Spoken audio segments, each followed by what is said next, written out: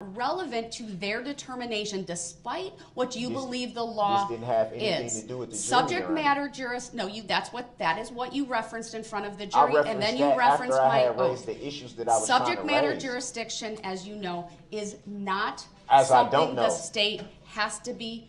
The It state has must to be prove. proven. It has to be. And You are if it doesn't, frankly show me confusing lawful law. civil Show me lawful jurisdiction law, in Your Honor. federal cases with criminal court jurisdiction in the state of Wisconsin. You don't have criminal. That you has don't been even made have, abundantly You don't clear. have subject matter jurisdiction or personal jurisdiction. Mr. Brooks. Or personnel jurisdiction. You don't. You haven't proven. You have not. I haven't proven excuse for the record. jury.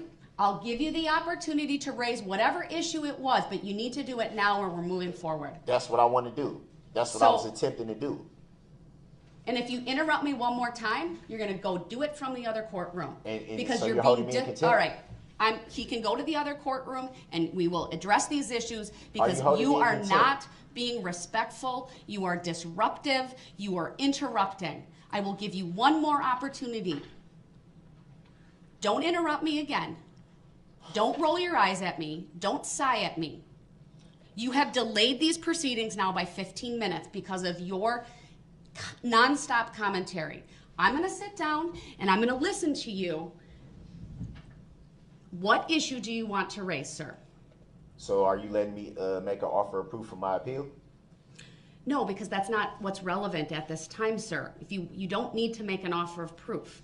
Tell me what the issue is. You said you have a legal issue you want to raise before we get going. What is that issue? Okay. The legal issue is this.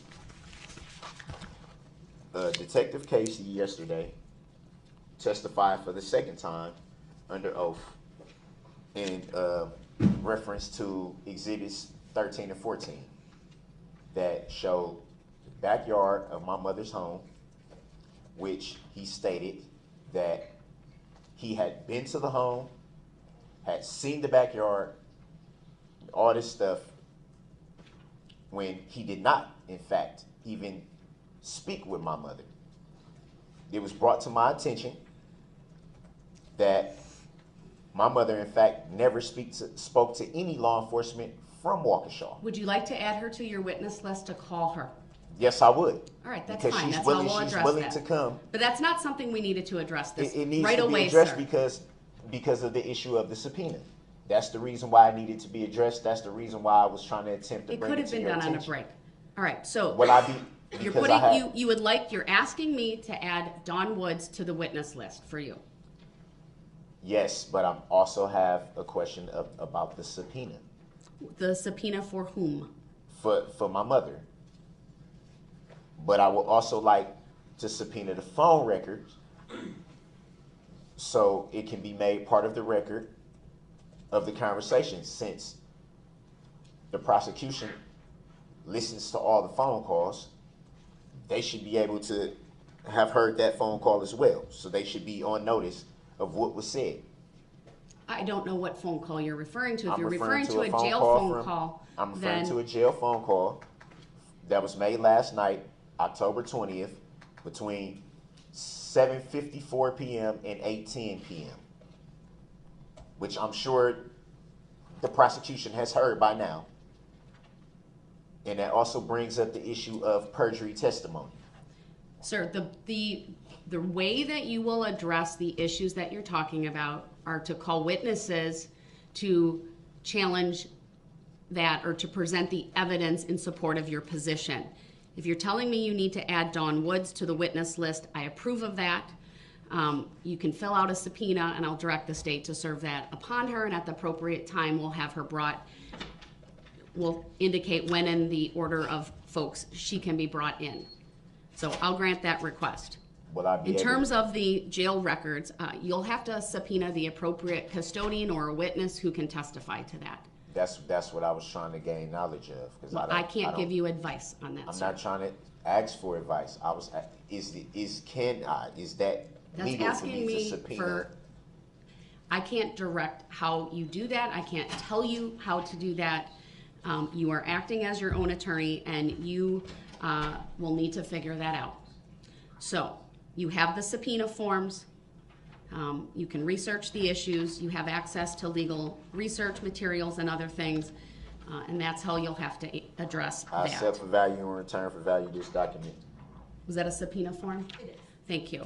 Is there any other witnesses you're asking to add to your, and you can also call Detective Casey if you want, just so you know. So that make 3 times he's able to testify? If you believe he has information that he hasn't testified to, I will give you permission to call him as well. No, I don't think it'd be necessary. He know what he did. Well, in any event, And he know what he didn't do. we're gonna bring the jury back out, and then I expect you to call a witness. And just so I'm clear, because I was trying to get to that issue, what witnesses are here? Because I don't have any paperwork for Kohler. I don't know. how to Douglas pronounce Kohler, it. Stephen Guth, and Erica Patterson. Of those 3, I expect you to call one of those witnesses. I accept for value in return for value this document. For the record, Judge, Attorney Witchow just handed to the defendant for his benefit the police report as it relates to the statement of Douglas Kohler, since he's claiming he does not have it. Since I know that I don't have it. So let's make that record correct. You don't have it with you in the courtroom is what you're saying. I can't find it anywhere. You've had it previously. Yes, I had it at one point. All right. Are you ready to proceed forward, Mr. Brooks? Yes. All right, let's bring the jury out.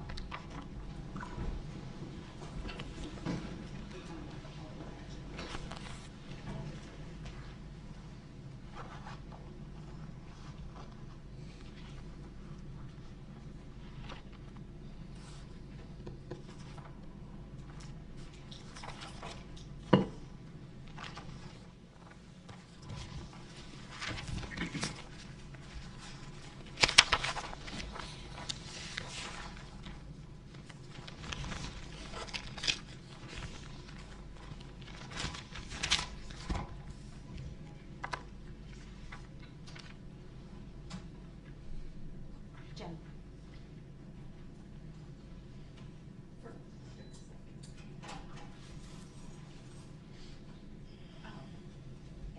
Zach, can you help Jen? I think she wants help on that message. This-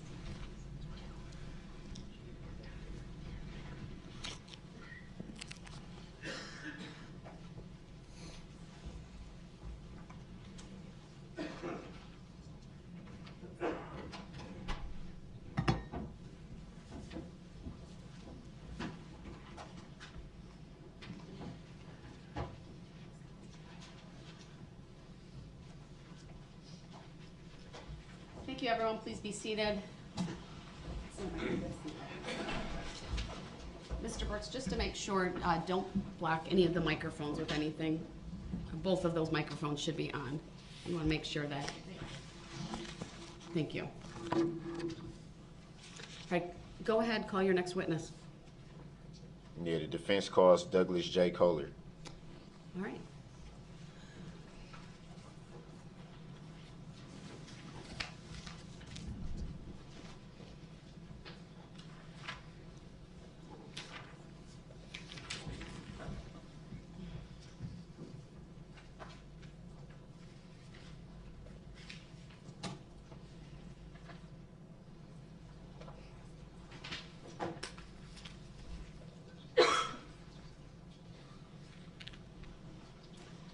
Good morning, sir. If you would please make your way to the witness stand, which is up toward me, up one riser, and to my right. When you get there, please remain standing, raise your right hand. My clerk, Teresa, who's on my left, will swear you in. Do you solemnly swear that the testimony you're about to give shall be the truth, the whole truth, and nothing but the truth, so help you God? Thank you, sir. Have a seat. First thing I will ask you to do is to state your first and last names for the record and then spell each. Douglas Kohler, Douglas Kolar. Thank you. Go ahead, your witness. Good morning, Mr. Is it Kohler? Kohler. Kohler. Good morning, Mr. Kohler. I want to direct your attention to November 21st of 2021. Do you recall that evening pretty well? Fairly well, yes. Oh, let me back up for a minute. First of all, what do you do for a living? I'm an IT director for a law firm. Been doing that for a long time? I've been in IT for over 20 years. Yeah, that is a long time. Directing your attention back to the night of November, evening of November 21st, 2021. What did you do that day? Well, that day, I was preparing my daughter to march in the parade with her dance troupe. Watched football earlier in the day and got her dressed, and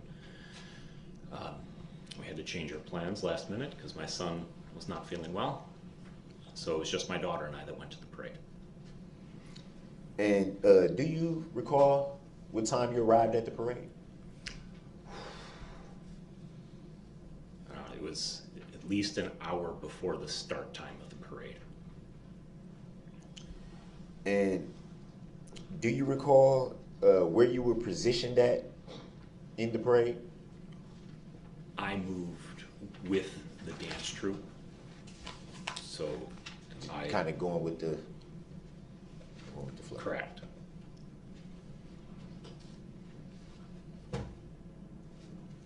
And at some point you observed something happening. Would that be fair to say? Yes. Do you recall what that was?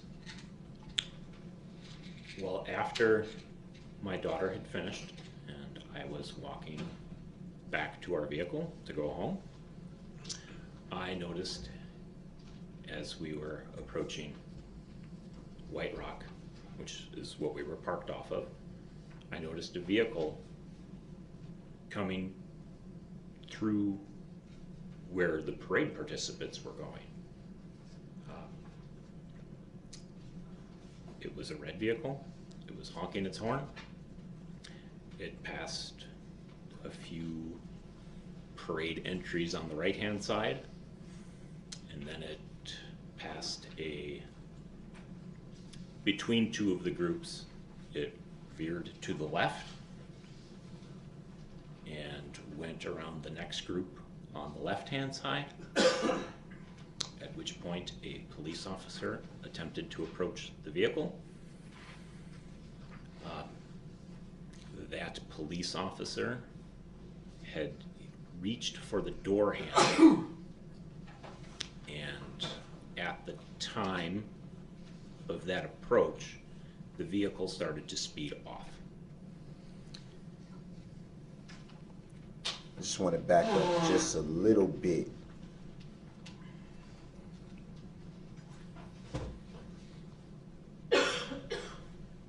You stated that you heard the vehicle honking its horn. While it was on White Rock Avenue, it was honking its horn.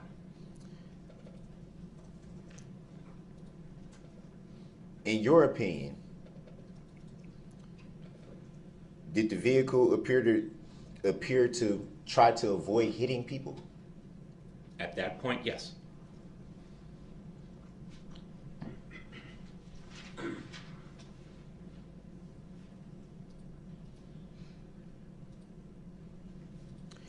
And you made reference to it the vehicle coming in contact with an officer. Did you see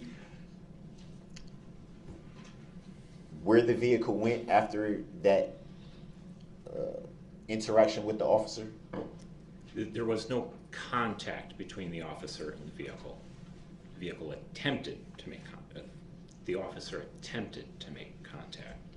But after that attempt, the vehicle sped southward. You know, I know those streets don't run straight north-south on Main Street. Did you notice the vehicle strike anyone at that time? I did not.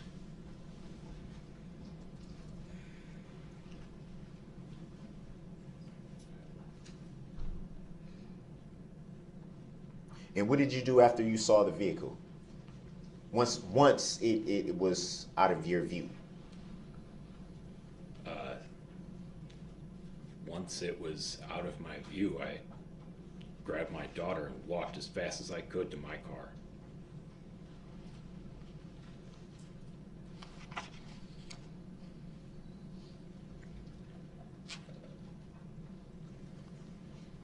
And to the best of your recollection, how would you describe the vehicle as far as make and model? To the best of your recollection.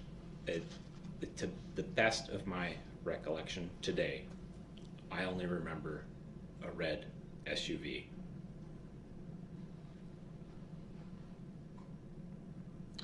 At some point, did you report to law enforcement officers what you had observed that evening? On the Tuesday morning following the parade, I sent an initial statement to the police. Would that have been the Waukesha Police Department? Yes, it was to the Waukesha Police Department.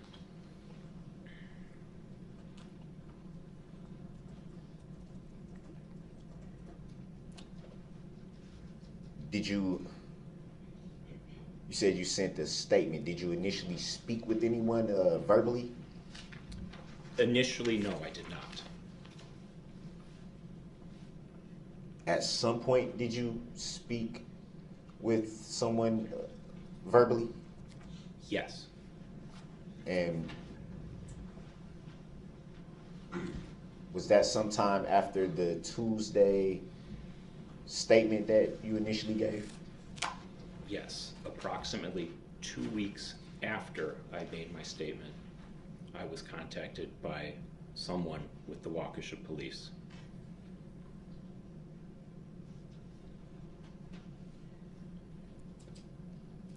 Do you recall if the vehicle had any tinted windows? I believe the rear windows were tinted like most SUVs are.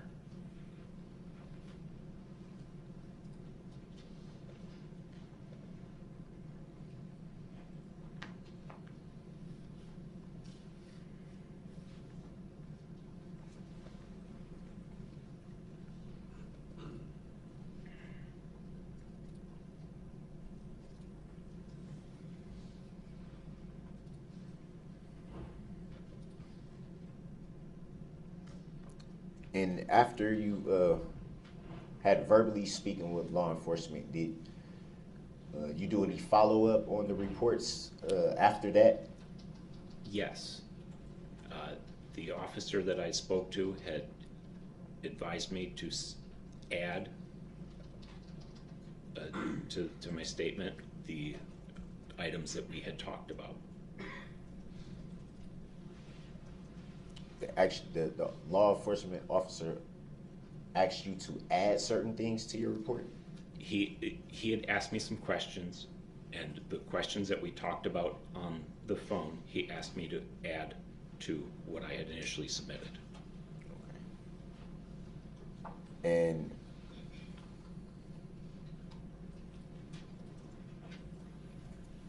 after that conversation, did you have any further conversations after that point? I had no further conversation after that point.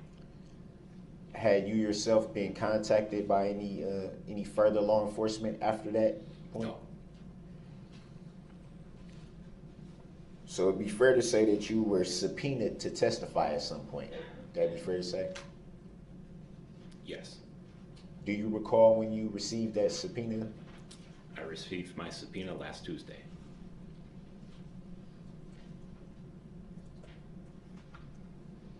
The 18th? Whatever day last Tuesday was. Do you recall whom you received that subpoena from? The Waukesha County Sheriff. Or Do you one recall- of the sheriffs. I'm sorry. I didn't- Or one of the sheriffs. Oh.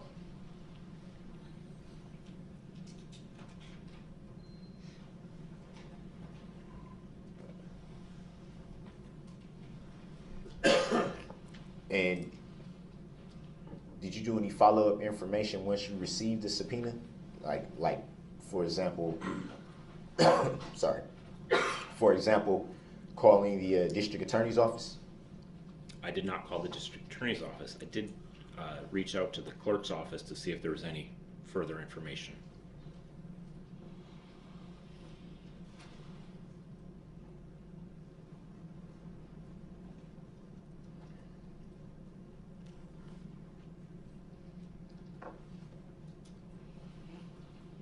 Were you or your daughter injured in any way during this incident?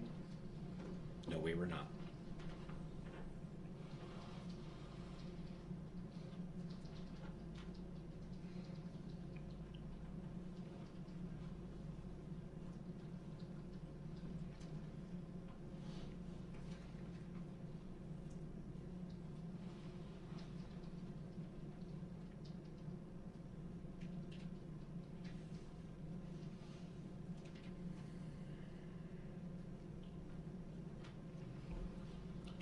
No further questions at this time. Thank you. Any cross? Yes, Your Honor, thank you. Good morning, Mr. Kohler. Good morning. Thank you for being here. To be clear, sir, the subpoena you received was issued on behalf of the defendant, Darrell Brooks, correct? I don't know. That information was not filled out on the subpoena. Okay. You did provide a typed statement to the Waukesha Police Department, correct? Objection, leading. And Overruled. Oh, if there's an objection, let me rule on it first before you answer. Overruled, go ahead. And his answer, I believe he answered it, but if not, did you answer it? I'll ask again. Thank you. You did provide a written statement to the police department, correct, sir? Objection, leading. Overruled, it's cross 90611 sub 2.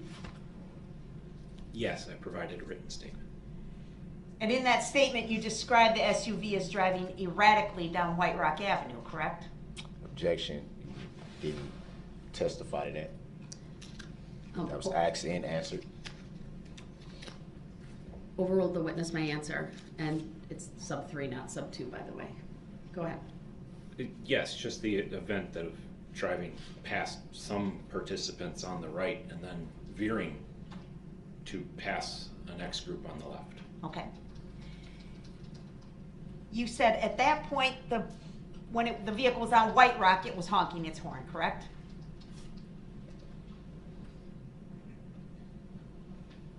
Correct? Correct? There was no objection. You can answer. And you saw an officer run up and try and open the door to the vehicle, correct? I don't know that he was trying to open the door, just trying to, I don't know what he was trying to do. He ran and his arm had gone towards the door handle. Okay.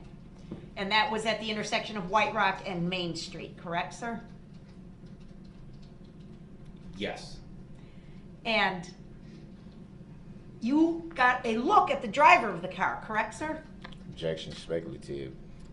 Overruled, the witness may answer. Yes, I did. And you described the driver in your written statement as a black male with dark dreadlocks and visible tattoos. Is that correct, sir? Objection, leading. Overruled, the witness may answer. Yes. Is that consistent with your memory, sir? Objection, speculative. Overruled. That is consistent with my memory today.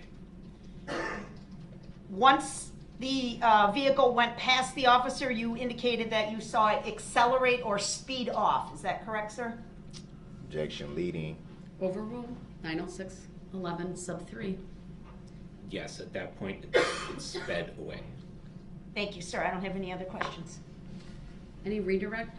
Briefly. Go ahead.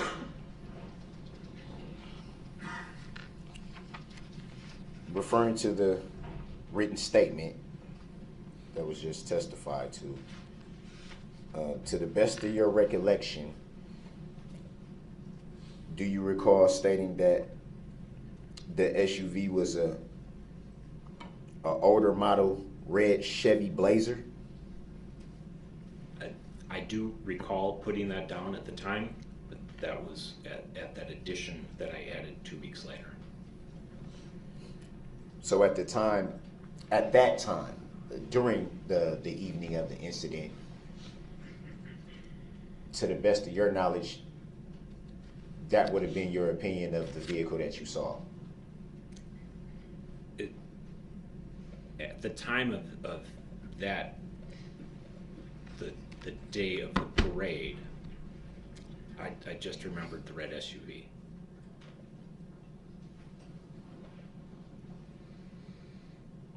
to the best of your recollection,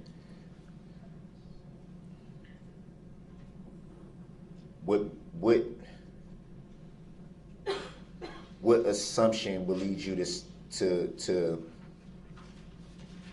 describe the vehicle as a Chevy Blazer?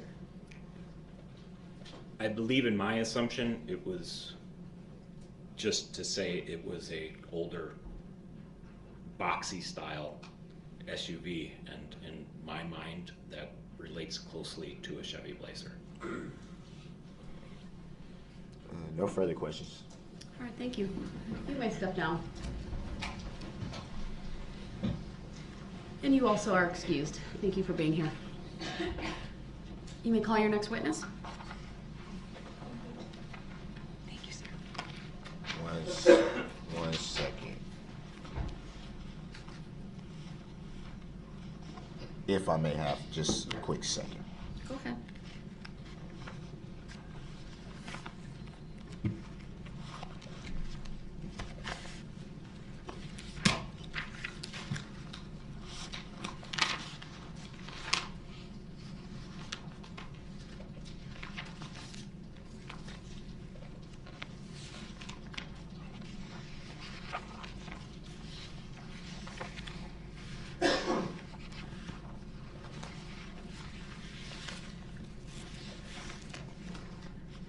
The defense will call Stephen Guth. I believe one of my assistants went to retrieve Detective Guth, Your Honor. Thank you.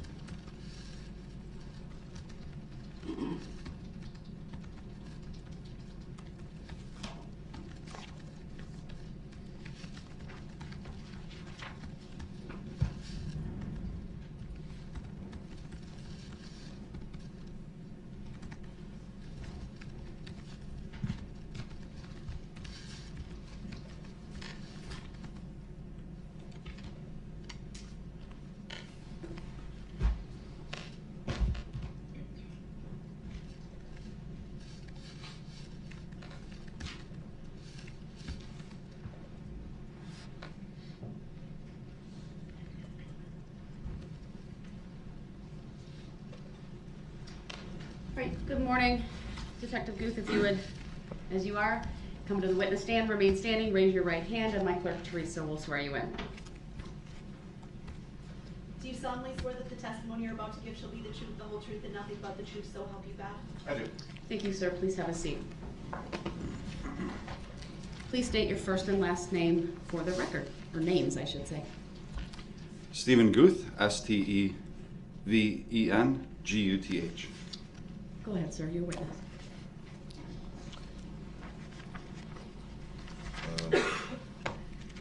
How long have you been in law enforcement? Over 20 years. And how long have you been a detective? Just over 7 years.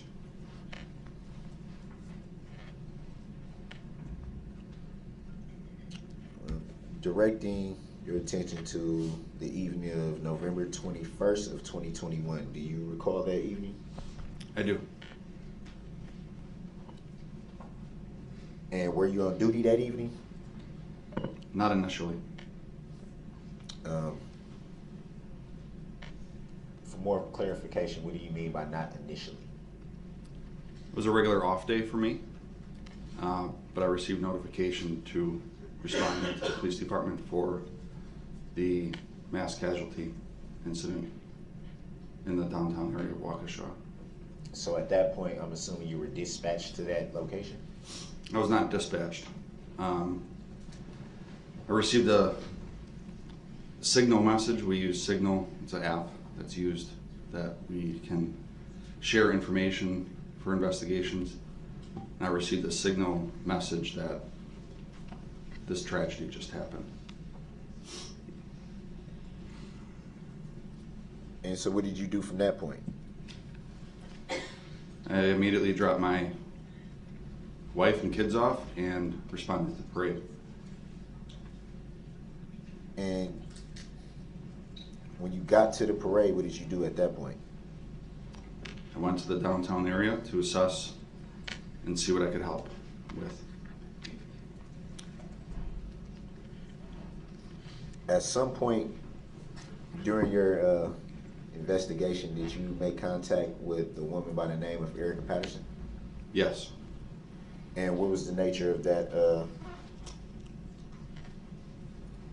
part of your investigation? I wanted to speak with Erica Patterson because by that point, when I made contact with our command center, they had learned the name of Darrell Brooks and had learned that Erica Patterson was the estranged girlfriend of the suspect of this investigation. You made reference to a estranged girlfriend. What do you mean? I don't know if I should answer that. I think the question was pertaining to the word estranged, but we'll move on. The jury will disregard that last question, that it's been withdrawn. And the statement made by Detective Guth following that. I'm assuming at some point you took a statement from Ms. Patterson? I did. Do you recall if it was recorded, written, you writing it? What was the nature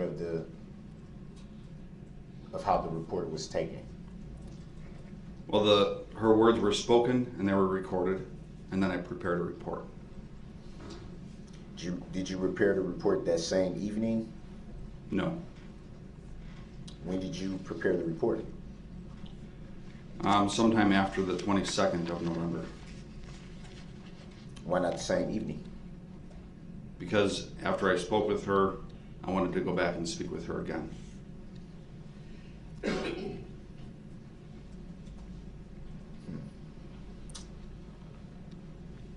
Did you obtain any statements from any other people that may have been involved with Ms. Patterson? I did not. Do you know, to your recollection, if any other officers have taken statements from parties that may have been involved with Ms. Patterson? Well, the night of November 21st, 2021, I did have a partner with me, another detective. Do you recall him talking to any other parties that may have been involved with Ms. Patterson?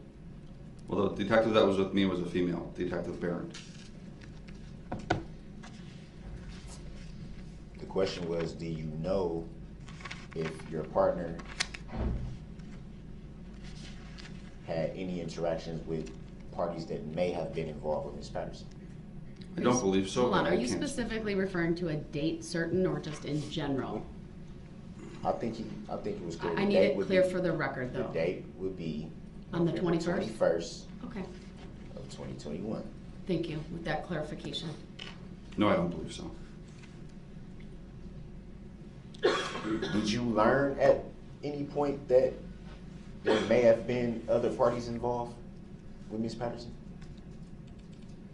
In which incident?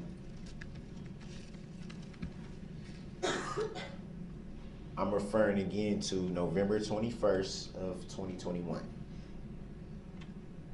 Yes. Do you recall who those parties were? Corey Runkle and Nicholas Kirby. Did you yourself speak with either of those parties, Nicholas Kirby or Corey Runkle? No, I did not. Do you recall if your partner spoke with any of those Which partner? I'm guessing the female partner that you made reference to. No, she did not.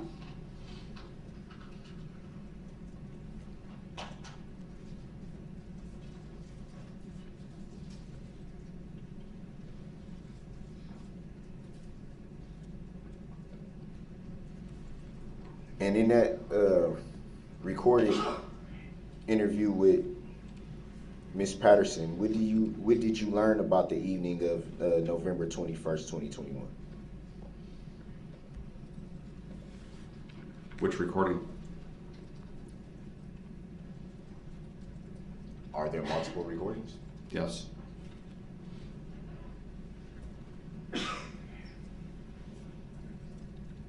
What did you learn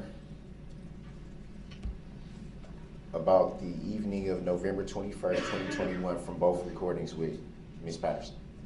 Your Honor, I'm going to object at this point, as this testimony covers ground that was very clearly covered during the state's case in chief.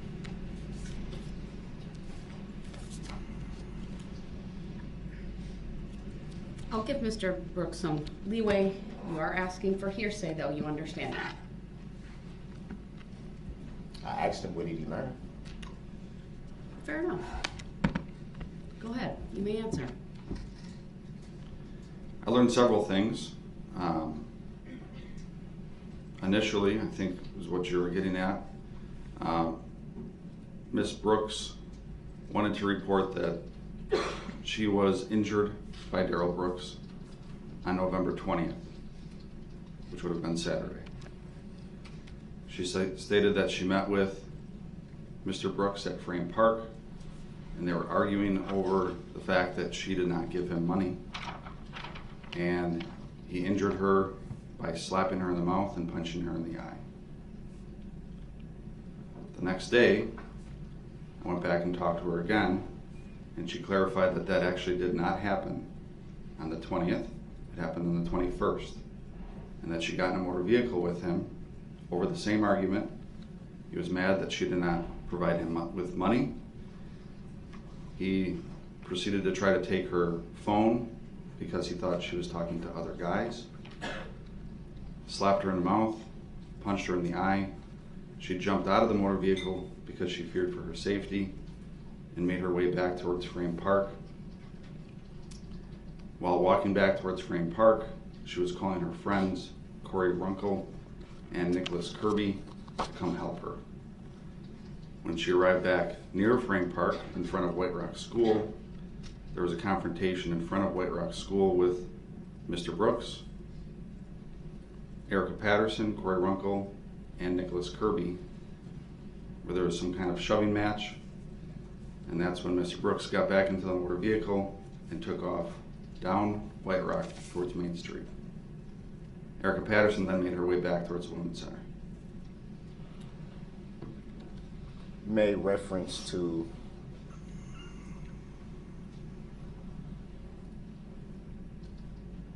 being told about an incident from Saturday, November 20th. And then stating that in the second interview, Ms. Patterson stated that didn't happen. Is that correct? She didn't state that it didn't happen. She just stated that she didn't drive around with him on Saturday, November 20th. But she also met with him and was slapped in the mouth that day too.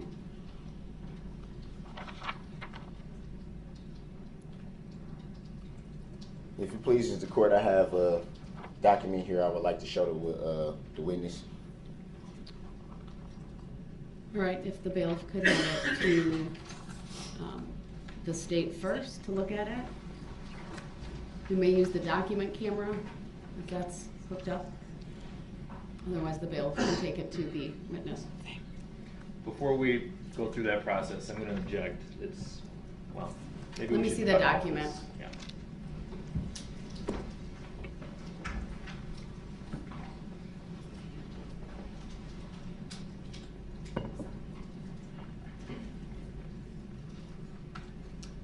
All right, and give that back to Mr. Brooks. Given the content of that document, I'll sustain the objection, or what that document is, I should say. Sustain on what grounds? It's not relevant, yep, to this witness's testimony. How is it not relevant? It's not relevant. You made reference to November 20th. That's what this document is talking about. it's not relevant to the charges at issue. We can take it up later, and if need be, I'll let you recall the witness, but I'm directing you to move on to a new topic. Your Honor, I'm gonna respectfully object to that and ask for a finding of fact. The objection's noted, it's sustained. Well, their objection's sustained, yours is overruled. Please continue. Is that noted for the record? I would like a written finding of fact. The request is denied. Keep going, please. Denied on what grounds, on what lawful law? Keep going, sir. It's not relevant. Are you making a judicial determination that you don't have to answer that question as a public servant? Sir, I've ruled on the objection. It's on the record. Please keep going. Once again, information that needs to be known is being hidden. It's not relevant, sir. Please It's continue. very relevant. He just opened the door on that by saying November 20th. Objection. Move to strike all of the comments made by Mr. Brooks in the last 20 seconds or so, especially with regard to any implication that he hasn't had all of the discovery material. Objection, I never made any Prior to mention trial. of not having any discovery material. That never The was jury will stated. just disregard, as I've told the jury repeatedly, comments made or statements made by the parties, whether they be lawyers or the parties themselves, are not evidence, and you're to disregard them and not consider them in any way. And if the statement suggested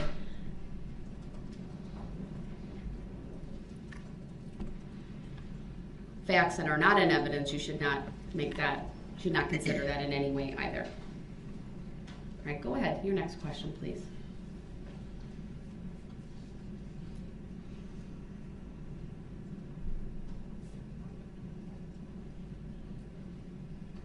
So is it fair to say that in your report you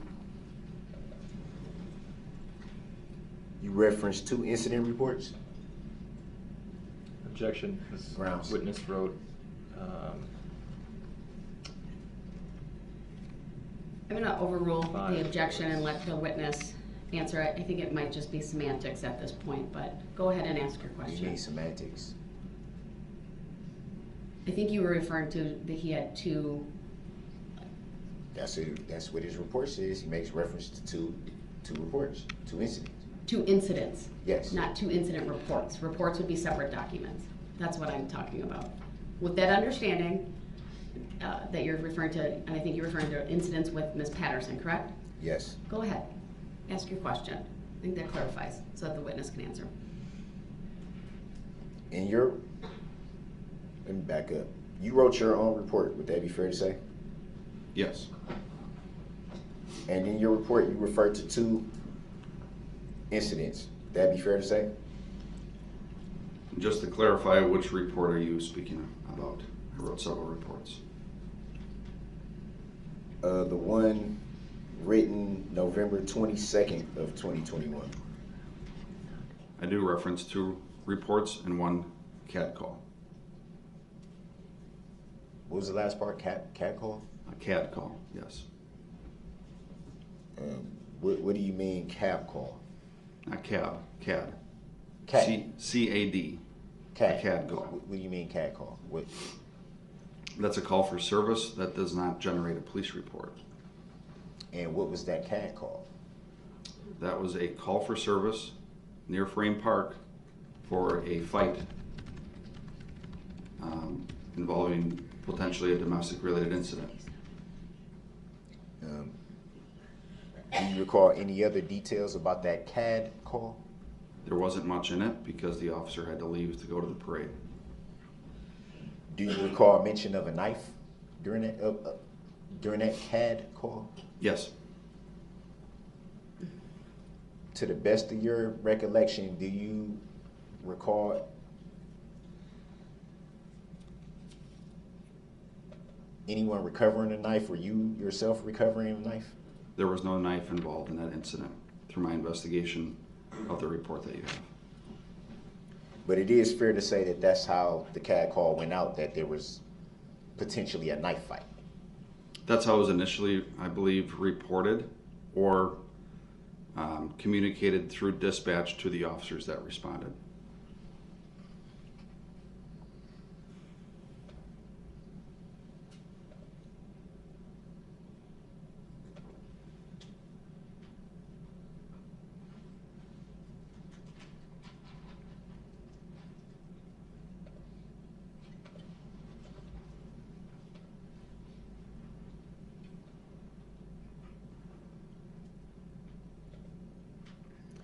You made reference, and I'm referring to the second interview with Ms. Patterson. You made reference in your report that in the previous interview that Ms. Patterson was not completely forthright. What exactly do you mean by not completely forthright? She did not give me all the details of the incidents to me initially.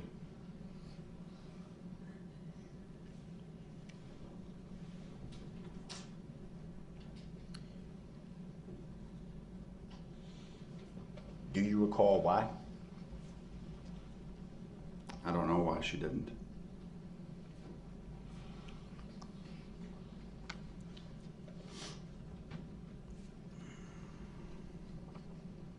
So it'd be fair to say that Ms. Patterson had been untruthful with you in the first interview. No, she told me she was extremely afraid of you. And that's why she didn't want to tell me everything. Well, you just stated that you didn't know why she was not forthright. I can't read her mind, but that's what she told me.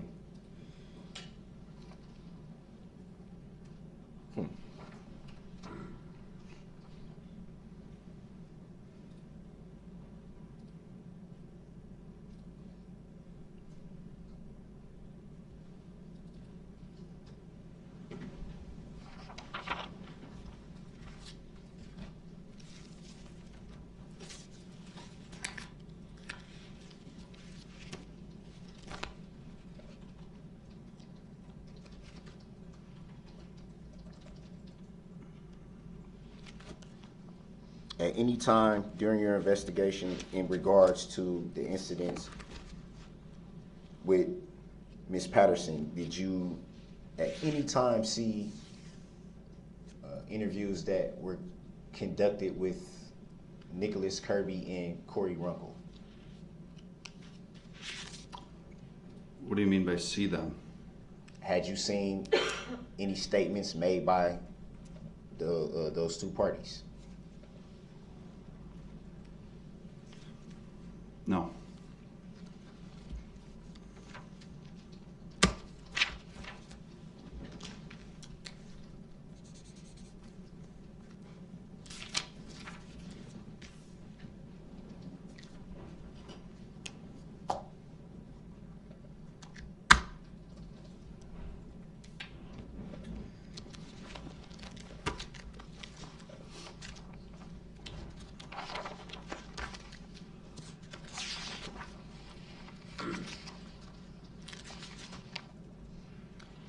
Would it be fair to say, assuming that those two parties were present for the incident on the evening of November 21st of 2021, would it be fair to say that at some point they were interviewed by law enforcement officers, to your recollection?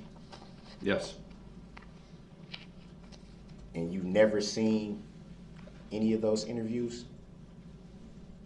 They weren't video recorded. Had you seen any written statements from them or report from law enforcement? I received a summary of what they stated verbally from another detective, yes. So it'd be fair to say you did have knowledge of what they said transpired on November 21st of 2021. I had knowledge of what they said. I didn't see anything. Correct.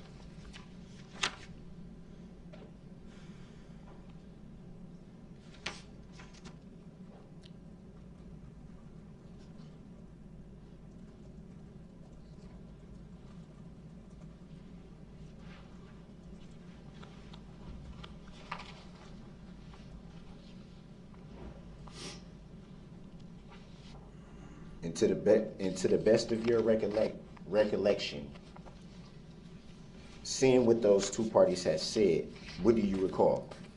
Objection. Grounds. The evidence, you didn't see what they said, and also calls for hearsay. Sustained.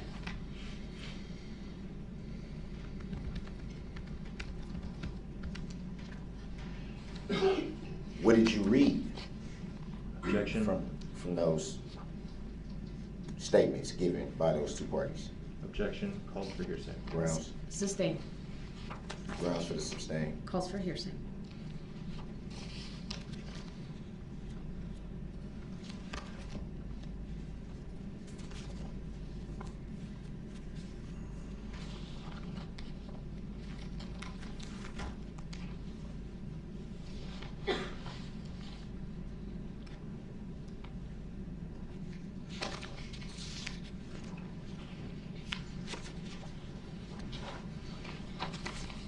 One second.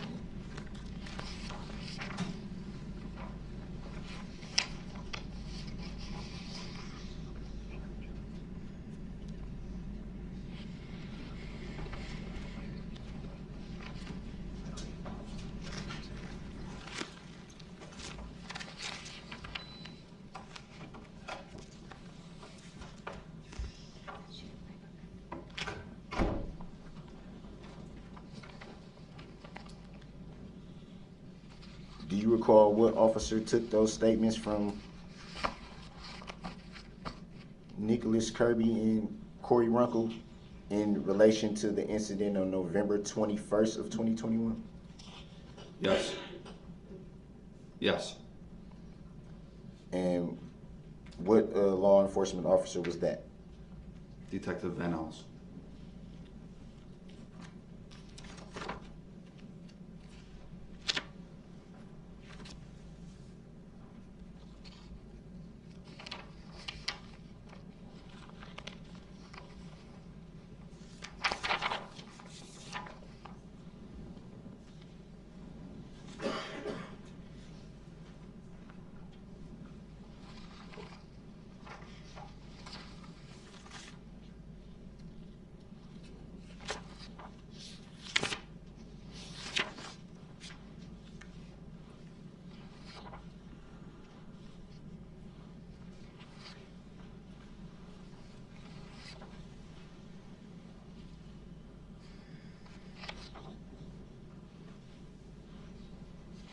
And after that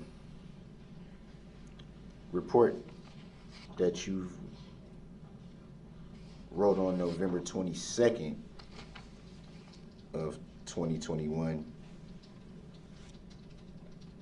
was that the end of your investigation into the incident of November 21st of 2021?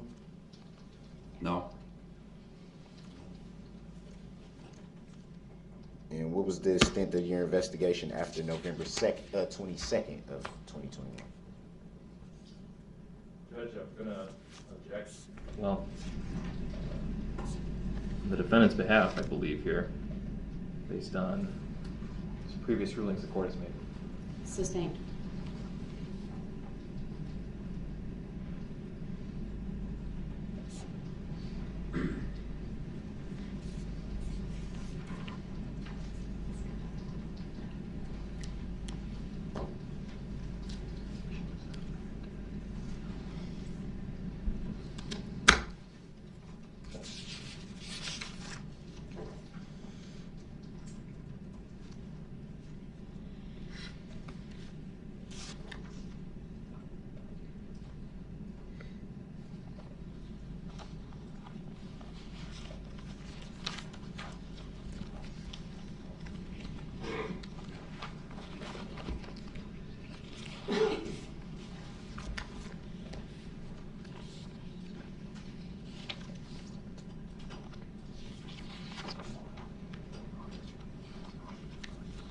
And did you speak with Ms. Patterson again after filing your report? Yes. In reference to the incident from November 21st of 2021?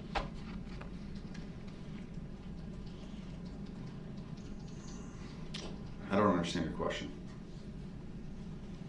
did you speak with Ms. Patterson after you filed your report in relation to the incident from November 21st of 2021?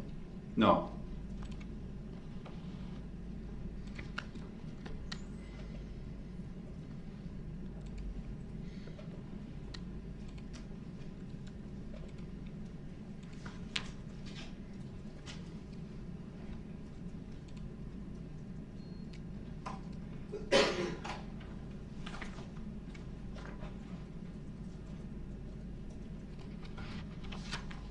In relation to the alleged incident on November 20th of 2021,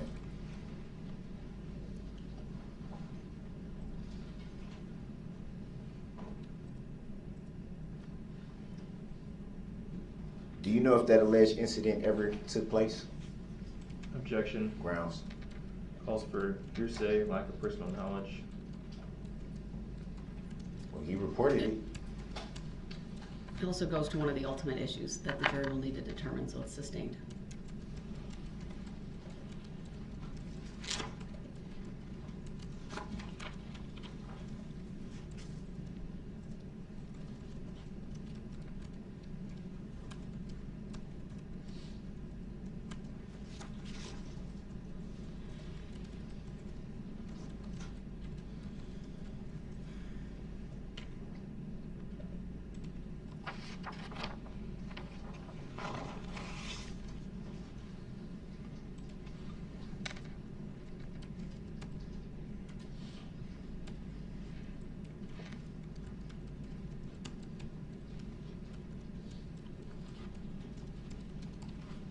No questions, no further questions right now at this time.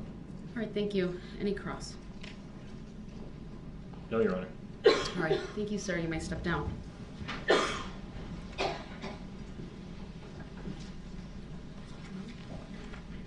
May have something later for that particular witness.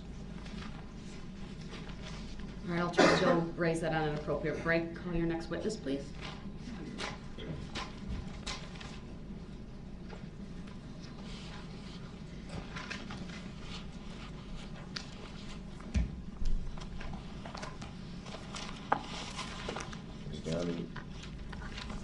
Is there only one witness left?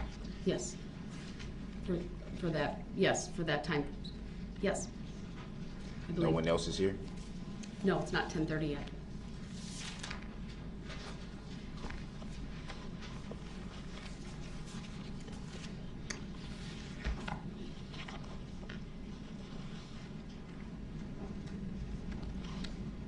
Who's supposed to come at 10:30, right? Call your next witness, please. I don't have that list right at my fingertips. You said what happened? I don't have that list right at my fingertips, but I know there's a witness available, so please call your next witness. Can I be provided that 10:30 list?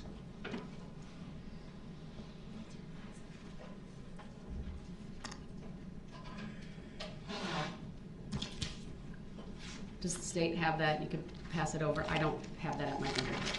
Sure, let me try to, I have it, but I'll write it up for Mr. Brooks to review, Your Honor. Thank you. While we're doing that, if the jurors want to stand for a minute, go ahead, or anyone else in the courtroom.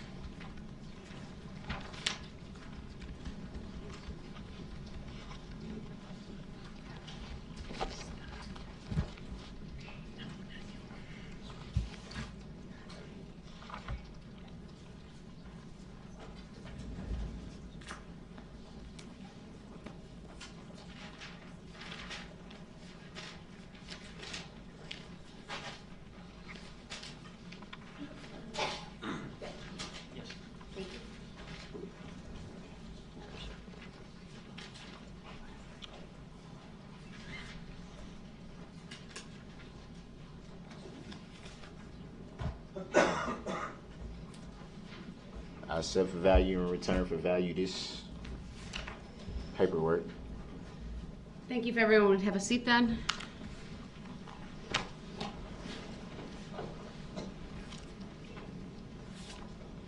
Please call your next witness. And who determined this order? Mr. Brooks, I'll take up that issue outside the presence of the jury later. There's a witness available. Please call the witness. That's not the witness that was intended to be called at this time. I understand that, sir. Under 906.11, I have the authority and the discretion on that, so please call the witness who's available. So I'm being rushed to judgment. No, sir, I'm trying to have an effective and efficient use of all of our time. So please call the witness. Which is respected, but at the same time, being that this is my time Right, to I'm going to present my excuse the defense. jury for right now. I'll rise for the jury, please.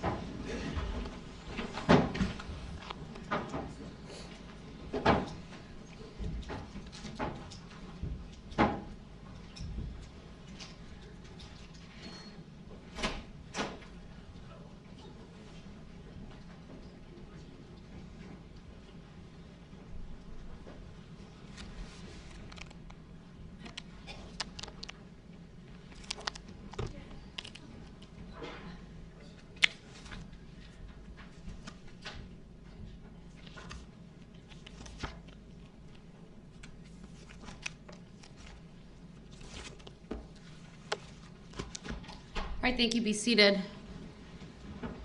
Mr. Brooks, under 906.11, I do have the authority and just my inherent authority over this case to require you to call the next available witness. You, in my opinion, were not entirely cooperative yesterday with the process, and so I told you that 3 witnesses would come in at 8:30, 2 would come in at 10:30, 2 would come in at 1:30, 2 would come in at 3:30, and then if there were any left, I wasn't sure if there were or not, would come in at 4. You also didn't provide me with that list. You were advised on the record, But sir. you didn't provide it to me. Sir, you chose not to write down. So that's on you, not me. Nah, that's So no, you here's can't. the That's thing. a rush to Erica judgment. Patterson is here, so I'm advising you that she will be the next witness that you call if you so choose.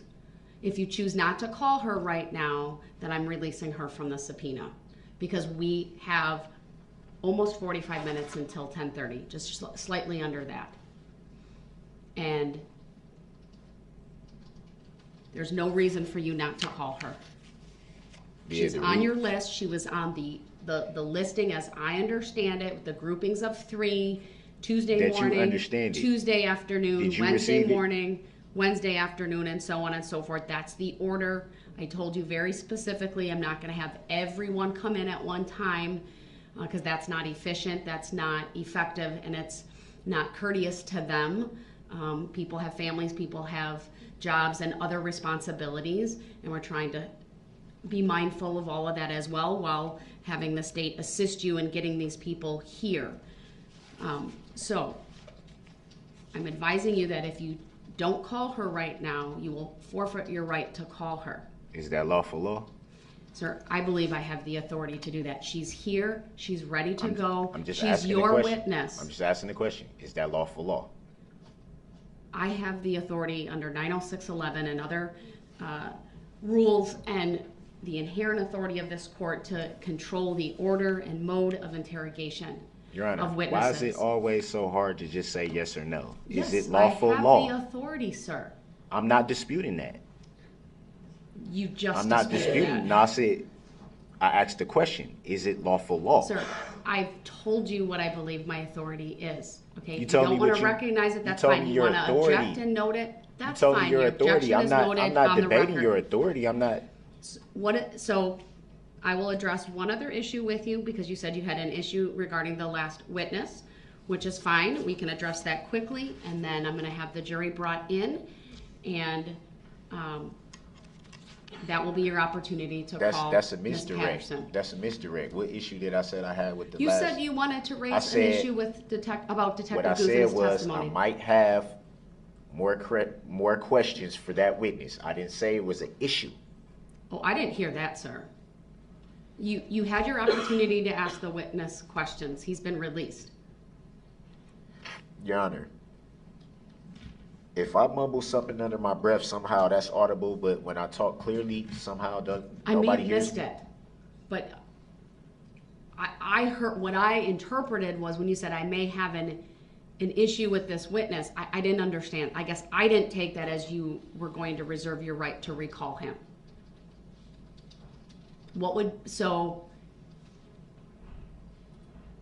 Are you telling me you'd like to reserve your right to recall Detective Guth? Yes. All right, then that will be noted, and we'll keep him under the subpoena. Now, that should address that. I'll have the jury brought back in, and you should be prepared if you choose to call Ms. Patterson. This is your opportunity to do it. At the same time, though, that's still a rush to judgment, Your Honor. You can't.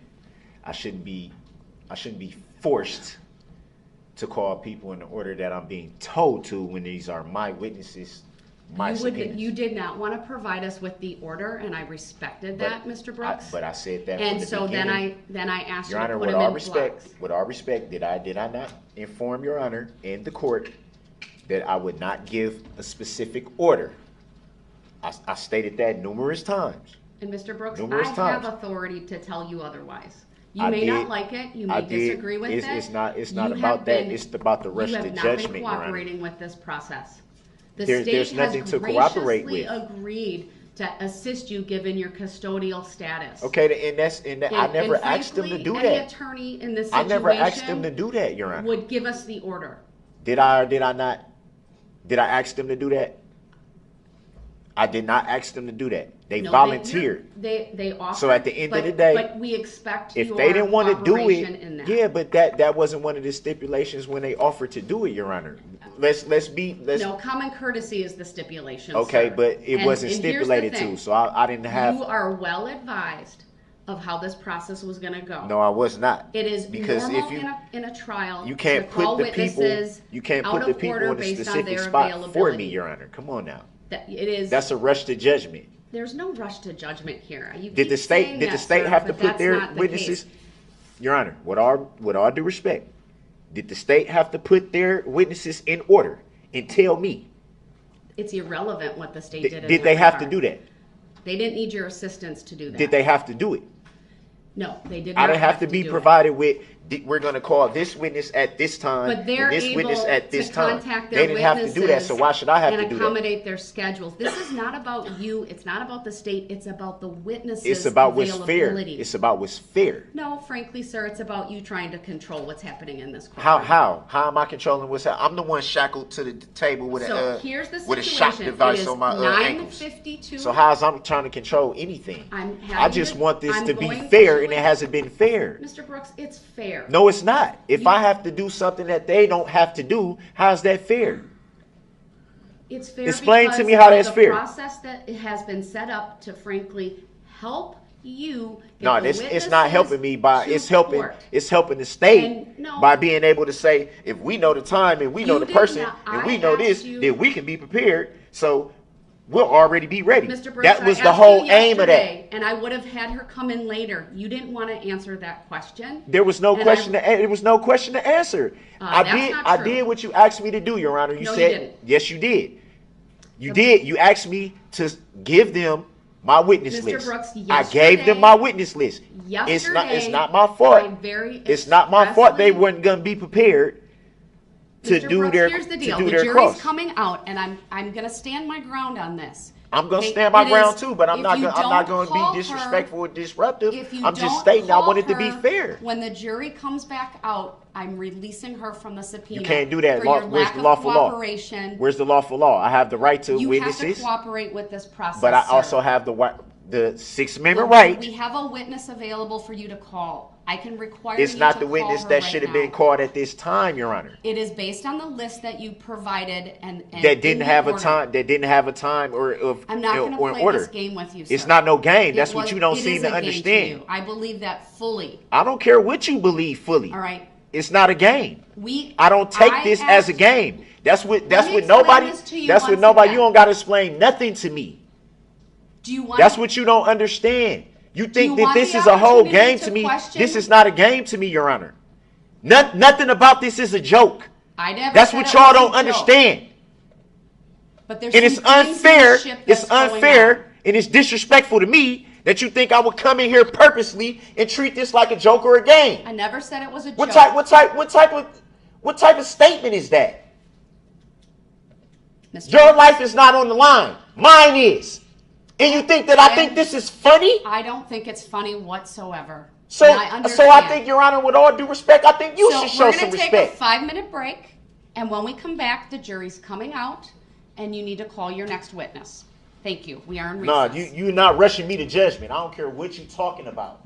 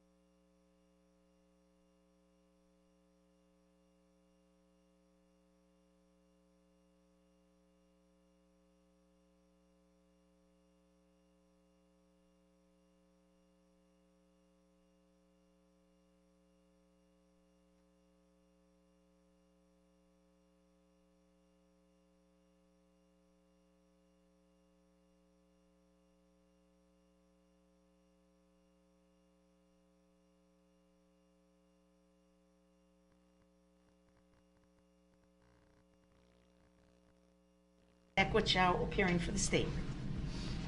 State your name for the I'm record. here please. as a third-party intervener in that matter, appearing as authorized representative for my client. I accept for value and return for value all the charging instruments in this matter and make my exemption available for discharge of all obligations and charges connected with this case. I do not dispute any of the facts in the charging instruments, and I would like to make a reservation of all my rights at this time. All right, thank you. The record should reflect that the individual known to the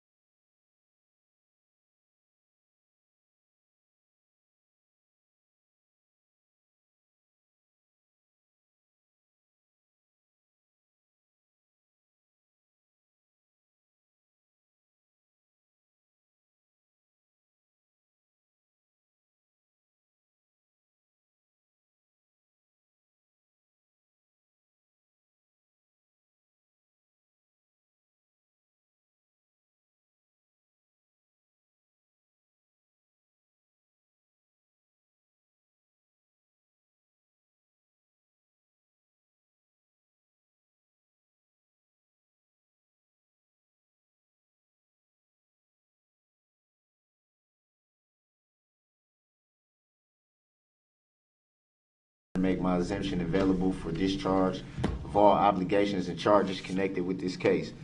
I do not dispute any of the facts in the charging instruments, and I would like to make a reservation of all my rights at this time. All right, thank you. The record should reflect that the individual known to this court as Darrell Brooks is present in person in custody. He is wearing street clothes, specifically a suit and tie, and he is wearing a mask. And I do not consent to being called that man, for the record. Noted. All right, so Mr. Brooks called a witness yesterday. There was an objection.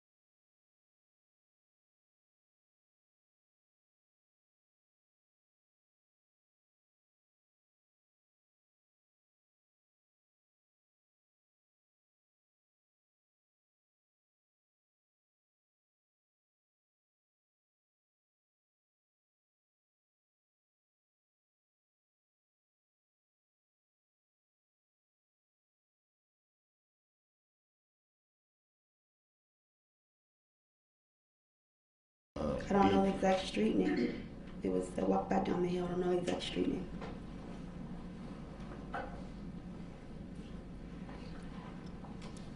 Did you at any time, sorry, did you at any time during your travels back to Frank Park, did you at any time notice that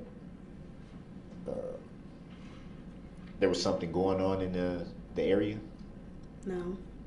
When I got to Frame, I was too worried about walking back to Frame Park. When I got to Frame Park after I left it, that's when I realized there's something going on.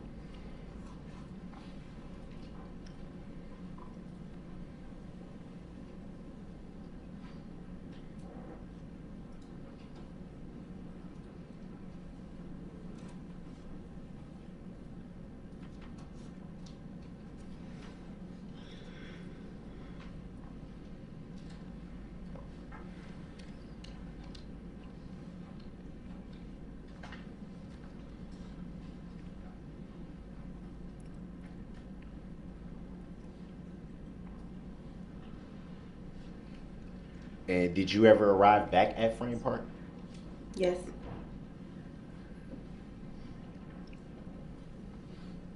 And what did you do when you arrived back at Frame Park? I called my friend Corey and told her that me and Mr. Brooks got into an altercation. Mr. Brooks was following me.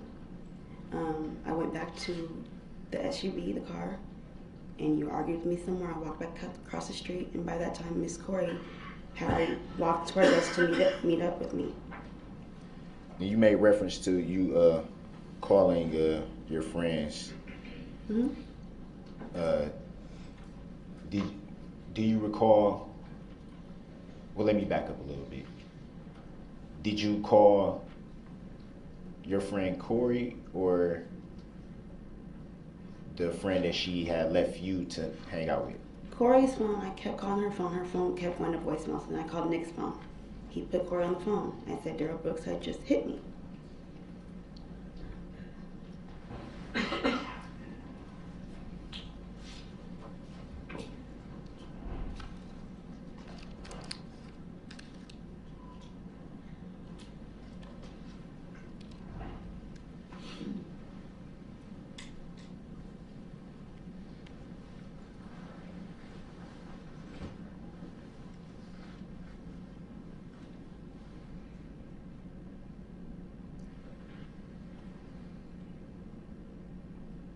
I want to back up a little bit, if I may,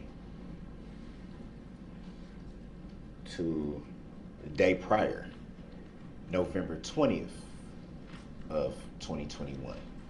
Do you recall what you were doing that day? Well, where I was staying at the shelter at first, I was arguing still with Mr. Brooks all throughout the day. Me and Corey had left, and Corey and I stepped away, and I went back to Frame Park. I went to Frame Park, that's where I met you at. Me and you also got into an argument that day, but we didn't drive around. We're at the Frame Park.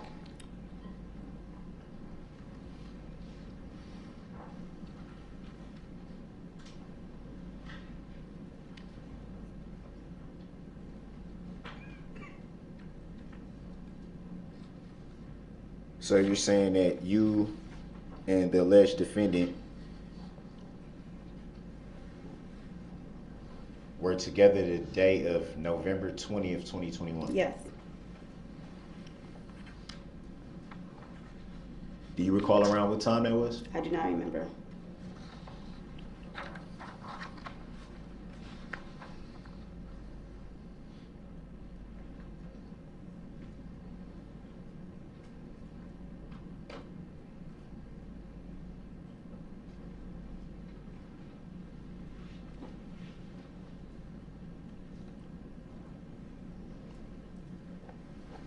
And you stated you were briefly with your friend Corey that day? Yeah, but she went a whole different direction. She didn't come to Frame Park with me. She turned on a whole different street right before Frame Park.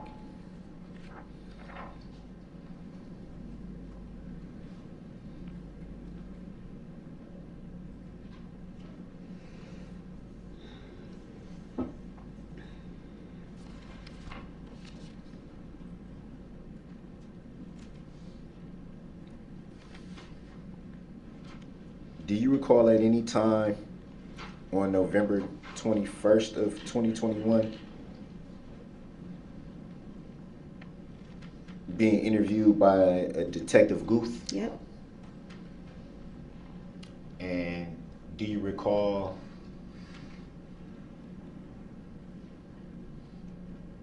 giving a recorded report at that time? I don't remember.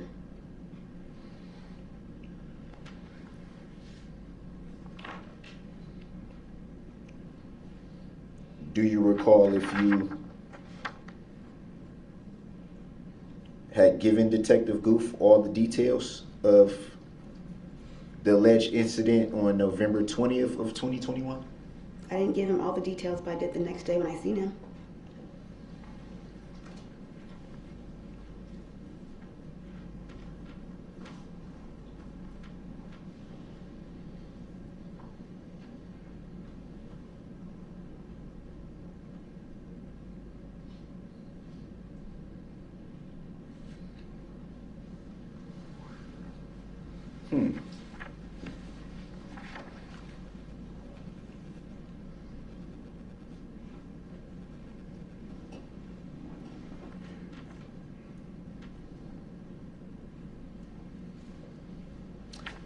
Funny. Were you aware that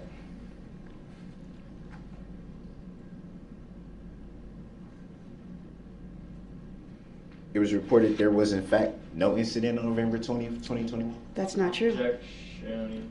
Move to strike the answer and the question. Grounds. Lack of personal knowledge. Hearsay. Sustained. I'll strike the question and the answer for the reason stated, sir, rephrase, or So can I show the witness the same paperwork that I attempted to show? No. And why not? Not relevant. How's it not relevant when that was just testified to? Wouldn't that be opening the door? No. Next question.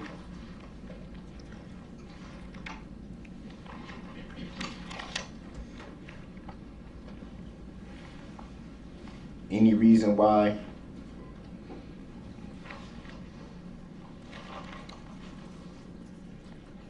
it would be reported no incident happened on November 20th of 2021? Same objection. Grounds. Since that's not in evidence, sustained. Grounds for the sustain.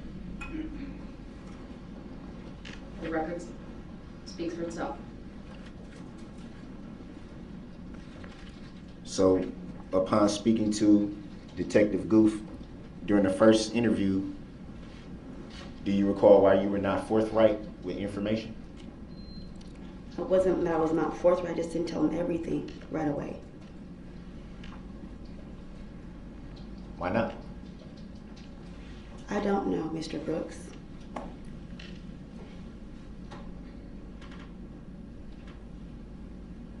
When speaking with a law enforcement officer,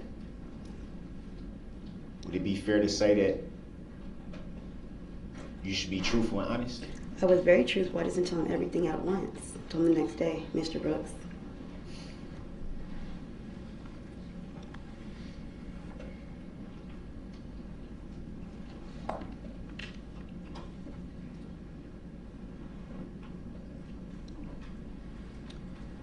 And in the alleged incident on November 20th of 2021, were you injured? No. Well, you did hit me a little, both like a little. Were you injured?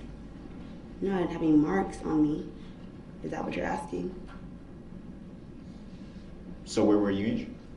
By my lip? Objection. This states the evidence. Grounds. I believe the witness understood the question. She answered it. It may stand.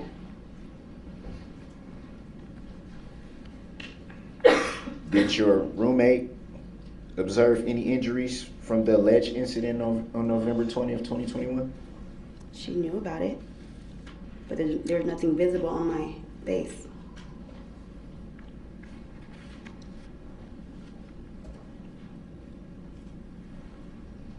Do you know if your roommate had spoken with law enforcement about these alleged incidents from November 20th of 2021 and November 21st of 2021? I don't know. Did she ever tell you yourself that she was interviewed by any law enforcement? I don't remember.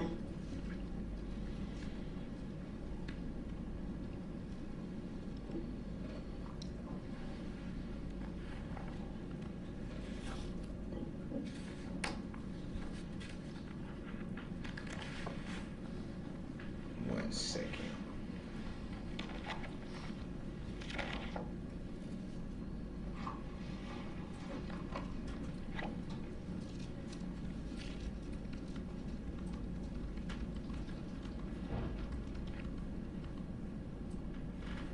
So what time did you meet up with the alleged defendant on November 20th, 2021? I don't remember. Was it morning time? evening Afternoon. time? I didn't hear that. Afternoon.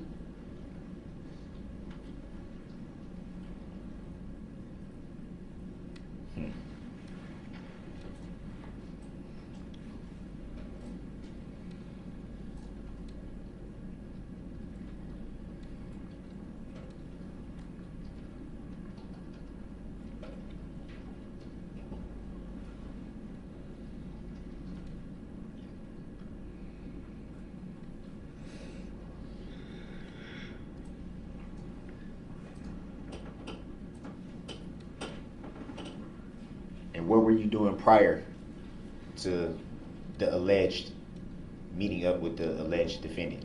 Objection. Grounds. Asked and answered. Sustained. Grounds for the sustain. Asked and answered. When? Next question, please. When was it answered?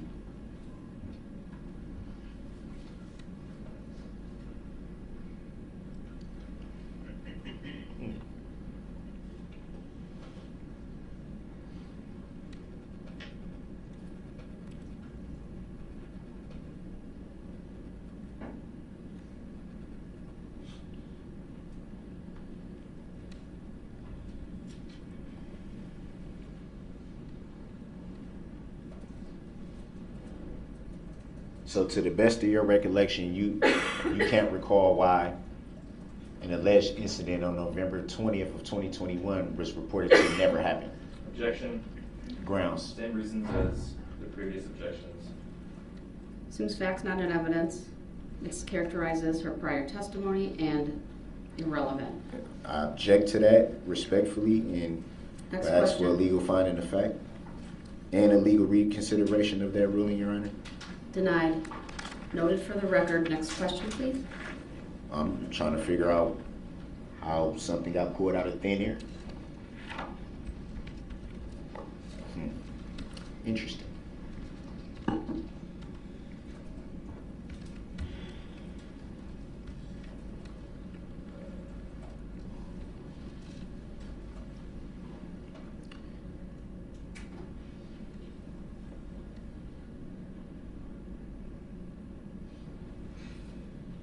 So it would be fair to say that you have a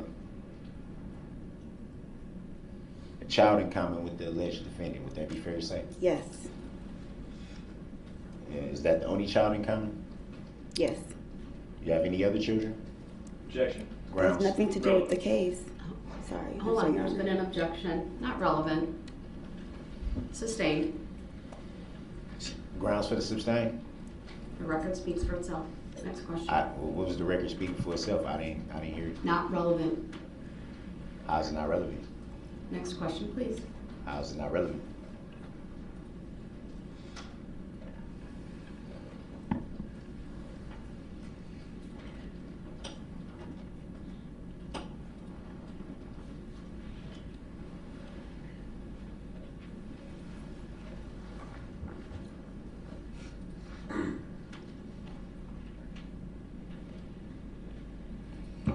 The child that you have in common with the alleged defendant,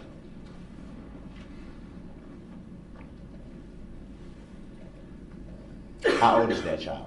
15. Do you keep regular contact with that child? Off and on.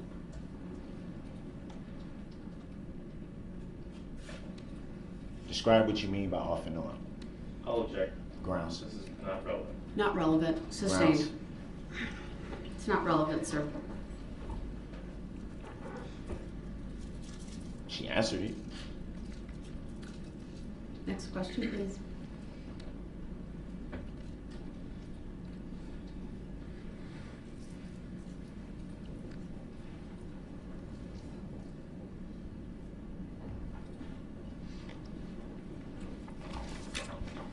And the child in common that you have with the alleged defendant, does that child live with you? No. Objection. Grounds. Relevance. Grounds. Sustained. Not relevant. You don't have to answer that. Thank you.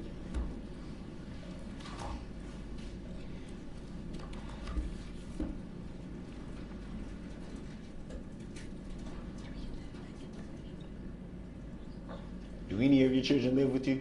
Objection. Grounds. Relevance. Sustained.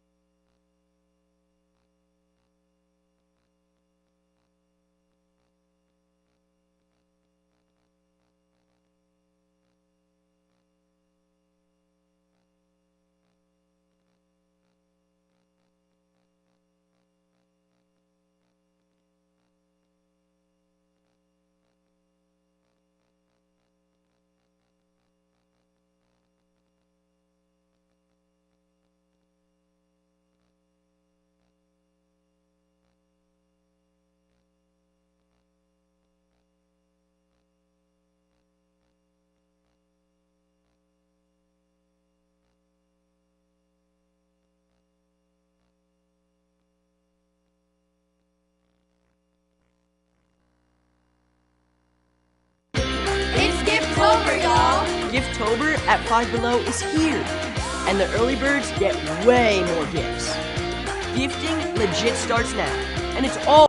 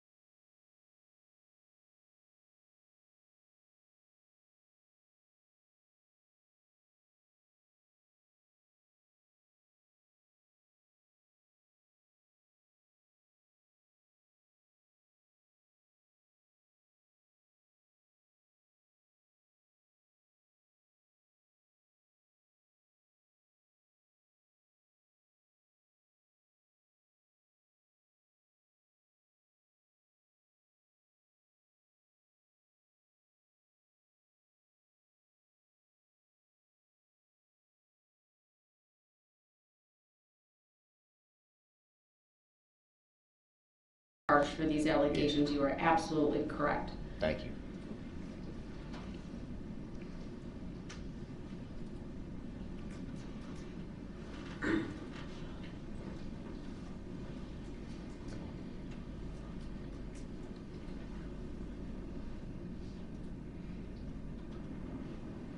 Have you, since the evening of November 21st of 2021,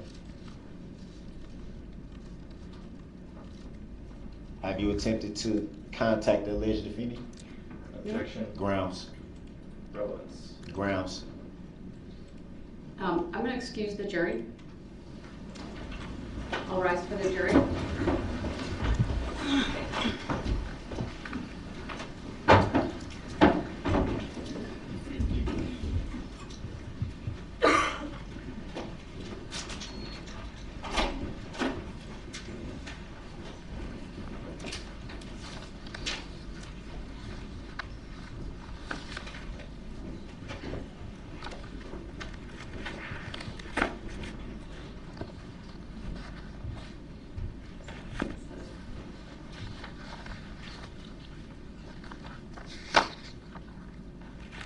Thank you. Be seated.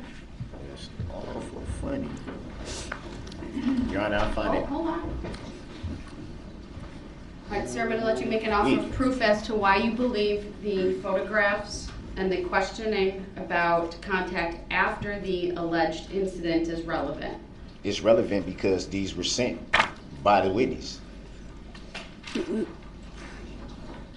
assumes a fact, not an evidence, but You what want is, the letter hold too? on.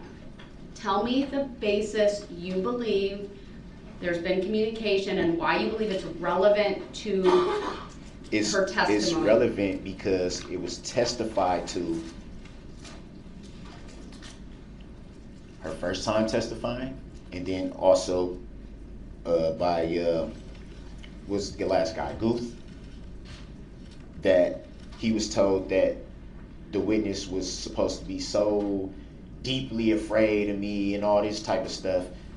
So if you're so deeply afraid and worried about somebody and this and that, why would you sneak and have contact? Do you want to open up the door to the other act's evidence of That's you not using, opening. no. That's not Hear me opening the out. door. Hear me out. Oh, yes, it does. No, it doesn't. These witnesses have been incredibly careful to abide by my rulings. Sometimes in a court of law, when there are pretrial rulings, the testimony of a witness needs to be said in such a way not to run afoul of that.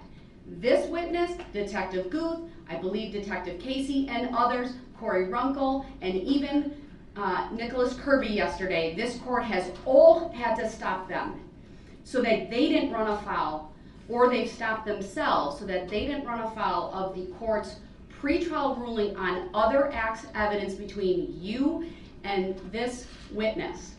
And I have been very, very careful to make sure that doesn't come in.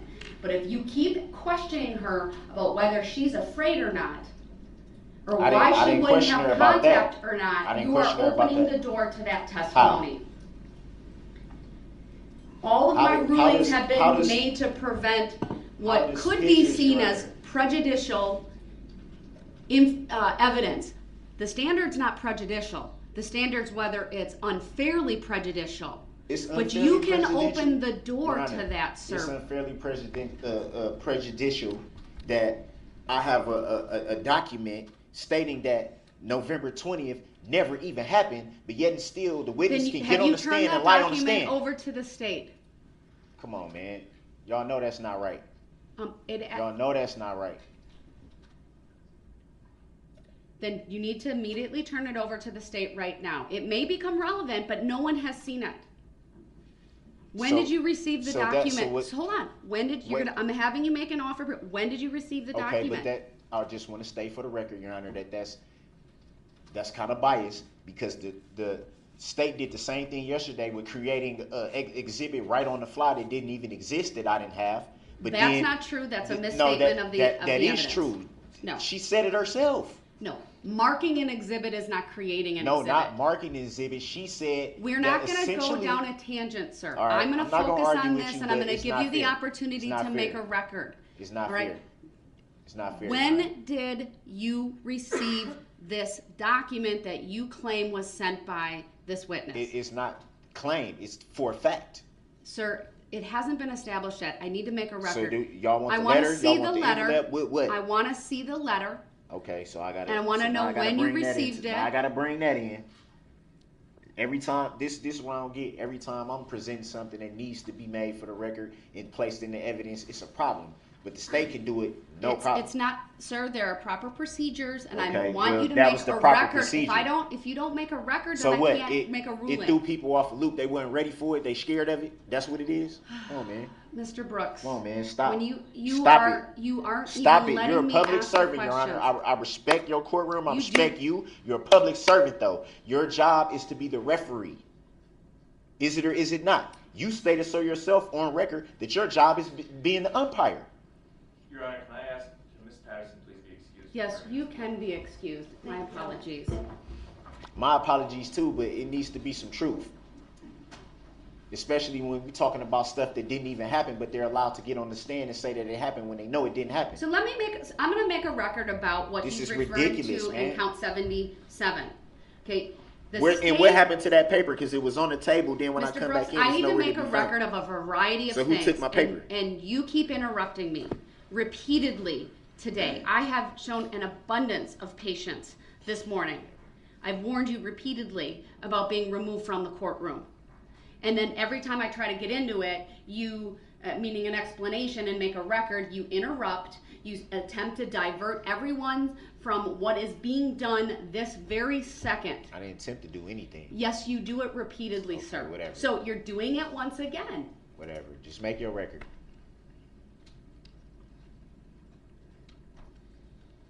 The document that Mr. Brooks wanted to show Detective Guth and this witness was a letter sent from the state of Wisconsin to the court regarding count 77. The state sought to dismiss that count, and they have prosecutorial discretion, and I granted the request that the charge be dismissed. Why was the charge dismissed? And that's, I can't answer. It was dismissed because the request was made, sir. They don't need a reason. There's an abundance of case law about prosecutorial discretion. And they chose not to pursue that. My Your Honor, guess Your is Honor, maybe with to all respect- simplify things and to keep this tidy. I don't know. You know what? I'll indulge you. Attorney Opper, would you like to provide a basis for why the state sought dismissal of that charge prior to the start of this trial? Yes, Your Honor, because as Ms. Patterson just testified a short while ago, she did not have any visible marks or injuries from that event. And we did have the photographs of her injuries. We did not want to confuse the record as to whether or not there was a battery that occurred on November 20th. Your Honor, I object to that. What does the letter read? You have the letter. You showed it to me, sir. And I've been trying to find it ever since I came back in here. And now all of a sudden I can't. And now find you're impugning, though, like somehow you're impugning the integrity of this court, No, of I'm the not. bailiffs of this state. You're accusing, frankly, everyone Did I of point moving the your finger? papers. Did I point the finger at anyone? Did I say anyone did anything? Not directly, but indirectly you did, So sir. how can you make the assumption that I'm saying? Can that I I'm please pointing to make the someone? record without Yes, you interrupting yes, you may. me? Yes, you may. I apologize. I appreciate that. Thank you. But you made repeated comments, sir, about I can't find my documents, I don't know what happened, things of that nature. When you came back out, you took multiple minutes before you even asked your first question of Ms. Patterson. And if I need to, I'll have a bailiff put on the record that no one touched your table. Your Honor, did I say anyone touched my table? I didn't You say you. implied it, sir. But did I say that? You stated it implicitly. I never asked the bailiffs, hey, did any one of you touch my table? I never said that to them. I just said I can't find my paper, which is the truth. And the way that you said it, like, I didn't point anyone out though.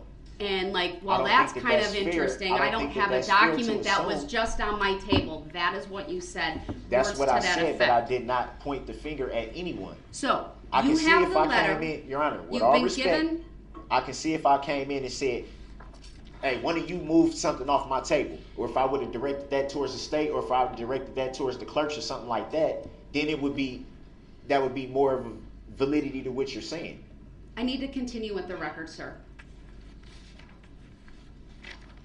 It's very apparent to me, sir, that every time, I can't say every time because that would be an absolute, but many times throughout this trial, and especially the last 2 days, when the court makes a ruling that you disagree with, or I want to make a record about some behavior of yours, or a further record about a ruling that you that was not in your favor, that you start peppering me with questions or comments, statements. You question me about the law. You ask, is it verified law? It is, from my perspective, a clear attempt to kind of turn us in a direction away from what we're doing, perhaps even to stall and to delay.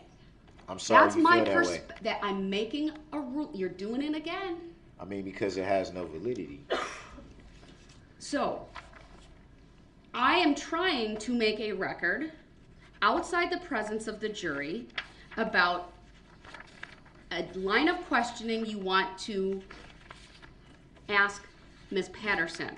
Now, I've reviewed repeatedly up on the bench 90608 and 90616, which are two of the primary ways you can attack credibility. I've referenced one of those previously. 90608 is evidence of character and conduct of a witness. I'm not going to read through it all, but it's limited to character for truthfulness or untruthfulness. It's not specific instances of conduct. It's character evidence, which frankly wouldn't even come from the witness who's testifying. All right, then there's the statute on bias, 90616. All right, and none of the questions as I heard them went to a permissible topic under bias of witnesses. You generally said credibility. You did not give me any further explanation as to why you believed it was relevant to credibility. Now we have you claiming that there's some document that was sent by the witness after the charges were filed that apparently contained photographs. And you can clarify the record momentarily when I'm done. that you believe goes to the credibility of this witness. So I need to ask a few questions about that, sir, to determine whether it has relevance to those issues. Number one, when did you receive this letter? I received this multiple letters actually over a period of time. It wasn't, I referred to this one because this one had the pictures. But And why do you the believe one, it was from to Ms. answer your Patterson? question, to answer your question with clarity, Thank you. Does it have a date on it? The letter? no, I didn't bring the letter, I brought the pictures. Because I thought, from my interpretation, I thought showing the pictures would be okay. How did I get these? So my mind was saying, show the pictures. They didn't come out of thin air. The witness We need knows the that letter. they sent me the pictures. They know that. Well, again, it assumes facts that aren't here. You're assuming this witness sent it. I don't know. But even if she did, what relevance does it have to her credibility before this jury? It goes to the credibility because she's put on this facade of being so afraid of someone, but yet still, you know that we're not supposed to have contact, but you still sneaking behind and saying, oh, I wonder how you're doing, and oh, this and this and that. Oh, I don't think you know, I she's still ever love said you. she was Oh, afraid. I ooh, think ooh. that was the officers who may have stated that. But I don't believe she But ever said that. She specifically said today when you asked her, why did you, it was either why did you go back or why did you have, I'll look at my notes. And she said, I don't know. It was why weren't you forthright with all the details? That was the question.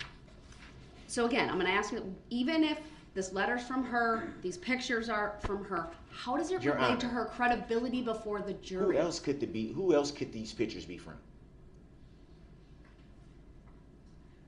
I'm going to ask you point blank, did you get a letter that's signed from her? I got, what do you mean signed? No How one do you know? signs letters. What's your why do you have a belief that they are from her? I have multiple letters from her. You're not answering my question. Why do you believe the letters are from Erica Patterson? Because they were sent from Erica Patterson. Why else would I? Were they signed by her? What do you mean signed? Did she write her name on the letter? Was Are it the you- content are you of the kidding me? letter? No, I'm not kidding you. I need to make a record, sir. You're making a statement that these letters are from her and that they're relevant to her credibility. Your Honor, I'm gonna go out on the limb here. And I'm asking you why you hold that opinion. I'm gonna go out on a limb here and assume, which I know is true, you've never been in my position. You've never been in jail. So you've never received a letter from someone writing someone in jail.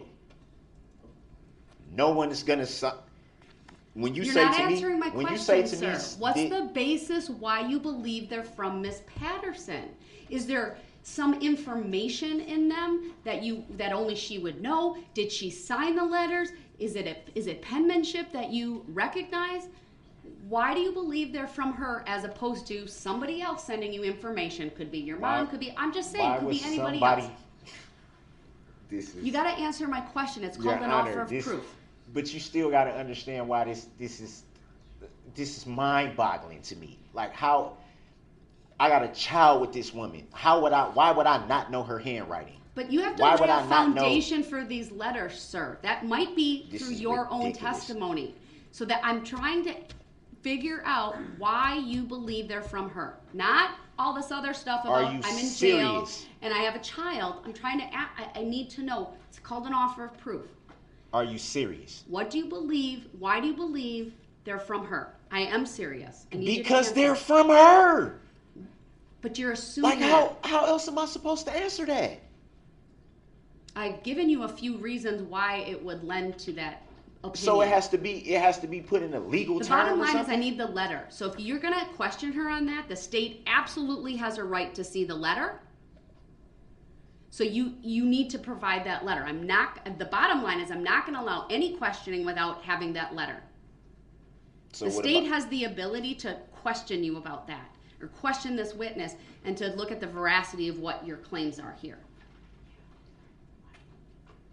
So when I may take an early lunch, and if that's in your cell, then you can go get it and bring it. But without that letter, I'm not allowing this line of questioning.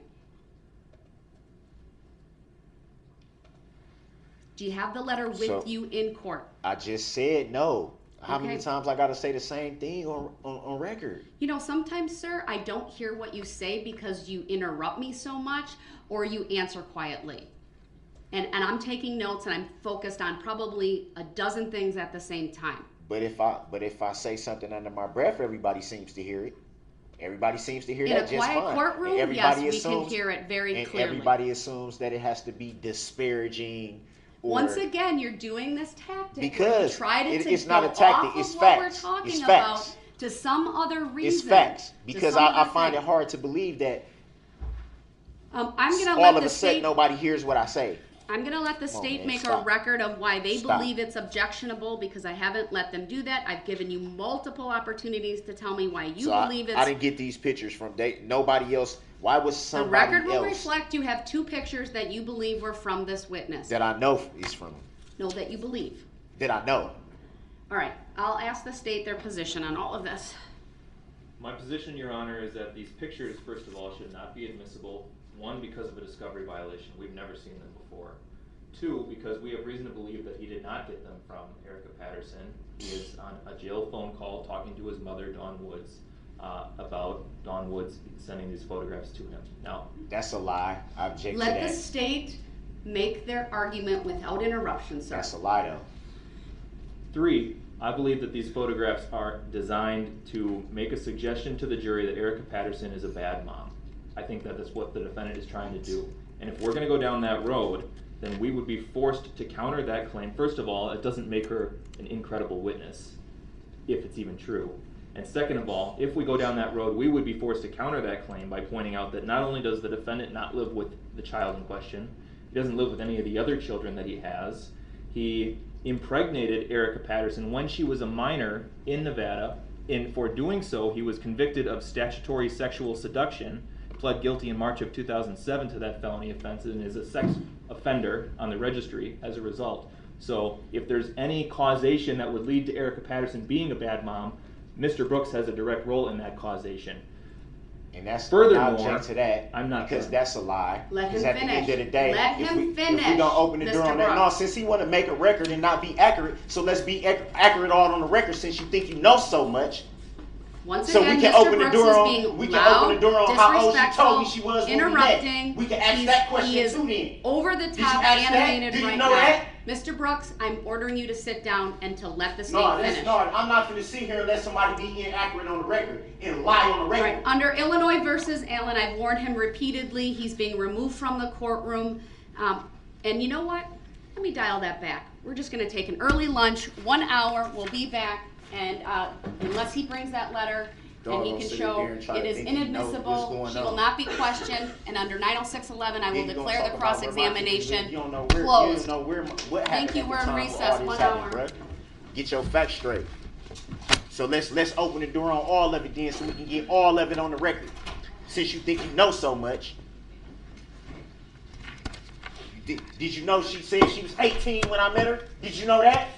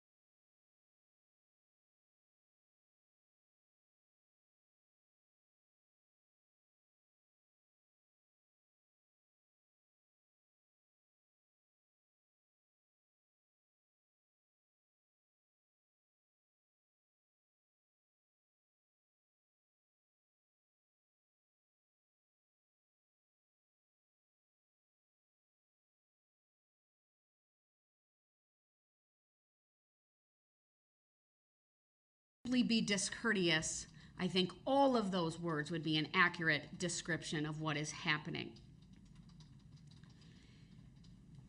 That was one piece of, or one objection or series of objections that I actually went off the record.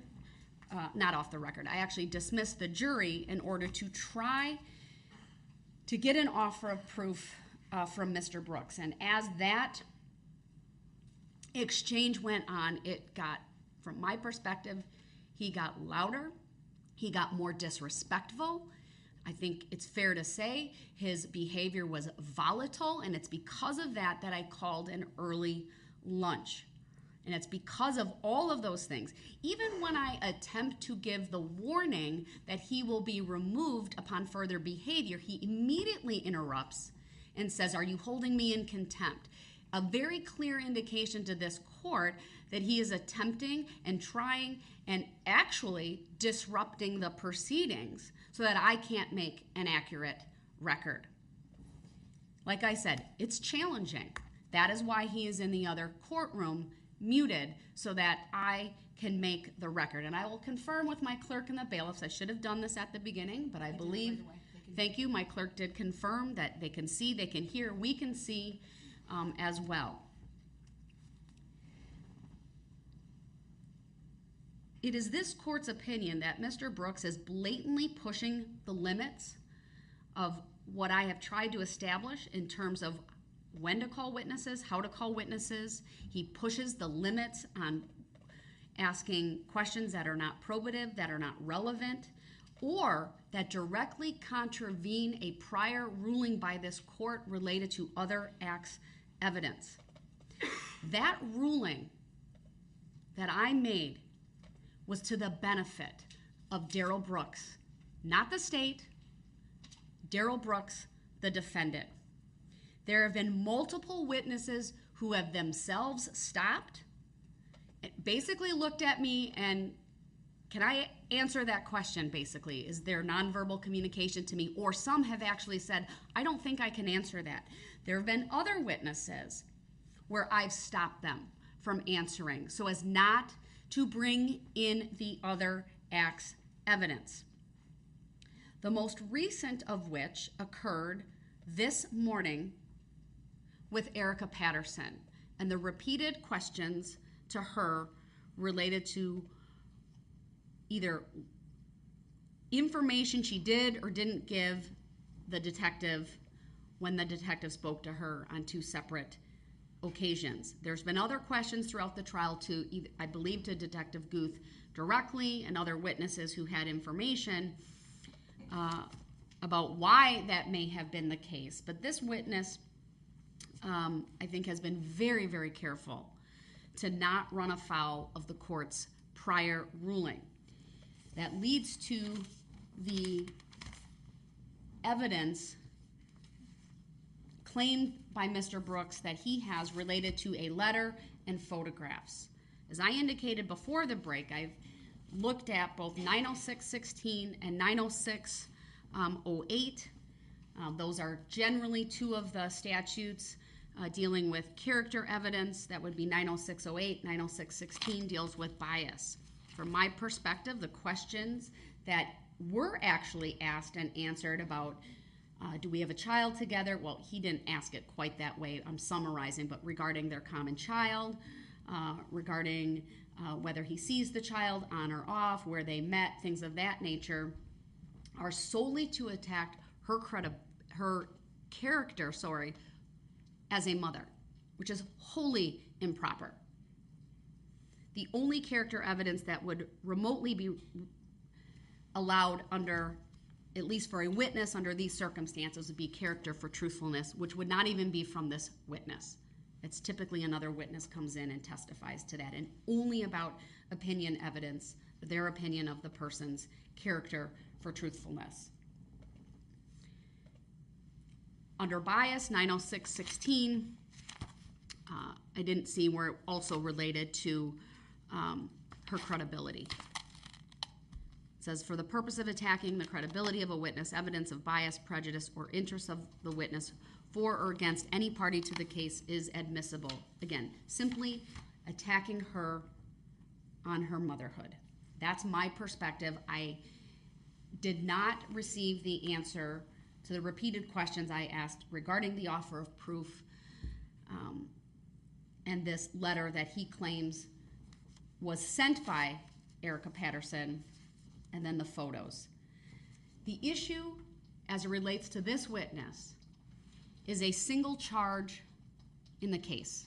It is a battery charge with a date of violation that is alleged to be November 21 of 2021.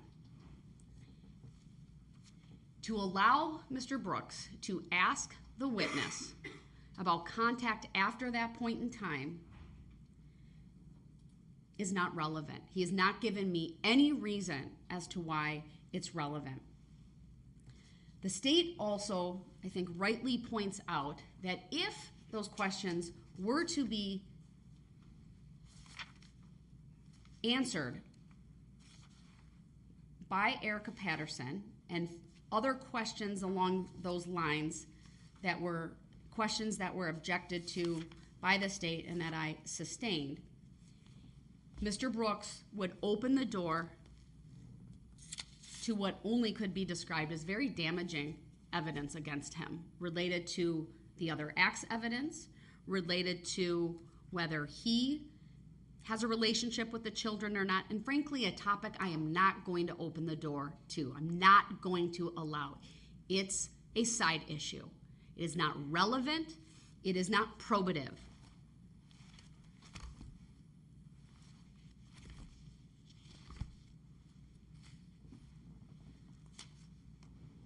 But certainly one could argue, based upon the questions, topics that the door could be opened to.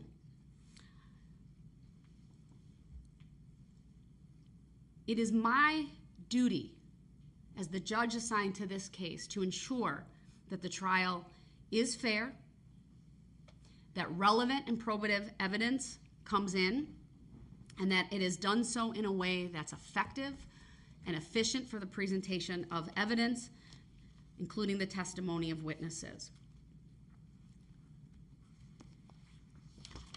And so I'm not going to allow questions related to the children in common or child in common, at least any further, between Mr. Brooks and Ms. Patterson, when they met, how they met, the nature of their relationship now, whether there's been any contact between them since he was arrested and going forward. Because nothing that I've been presented with would suggest it relates not only to relevant and probative information, but even to her credibility as a witness. I will give Mr. Brooks a final opportunity to make an offer of proof as to why he believes my decision is wrong. That needs to include an offer of proof as to why he believes this letter is from Erica Patterson and why it's relevant to the issues in this case.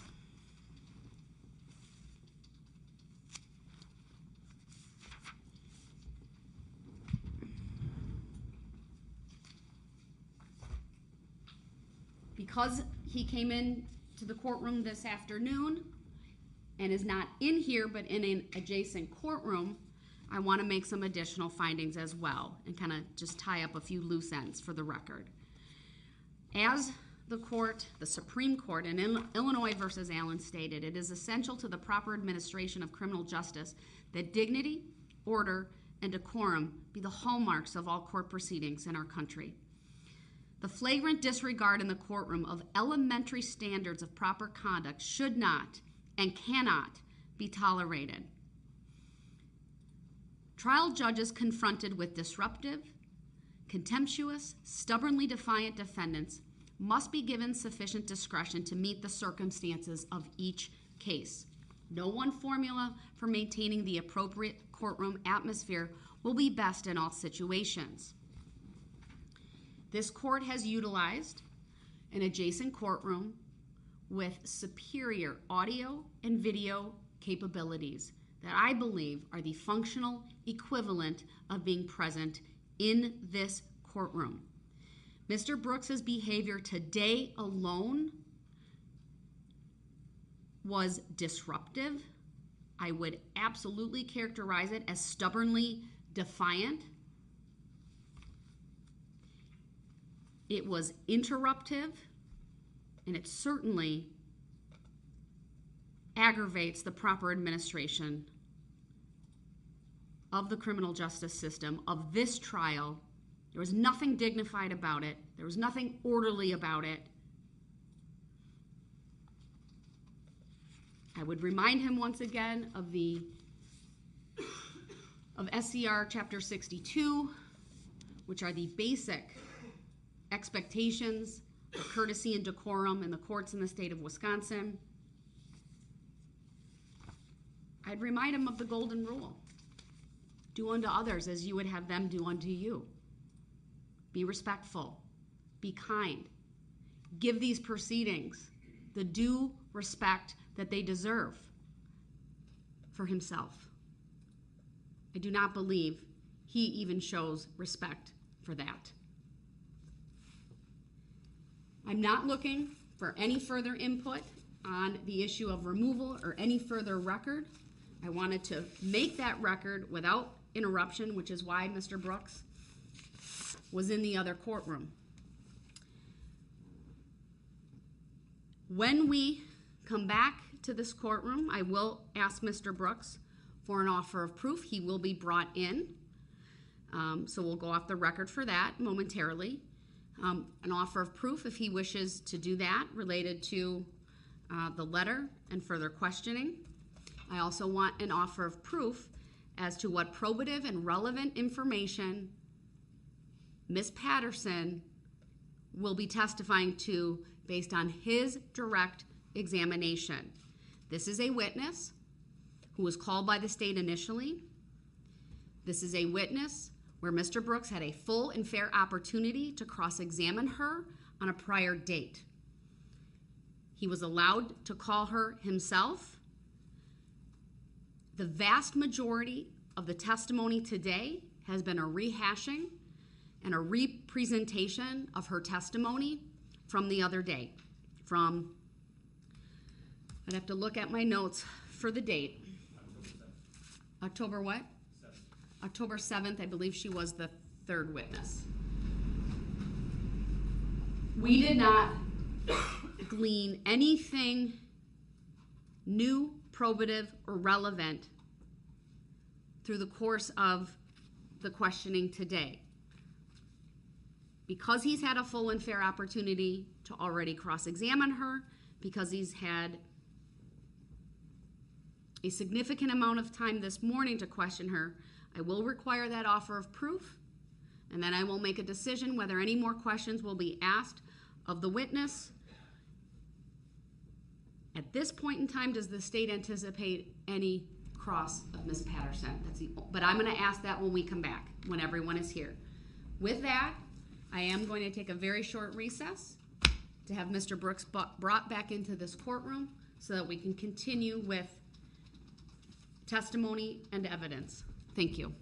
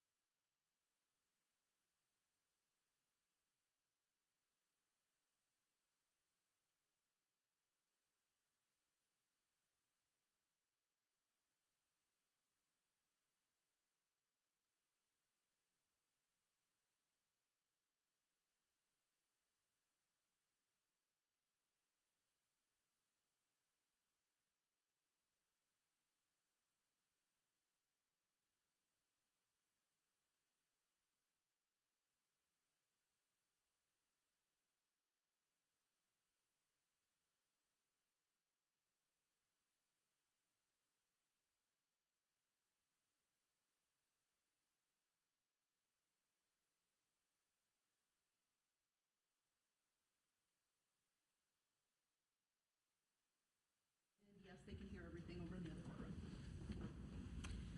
All right, so we are back on the record. I've been advised that Mr. Brooks does not want to come over to the main courtroom. Mr. Brooks, I'm advising you, you are invited back to this courtroom. It is my sincere hope that you want to come back here. I see you're reading something, but we are at the point in this trial where you have a witness still on the stand, obviously figuratively at the moment, not literally.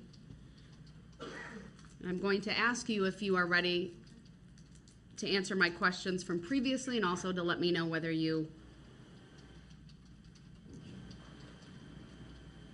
are asking to stay in that courtroom.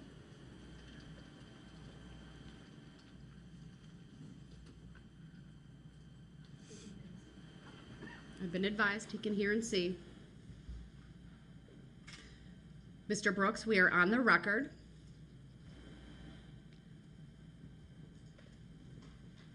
I'll go through the topics one by one. You are in the other courtroom. You are invited back here. Would you like to come back here? Yes or no?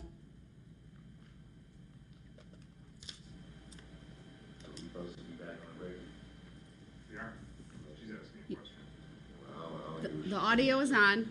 Would you like to come back to this courtroom, sir? You're unmuted. So I'm finally unmuted. You've been unmuted for a while, since I came back on. My understanding, sir, is you'd like to be in that other courtroom. Is that true?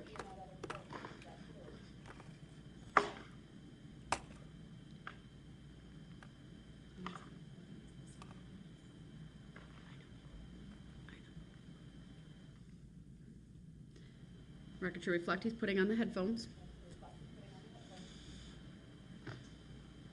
What's going on? Mr. Brooks, I'm inviting you back to the courtroom. My understanding from a relay of information from the bailiffs is that you don't want to come back here. I ain't say nothing. All right, are you ready to come back then? Not if I'm just gonna get held in contempt again. I didn't hold you in contempt. Then why am I even over here? So that I could make a ruling and make a record without an interruption pursuant to my authority in Illinois versus Allen. So did you make your record? I did. Am I ever gonna get a chance to make the record without being interrupted? Mr. Brooks, I'm asking you, the first question is, do you want to come back into this courtroom? Not if you're gonna hold me in contempt. Sir, I need to continue with the trial. So if you don't answer yes or no, then I will presume you want to be in that courtroom, and you'll, by your conduct, waive your right to be in this courtroom. By what conduct? I didn't consent By to being held in failing contempt. to answer my question, sir.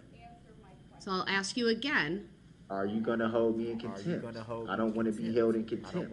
I will ask you again, sir. Would you like to come back to this courtroom? I'm supposed to be in there anyway. So twice now I've asked him. He has not answered a yes or no. Mr. Brooks, I'll ask you a third time. Would you like to come back into this courtroom? Yes, if you're not gonna hold me in contempt. Given his yes, I will close the courtroom. He'll be brought over, and then we'll continue when he comes into this courtroom. Thank you. And for the record, I do not consent to being called that name.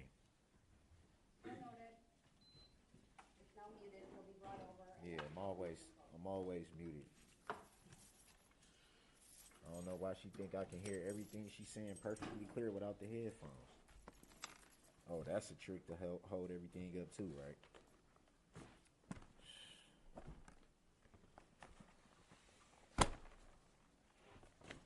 Ain't gonna do nothing but hold me in contempt, man. I might as well stay over here. Thank you.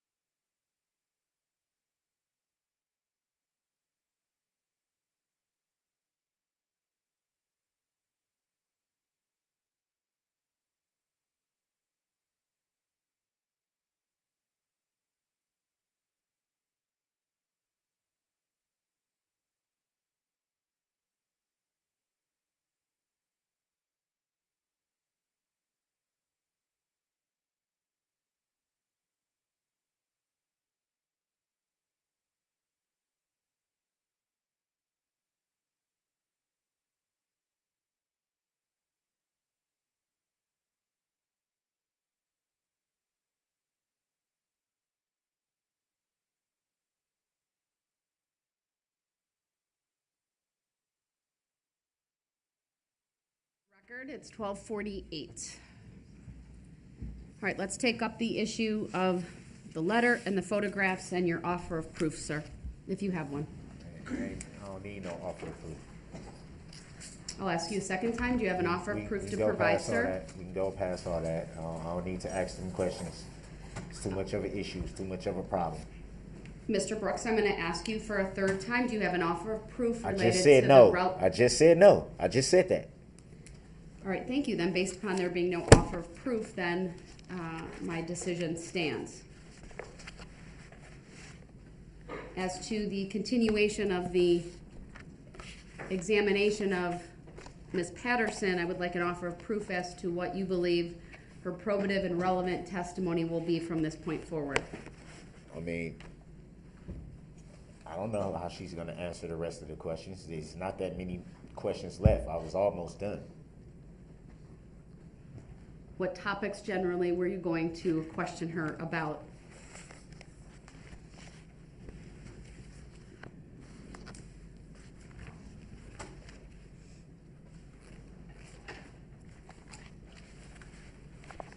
I guess I'll have to look in here because so much that happened since over the past hour and a half or so. I can tell you one thing. I don't intend to have too many more questions. I tell you that. I was almost finished. I need an offer of proof as to what you believe her testimony would be, meaning what topics? And are they topics that have not already been covered either through her direct examination from the state, your cross-examination, or already covered by your direct? I don't remember her. What do you mean by related to her direct? Is that from the last time she testified? From the first date that she testified and from today. What remember, new topics will you be? I don't remember everything she testified to the first time. It was 2 weeks ago. Well, Mr. Brooks, this is your opportunity to prevent relevant and probative evidence, but under 906.11, she's already been questioned now twice by you. So what new topics do you intend to question her about when she comes back on the witness stand? What do you mean by new topics? Topics that you haven't already covered. What, pursuant to the police report or something? Is that what you're asking? No, I don't understand. I'm asking you. I'll ask you once again, sir, give me an offer of proof as to what you believe your questioning will be as to Ms. Patterson going forward. And you say it related to topics, right? You can just give me the topics. I think that's fair. I wanted to ask questions about the police reports. That was the last few questions. That's why I'm saying it was only... Is it a statement that she wrote?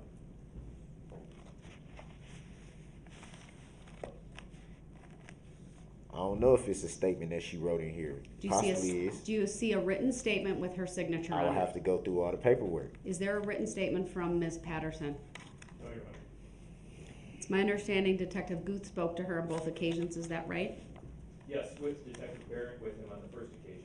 Detective Barrett wrote that first report. Both interviews were also recorded. Previously provided with discovery? Absolutely.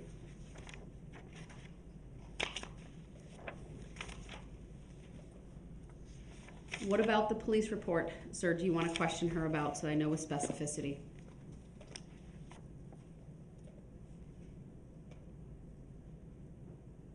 Oh, I'm looking at it now.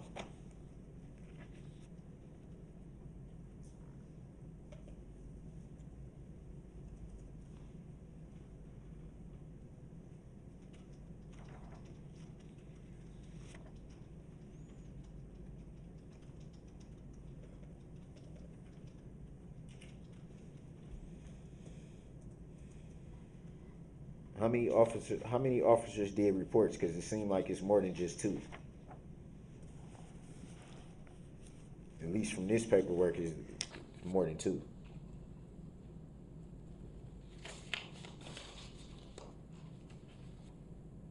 May I have Bill show me what Mr. Brooks is referring to? I can maybe help him try and explain, but Sure. I don't know what he's talking about.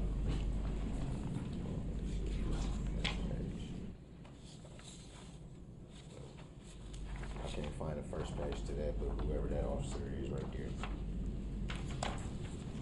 I have to snatch it.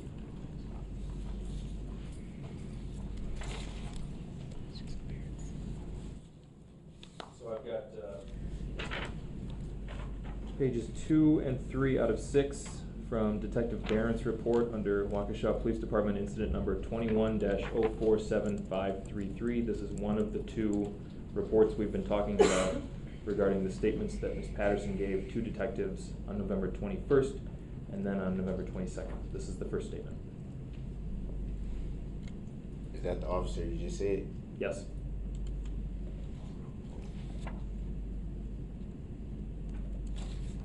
What about that report do you want to question this witness about? The report is not in order, so again, as I stated before, I would have to read it. Mr. Brooks, I trust that you're prepared. These are your witnesses. So what questions, what about that report do you want to question Ms. Patterson on? Your Honor, I just stated 3 times I would have to read a little bit of this to form the questions. Under my authority, under 90611, then, and given that this witness was initially called by the state, there was a full and fair opportunity for cross-examination by Mr. Brooks at that time, and they had ample time this morning to question her. I will declare that his questioning of her to be closed. I will bring the witness out on the witness stand and then we'll bring the jury out, and then I will simply ask the state if there are any questions, and then we'll move on from there. Just so I understand what do you mean by closed? I'm not allowing you to ask her any additional questions, given your full and fair opportunity that you had previously when she was called by the state, and given the opportunity you had this morning and your failure to identify for this court any probative and relevant information that she would testify to about what's in that report. How do I, first of all, the report isn't even in order. So I would have to essentially read at least some of it to even ask a Mr. Brooks, question. this is your witness. I expect that you will be prepared and you will not cause delay by any lack thereof. So I'm bringing the witness out, the jury will come out, and you will not have another opportunity to ask any additional questions unless the state asks questions on cross-examination. So what is we bringing the witness out for? I then have if to do can't? that in front of the jury. Man, I object to that ruling too. Can you give me a lawful law why? Your objection is noted for the record. If you start interrupting me when the jury comes out or make any commentary, you will be removed to the other courtroom, and that's. So I'm being held in contempt again? No, it's not contempt, sir. It's a finding under Illinois versus Allen. It's a warning that you will forfeit your right So I might to as be well present. I might as well have just No stayed such over there. contempt finding. I might as well have just stayed over there then if I was Mr. going to get held in Brooks, contempt. that decision is for you and you alone to make, and it is based on your conduct. If you're going to Just continue, take me over there. Just take me over there because I'm not finna get held in contempt for nothing. I have not held you in contempt. You did. You're You're attempting to hold me in contempt. That's what that is. No, that's not contempt. So is it civil or criminal? Why am I being Mr. held in Brooks? contempt? I'm going to keep you in here because that's the whole reason I didn't want to call come. the next witness, and I'm going to need Your to Honor. bring you over in any event. That's the whole reason why I didn't want to come over here because you was gonna find a reason to hold me in contempt. Well, I'm finding a reason, and it's not contempt, but I'd find a reason to remove you based upon your disruptive outbursts. Well, then remove me if and that's your- what you want to do. Remove me then. I don't want to do it, sir. I want Obviously you you in do. this courtroom. Obviously you do. You brought it up before we can even get to. All right. Mr. Brooks has forfeited his right to be present in this courtroom for the remainder of this witness. Even So though did it will be I short, actually forfeit that right? you have forfeited your right to be present. That And is how the- did I forfeit that right, Your Honor? All right, we're going off the record so that he can be removed to the other courtroom, and he can call his next witness after we complete with Ms. Patterson and giving the state an opportunity from the neighboring courtroom. And once you can promise to this court that you will abide by the rules of decorum and civility, and if you're willing to conduct yourself consistently within that, then I will allow you to come back over. So why am I being held in contempt now? I'm not holding you in contempt. Then what did I do? All right, I'm going to step off. You've interrupted repeatedly. I'm going to step off.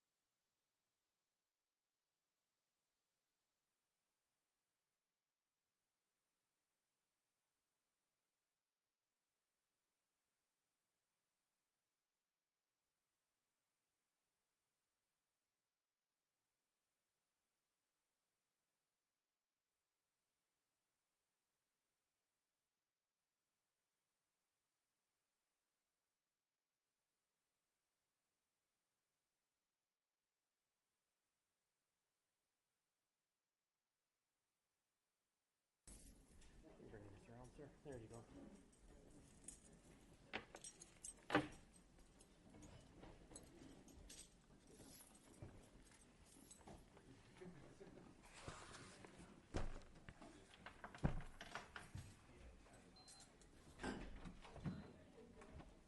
Rob, do you need yours? No, I can say.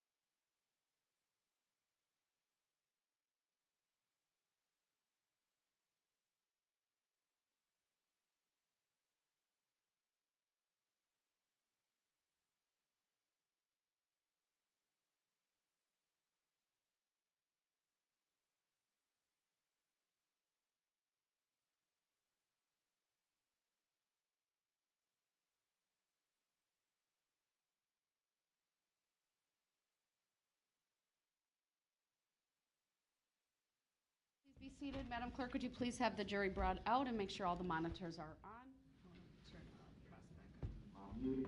You are unmuted, sir.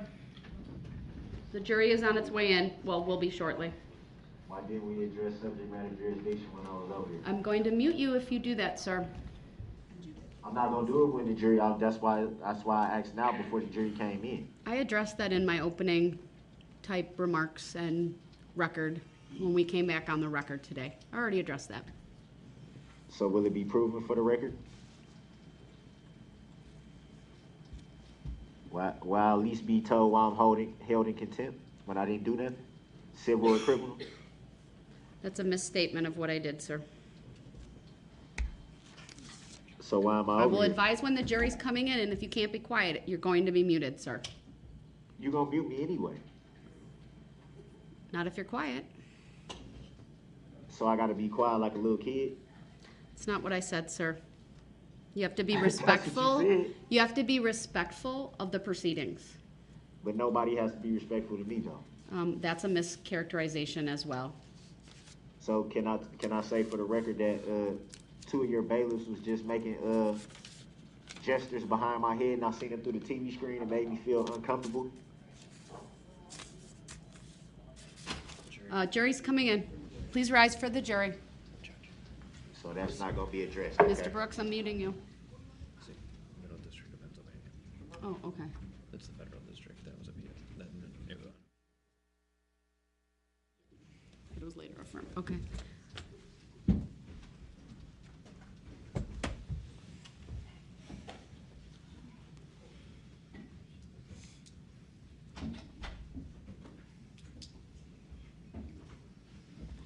Can I have the preliminary instructions for a second? Oh, sure. I should just keep them. They're nearby. Thank you, everyone. Please be seated.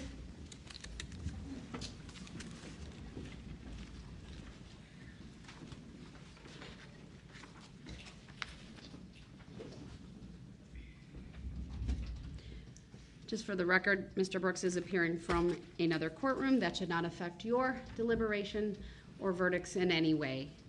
At this time, does the state have any questions for this witness?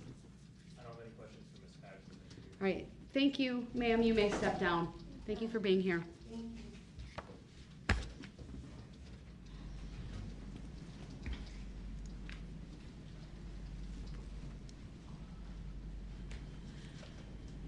All right, the defense may call its next witness, please.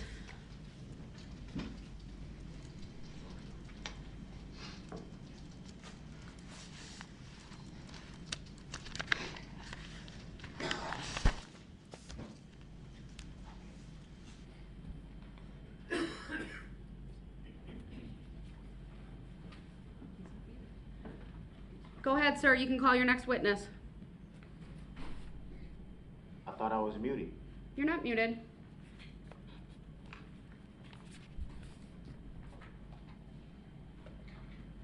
So how long am I supposed to stay in here now? I'm going to excuse the jury. We'll hopefully have you back shortly. All rise for the jury, please.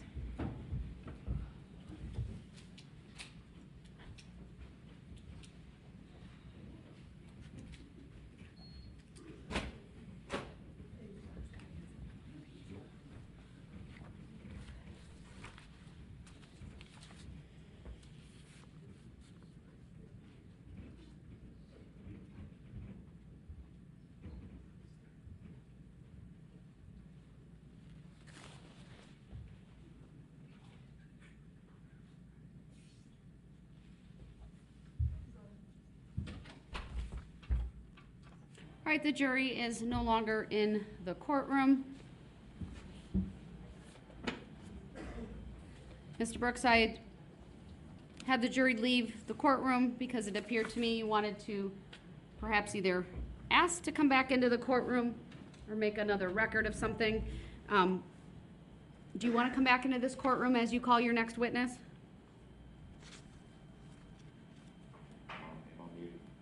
You're not muted. You're unmuted.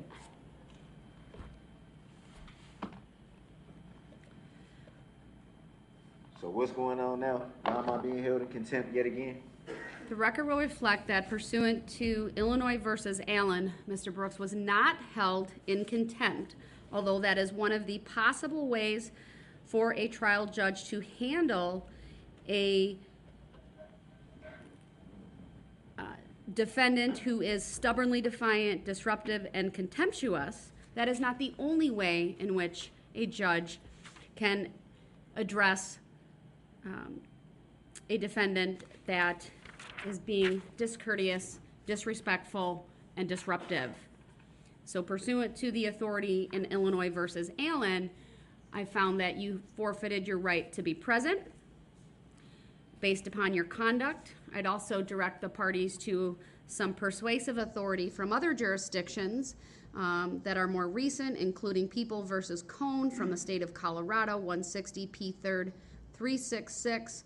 It's a Colorado Court of Appeals from 2007. And then from the state of Washington, from their Supreme Court, State versus Davis, 461 P. 3rd 1204. That's from 2020. And then I'd remind the parties of the district court decision that was later affirmed from Pennsylvania, U.S. versus Jennings, 855 F. Sup. 1427 from 1994. The finding was, sir, that you forfeited your right to be present based upon your conduct. Okay, and all those case laws you just cited are pursuant to that. Sir, I will ask you, would you like to come back into this courtroom as you continue with the calling of witnesses and your next witness? I thought you was using Illinois versus Allen. You are welcome to come back into this courtroom, sir. So why was I removed in the first place then? I've made my findings. The record will stand. I will ask you one last time. Would you like to come back into this courtroom as you call your next witness? You're not finna hold me in contempt no more. Not finna do that. Mr. Brooks is not answering my question directly, so based upon that, I'll advise him that if I will ask one more time and he fails to answer it with a yes or no, I will take that as a no, that he wants to stay in that courtroom. You can't answer Mr. for Brooks? me. You can't do that. You can't do that. Mr. Brooks, I'm advising you that I will. He's interrupting me once again. Okay, you talking. Courtroom. You the one talking right now, so don't do that. I'm going to mute him because he's not being respectful and he's just spouting off.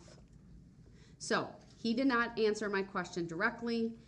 He has not reclaimed his right to come back into the courtroom because number one, he has not requested it. Number two, he hasn't answered my question about whether he wants to come back in. And number three, he hasn't stated or demonstrated a willingness to conduct himself consistently with the decorum and respect inherent in the concepts of courts and judicial proceedings. I will give him one more opportunity so that it's abundantly clear on this record that I am honoring his right to be present, and I will unmute him. Sir, would you like to come back into this courtroom as you call your next witness? Don't try to seem like you're trying to honor my rights now because you haven't been doing it he before. is, again, not answering the question directly. Don't try to put on, don't. I'm going to mute him again. As I've noted before, this is a clear method now that Mr. Brooks is employing, that when I have done something that he disagrees with, that he just continues to argue with me and does not answer questions directly. So based upon his continued disruptive behavior, the fact that he will not answer my questions directly, I'll find that he is continuing to forfeit his right to be present in this courtroom. Clearly the audio and visual technology are working. He's been responding, although not appropriately. He is in that other courtroom. We can see him. He does have the headphones on, and I've confirmed that he can see and hear as well based upon the court personnel that are in the other courtroom. So I'll make another finding that his appearance from the other courtroom is the functional equivalent of him being present in this courtroom. Mr. Brooks, before I unmute you, I am going to advise you, I will ask you to call your next witness. And if I don't get a direct response out of you, I may ask it again. And if you fail to give me a direct response, then you will forfeit your right to call any other witnesses. So I'm going to unmute you. Actually, I need to bring the jury back out. But before I do that, I will unmute you first and ask you which witness you intend to call so we can at least have that person ready to go and outside the courtroom. Who will be your next witness? I'm not calling no witness if I got to be in this other courtroom. Would you like to come back into this courtroom, sir?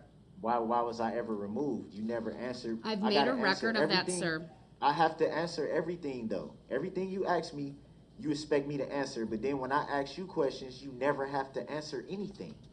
I just put on the record that 2 of your bailiffs just made gestures. When I'm looking at them off the reflection of the screen, they're making gestures behind my head that make me feel uncomfortable. I just brought that up on the record. You didn't even address that. Mr. Brooks, I didn't address it because frankly you keep interrupting me and then I have to deal with the interruptions and make a record regarding that. So I just saw the captain walk over. I will let security personnel, Captain Dussault, look into that, and if appropriate, he can bring that conduct to my attention. I'd also remind the defendant that at any time you can also ask to be brought over through the bailiffs who are in that courtroom. So to be abundantly fair to you, I will ask one more time, would you like to come back over to this courtroom? I should have never been removed. That's not answering my question, sir. You haven't answered my question. The court's not going to answer questions directed at the court by the defendant because they're not relevant or probative at this time, and they're a delay and disruptive tactic. Mr. They're not Brooks. a delay and disruptive tactic. Is that a judicial determination that you're making? I'm going to mute you because we're going off on the judicial determinations. Every decision I make, sir, is by definition a judicial determination. It is on the record. If there is a conviction, you can raise whatever issues you want on appeal if you are convicted. But we don't need to have this back and forth every time to further make the record when the record speaks for itself. You were given plenty of opportunities throughout this trial to make offers of proof, to state your legal reasoning for either an objection or for a question that's being asked or for a whole host of other things. But right now you're not doing anything legally relevant, you're being disruptive. I would like you to be present. That is always what I want during this case. It certainly, I think, is important, but you can forfeit your right to be present by your conduct, which you have done repeatedly throughout this case. I will advise you that if you are in that courtroom, because I have put you there and you have not reclaimed the right to be present by number one, asking and then expressing a willingness to conduct yourself consistently with the decorum and respect inherent in the concepts of courts and judicial proceedings, you will remain over there. And it looks like he took his headphones off, so I will.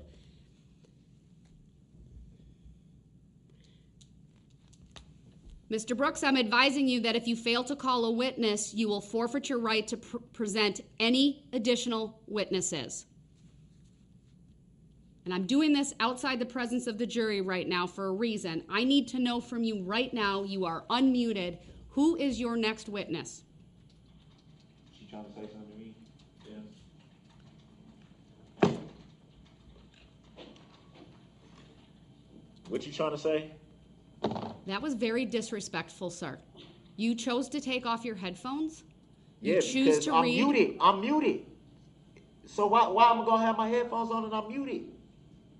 Well, I would think your headphones help you hear. The They muting do. is so that I don't have to hear the disruptions. Okay, well then why should I need to hear what So you let saying? me be clear, sir. And you don't are gotta not. be clear or nothing. I don't gotta listen to you. I will ask you one last time, sir. Who is your next witness? First of all, is she talking to me again? He. So This. we gotta keep doing this little childish stuff, dude. I gotta sit up here and I'm supposed to abide by every single rule, but don't nobody else gotta do that. The record should Judicial misconduct. reflect that Mr. Repeatedly. Brooks is spouting off, making I think unsubstantiated the record can hear me. allegations I think they can hear me. against this court, Unless I'm directly muted. attacking the integrity of this court and these proceedings, while yet This court ain't got no refusing integrity. to answer This court don't have simple no questions. Mr. Brooks, you That's are, not my name. I told you I don't consent to being called that name. sir, You are hereby advised this is the last time I will ask this question, Don't talk or to me you like will that. forfeit your right to present You can't do that. any Show me what- additional show me witnesses. where that's law. Because Show you me are where not that's law. cooperating with this process. Show me that it's law. That's all I'm asking. Show me that it's lawful law. Mr. Brooks, How can I forfeit not being able to have a defense?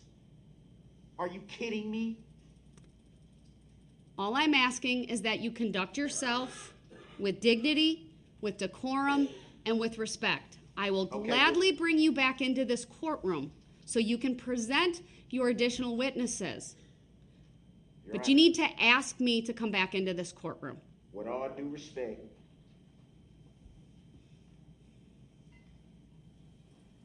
I'm tired of having this back and forth with you every day. It's not my intention to come in here and have these interactions with you every day. It's not.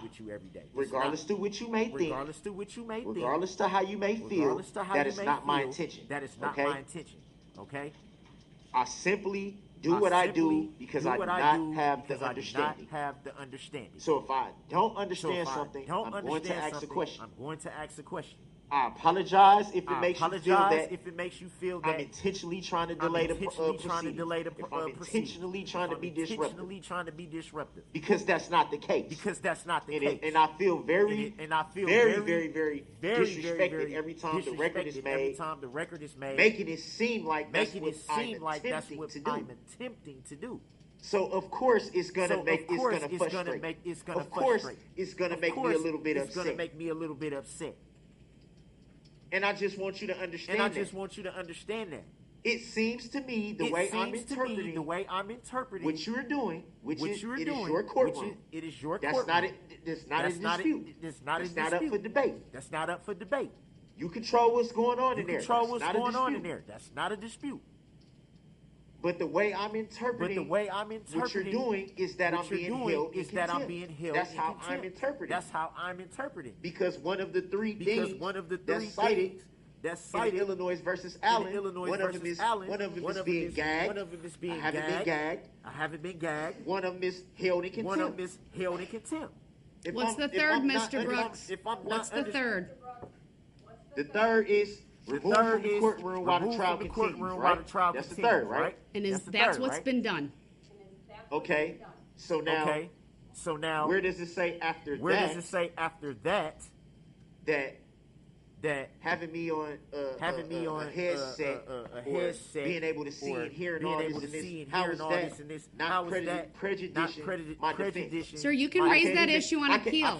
You can raise that issue on appeal if you are convicted. This is why I say that, though. Because I can't even see. The only thing I can see right now when I'm looking at the TV is you and the prosecution table. I can't see anything else. I understand that, sir. I'm fully aware of that. So I'm not fully aware of what's going on in the courtroom. Don't I deserve that right? Don't I deserve that right to be able to see and hear everything that's going on? If you can conduct yourself consistently with the decorum and respect inherent in the concepts of courts and judicial proceedings, the answer then is yes. So, I'm not going to have a debate with you about the law.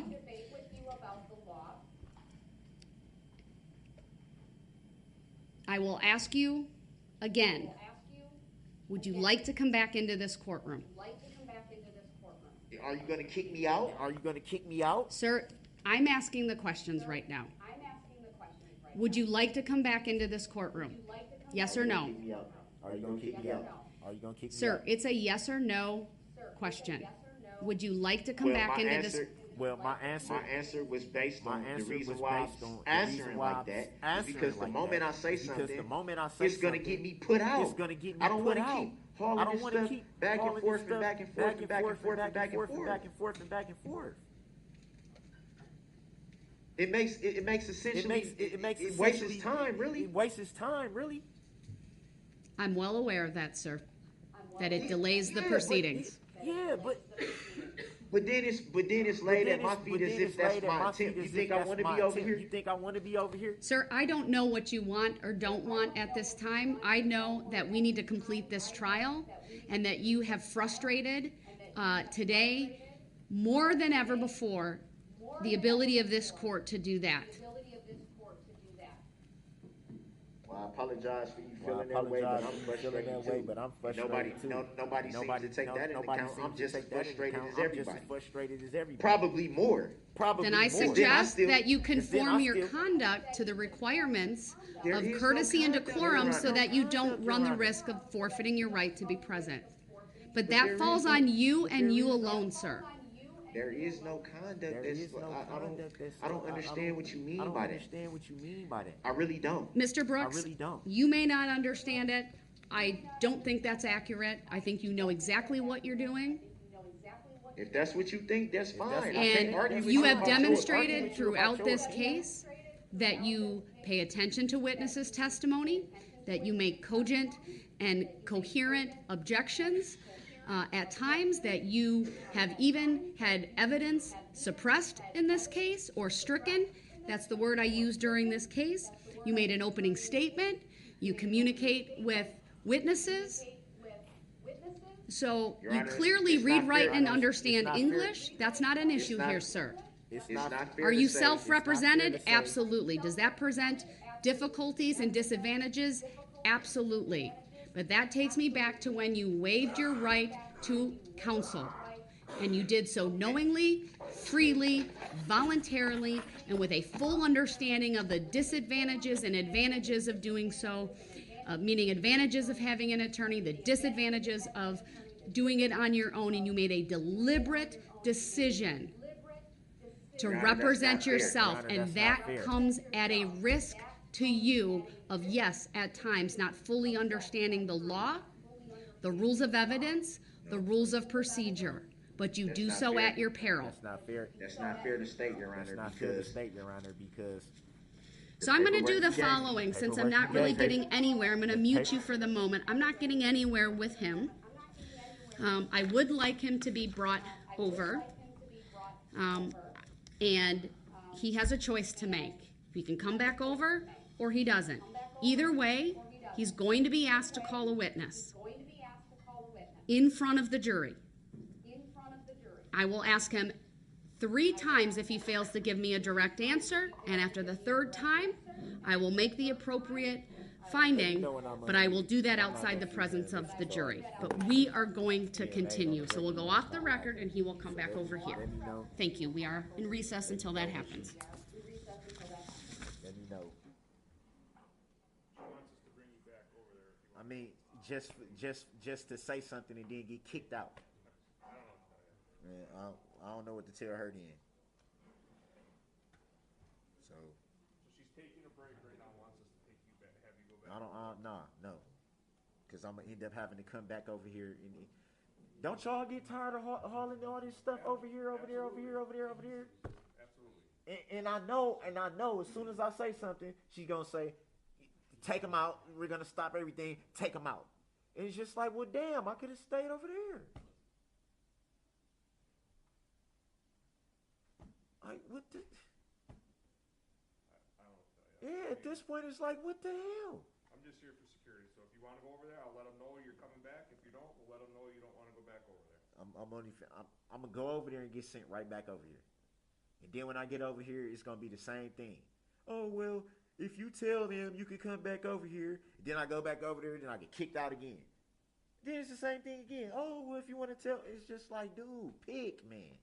Like obviously, I don't have no say. That's clear. Because when I'm getting kicked out, the first thing I say is what? So why are you holding me in contempt? So that's obviously saying, why am I being kicked out? So if I'm saying, why am I being kicked out, then obviously I don't want to be kicked out. But then I'm kicked out anyway, and then I get over here, and it's just like, okay, I don't want to be over here, but why did I go back over there?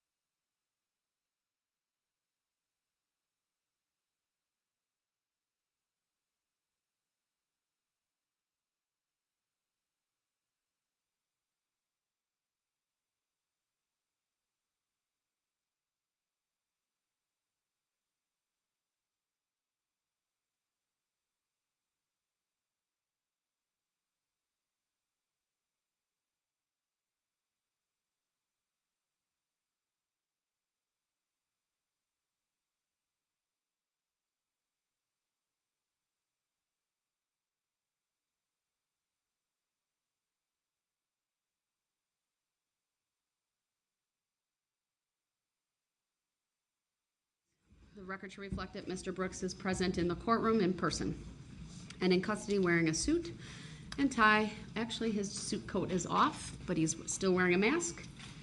And the jury will be brought out and you'll be asked to call your next witness. Being called their name. So noted. And we still need to address subject matter jurisdiction before the jury's brought out. I will not be doing that. Will it be proven for the record? The record stands.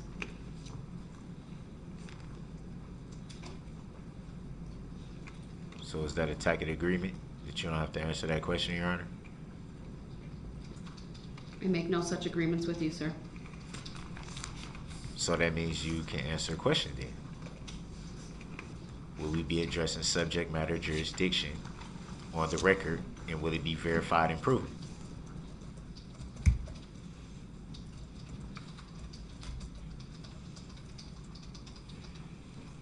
Non-responsive answer is a tacit agreement, Your Honor.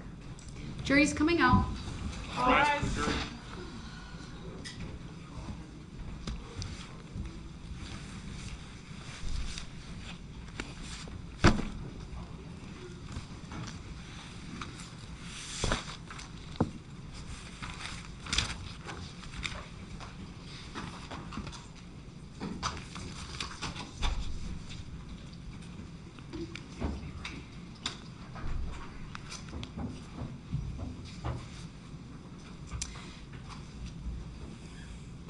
Thank you, everyone. Please be seated.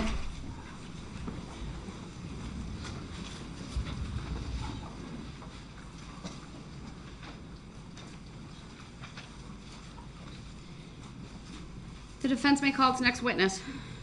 Who's here?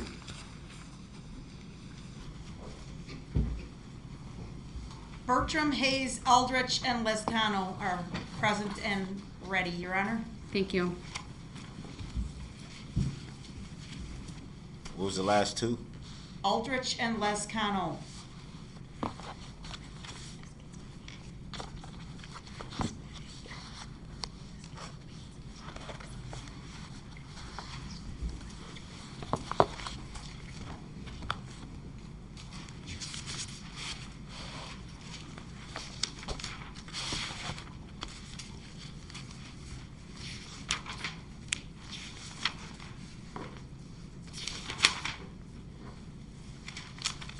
Go with Deanna Aldridge. Deanna Aldridge? All right, very well.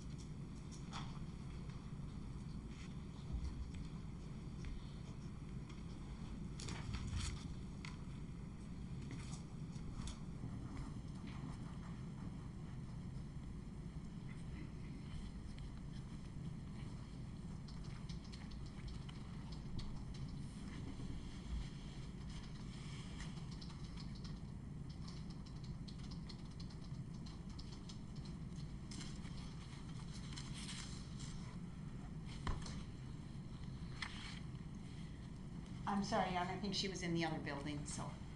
That's all right. Thank you for letting us know.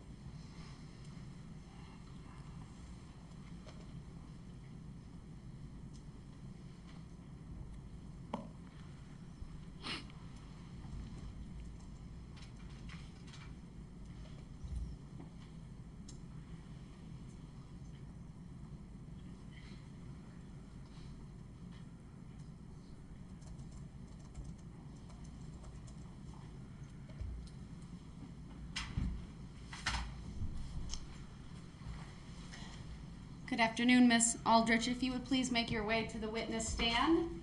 It is up by me. It's up a riser.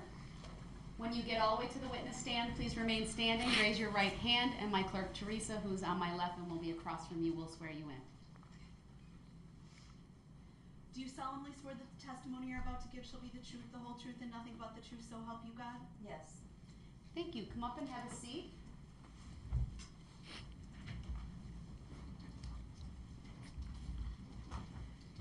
The first thing I will ask you to do is to state your first and last names for the record and then spell each.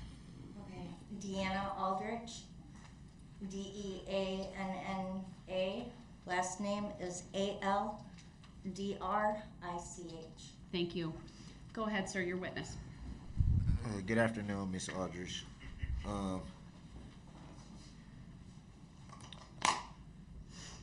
Direct your attention. Well, first of all, let me back up a little bit.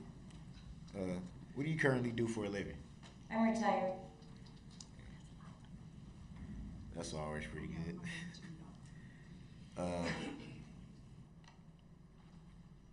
Direct your attention to the evening of November 21 of 2021. Do you recall that evening pretty good? Yes. Where were you staying at the time? I live on Maple Avenue. And during that evening, did you hear anything unusual? I did. And do you recall what that was? I heard a large thumping noise in my neighbor's yard, and when I came out to my porch, I saw a red SUV. Back up a little bit to the thumping noise.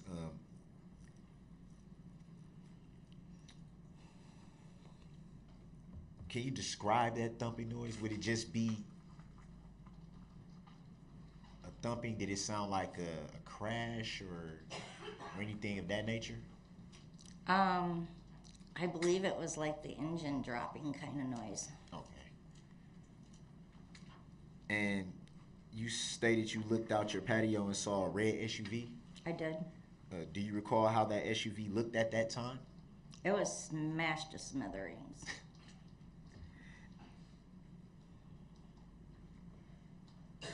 Do you recall if the red SUV was still running at the time that you observed it? Yes. And at some point, did it cut off? Yes. And what did you see from that point?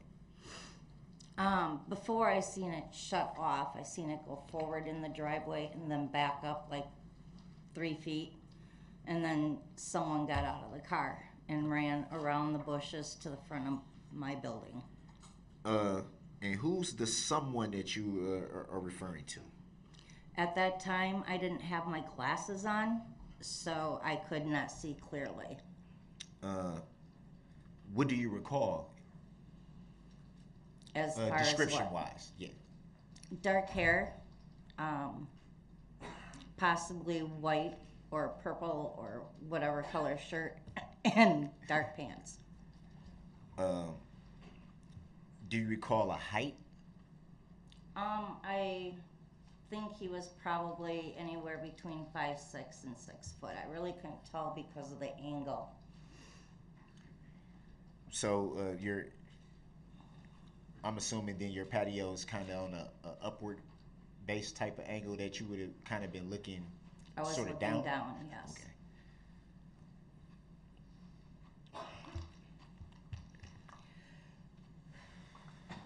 And the individual you stated ran in what direction at the time that you were observing?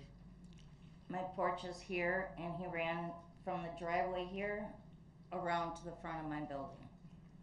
Did you see where the individual went from that point, or could you not see because of where you were positioned on the patio? He stopped to, if you were looking at the building, he stopped to the right of the building front. And the building front, is that a street? Yes. Not all the way to the street, though. Okay. He was in the front yard on the grass. Did you at any time observe this individual jump over the hood? I was running in and out of my house, so I did not see because I was trying to find my glasses as I was running in and out. So is it fair to say you were trying to locate your glasses so you can get a better look at what you were observing? Yes.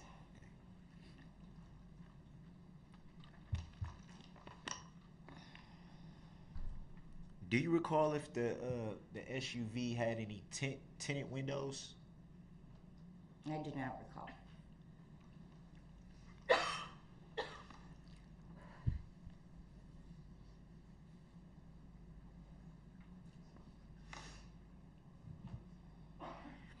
Do you recall what time of the evening you heard the loud thumping and then observed the SUV? I do not recall.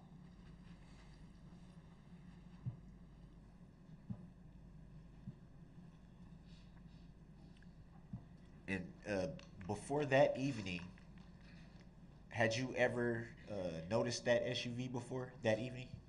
No. Did you speak with any of your neighbors to inquire who the SUV may have belonged to? No, there was people coming outside from the building that the driveway was, and they were gonna walk up to the vehicle, but they did not because I yelled to them and said, "Don't touch it." So that kind of would be fair to say that kind of startled them and stopped them in their tracks. Yeah. Do you recall how many people there were? Maybe 10.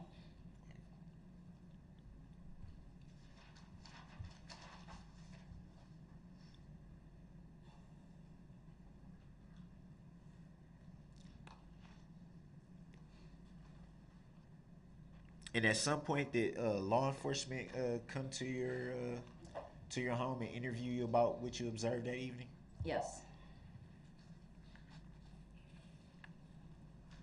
And do you know if they? Well, I'm assuming they took a report. Would that be fair to say? They came up to my apartment and asked me some questions.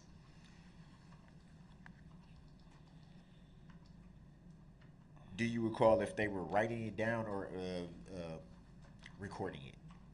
Writing it down.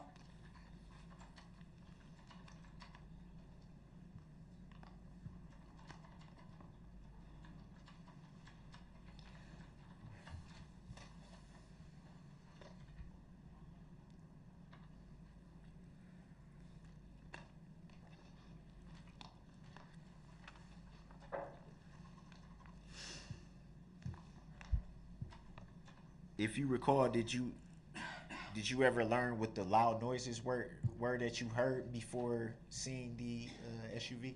No.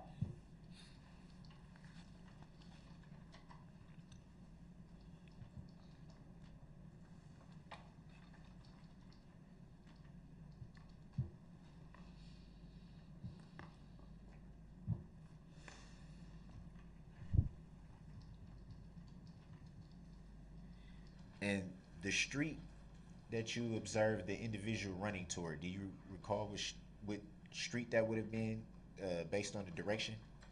Arlington Avenue would be right directly in front of that building.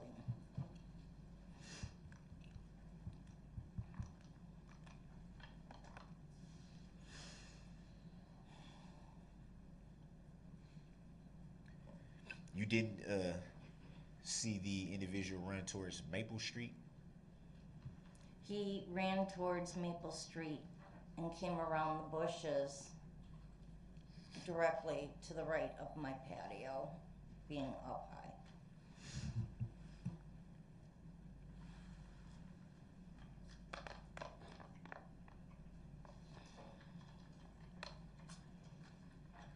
But that general direction would have been, which street did you say? Arlington. Arlington. I apologize.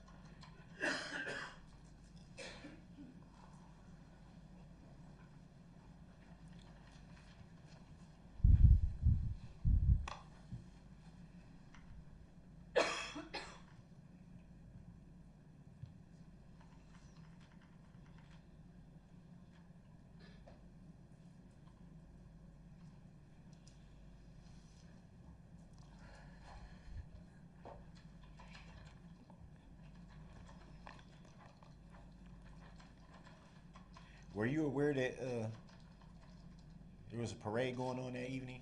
Yes. Did you attend? No.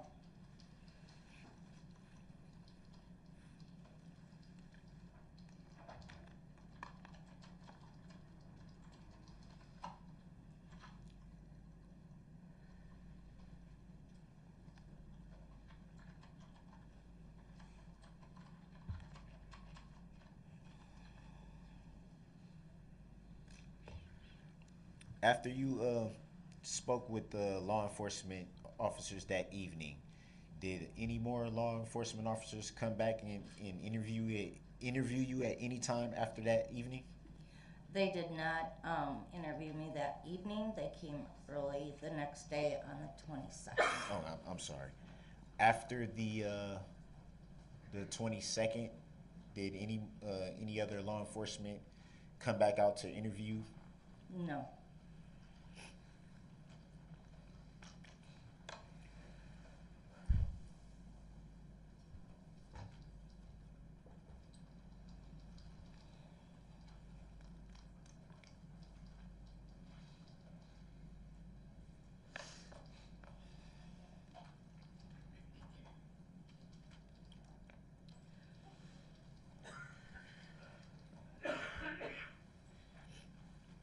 Do you recall the name of the officer that interviewed you? No.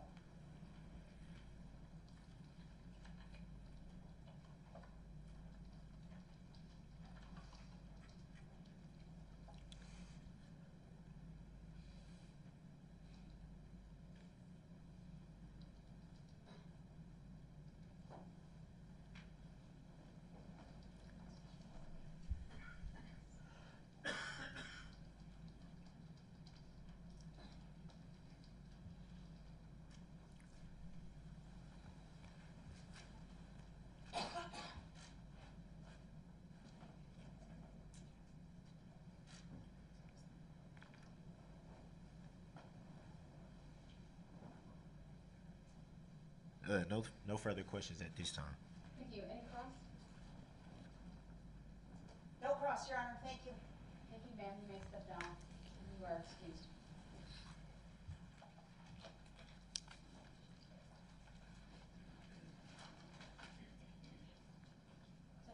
Defense may call its next witness.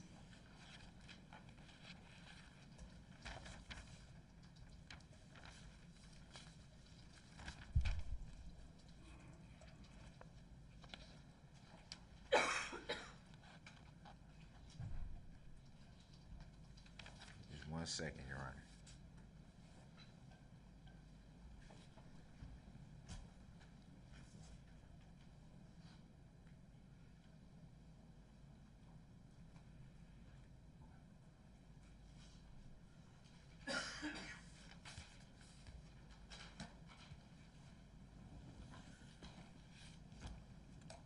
The defense calls Christopher Bertram.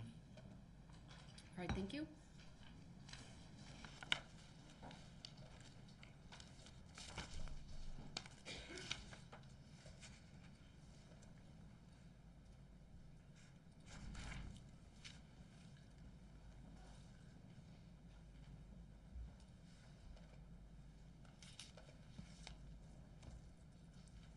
I presume the state heard that and was assisting.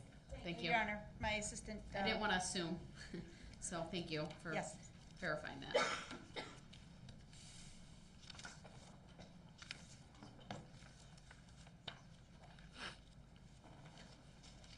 Looks like this one's a lot closer than before, so that's good. All right, good afternoon, Mr. Bertram. If you would please make your way to the witness stand, which is off to my right. It is up one riser.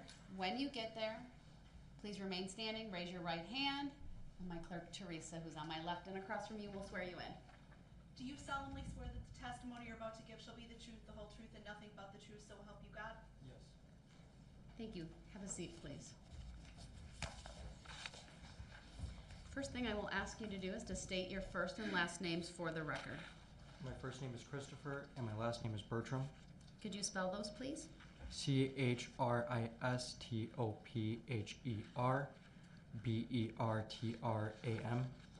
Thank you. As long as you sit close to the table, you will not have to lean in. Go ahead, sir, your witness.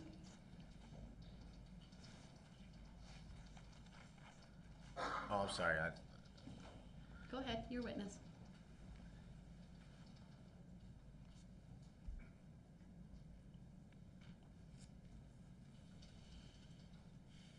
First of all, good afternoon.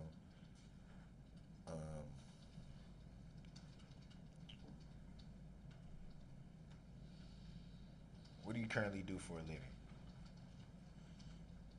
I do electrical work.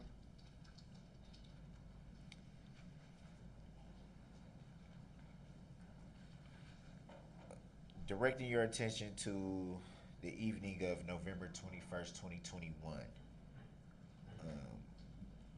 Do you recall that evening pretty well? Not very. Do you recall what you were doing that evening?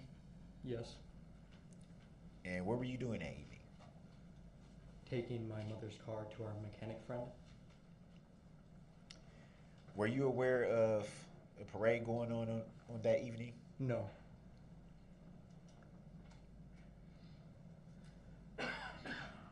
Around what time were you taking your mom's car to be inspected? I don't recall.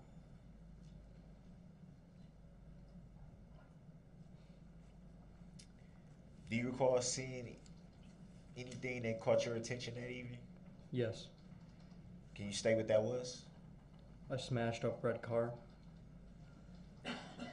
And do you recall where you saw that at? I believe it is Prospect Court Street.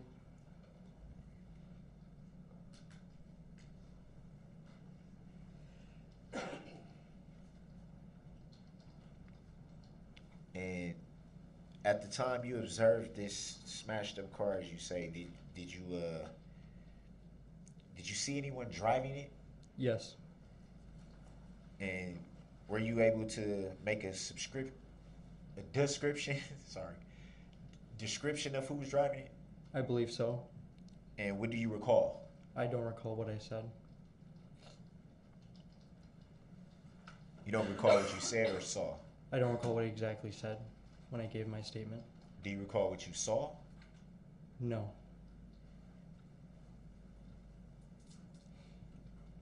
You made reference to giving a statement. I'm assuming that would be to law enforcement. Is that fair to say? Yes. And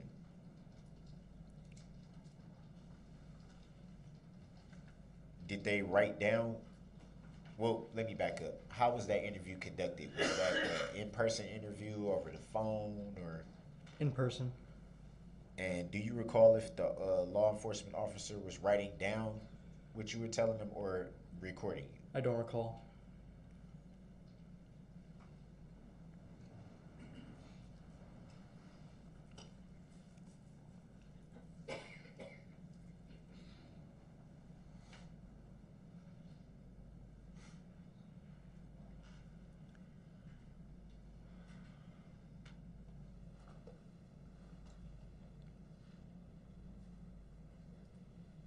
Did you observe the vehicle stop at any point in time? No. So it was pretty much you just saw it just kind of just rolling past. Yes. Did you notice if the vehicle had any tents? Any what? Tents, like tinted windows? No.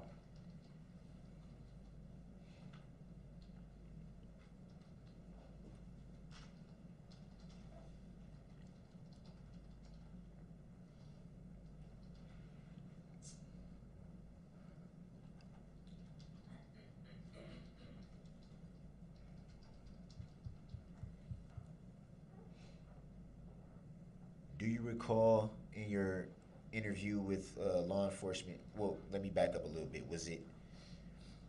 Was your interview with law enforcement the same evening that you saw this vehicle, or sometime after? The same evening.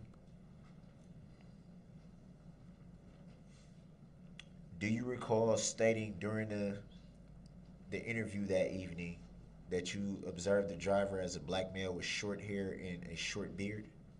I don't recall exactly what I said.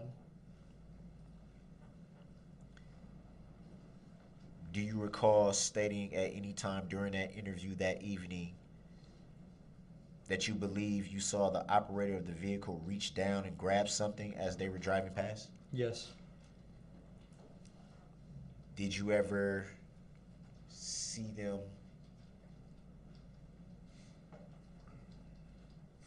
Did you ever see what you believe was being grabbed? No. And what did you think at that moment that you saw the operator of this vehicle reach down? I was unsure.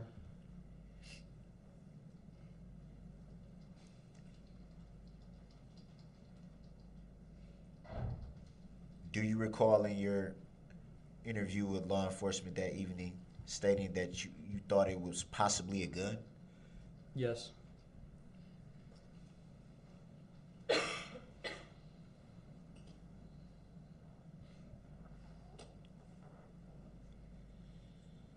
And where did you observe the vehicle go after it had passed you? I turned away after it passed me.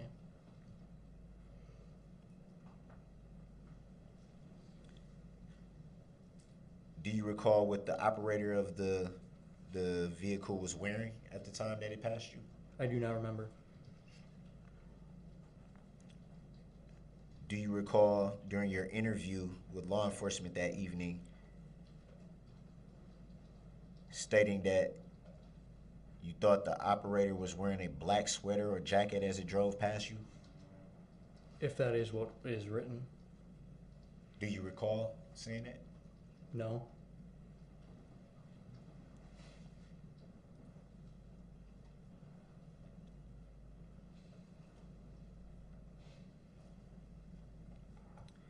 And do you recall where your interview with law enforcement that evening took place? Yes. And where did it take place? My house.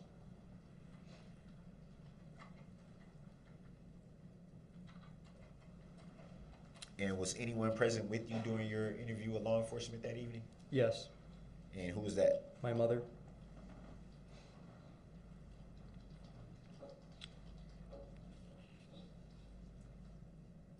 And do you recall what agency your interview was conducted by? Yes. And would you state for the jury in the record? The FBI.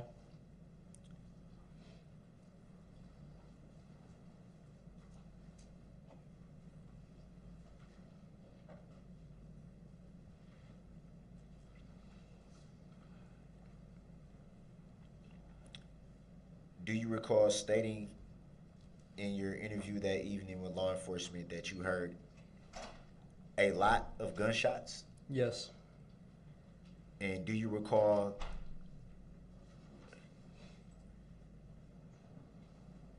think that's a little bit unfair to say. If you had to estimate where do you think those gunshots were coming from, like vicinity wise? It sounded from downtown. And when you say a lot of shots, what would you describe as a lot of shots? Like a full magazine.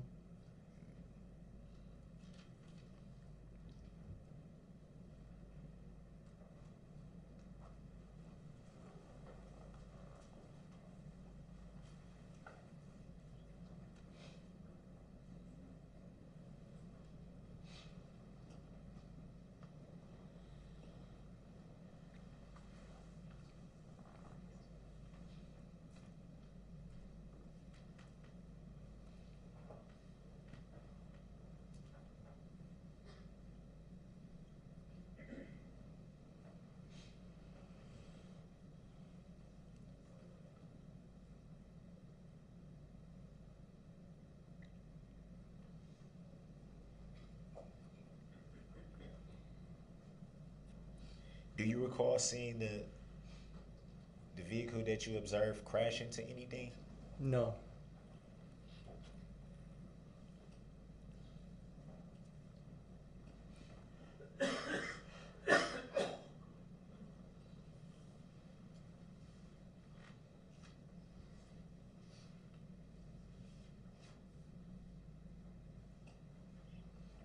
Do you recall stating in your interview with law enforcement that evening that the vehicle appeared to slow down while traveling down Prospect Court? Yes.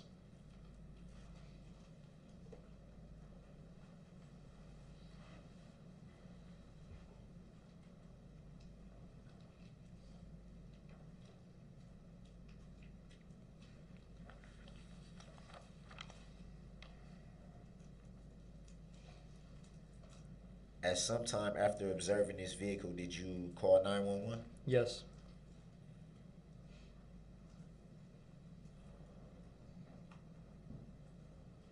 Do you recall around what time you called 911? No.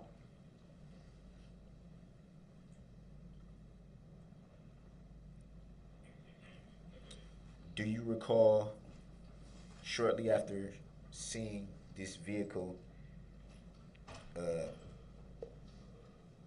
texting anyone? Yes. Do you recall who that was? My girlfriend. And what did you tell her? I don't remember. Do you recall telling her there's a shooting? Possibly.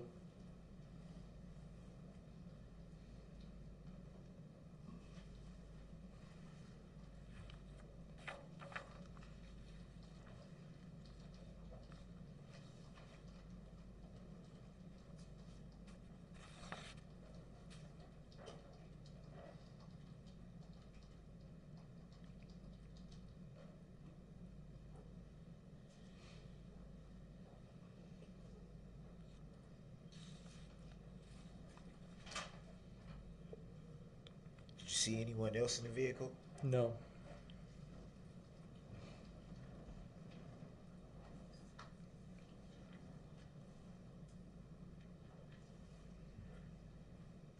But you do recall seeing the operator wearing a black sweater. I don't remember.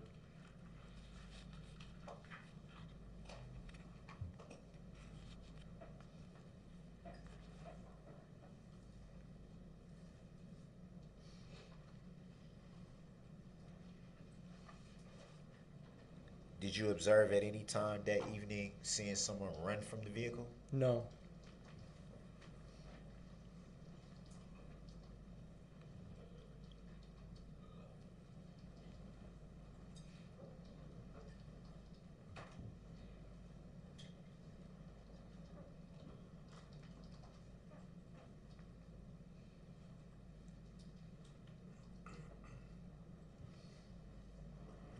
Do you recall why you would have gave a description that evening when initially interviewed by law enforcement? Because I saw the person in the car. And how did that person look? I don't remember. Grounds? His answer may stand. What was the answer? He said, I don't recall, or I don't remember. No further questions at this time. Thank you. Any cross? No. Thank you, sir. You may step down and you are excused.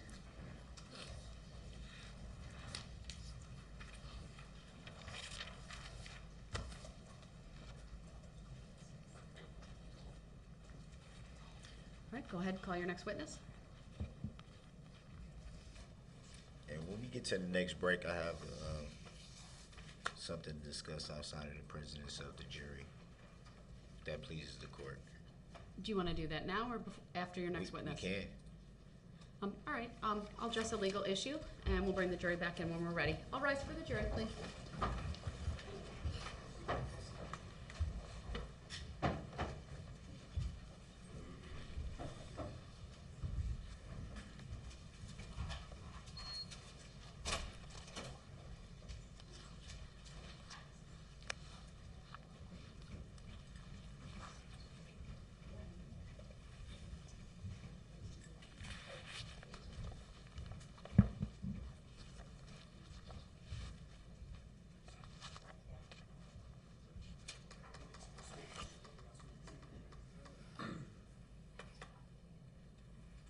Everyone can have a seat, and then we'll just wait for the door to close.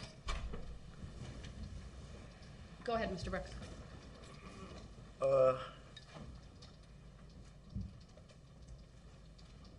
I'm curious.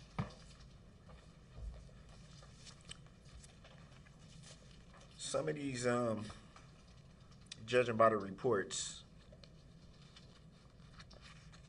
how are some of these answers allowed to pass when they're coming straight from reports made by the people on the stand? Very curious. I don't understand your question. I'm not sure what you're asking me. What I'm asking is,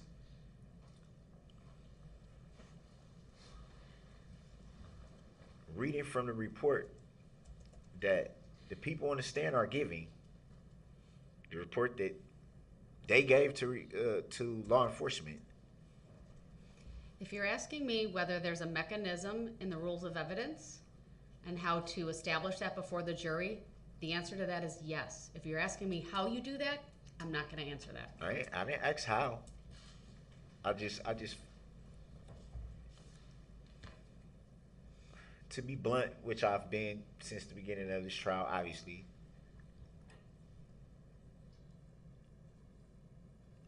I see the whole strategy here by the prosecution. I see right through it. Don't have any cross-examination, mainly because you've already schooled the people getting on the stand on how to answer certain things. Well, that is completely speculative on your part without It's any obvious. basis in law or fact. It's obvious. Sir, you could ask questions that establish that. You can ask them if they've met with anyone. You haven't done that. So for you to say that right now is without basis. If you want to... It's clear.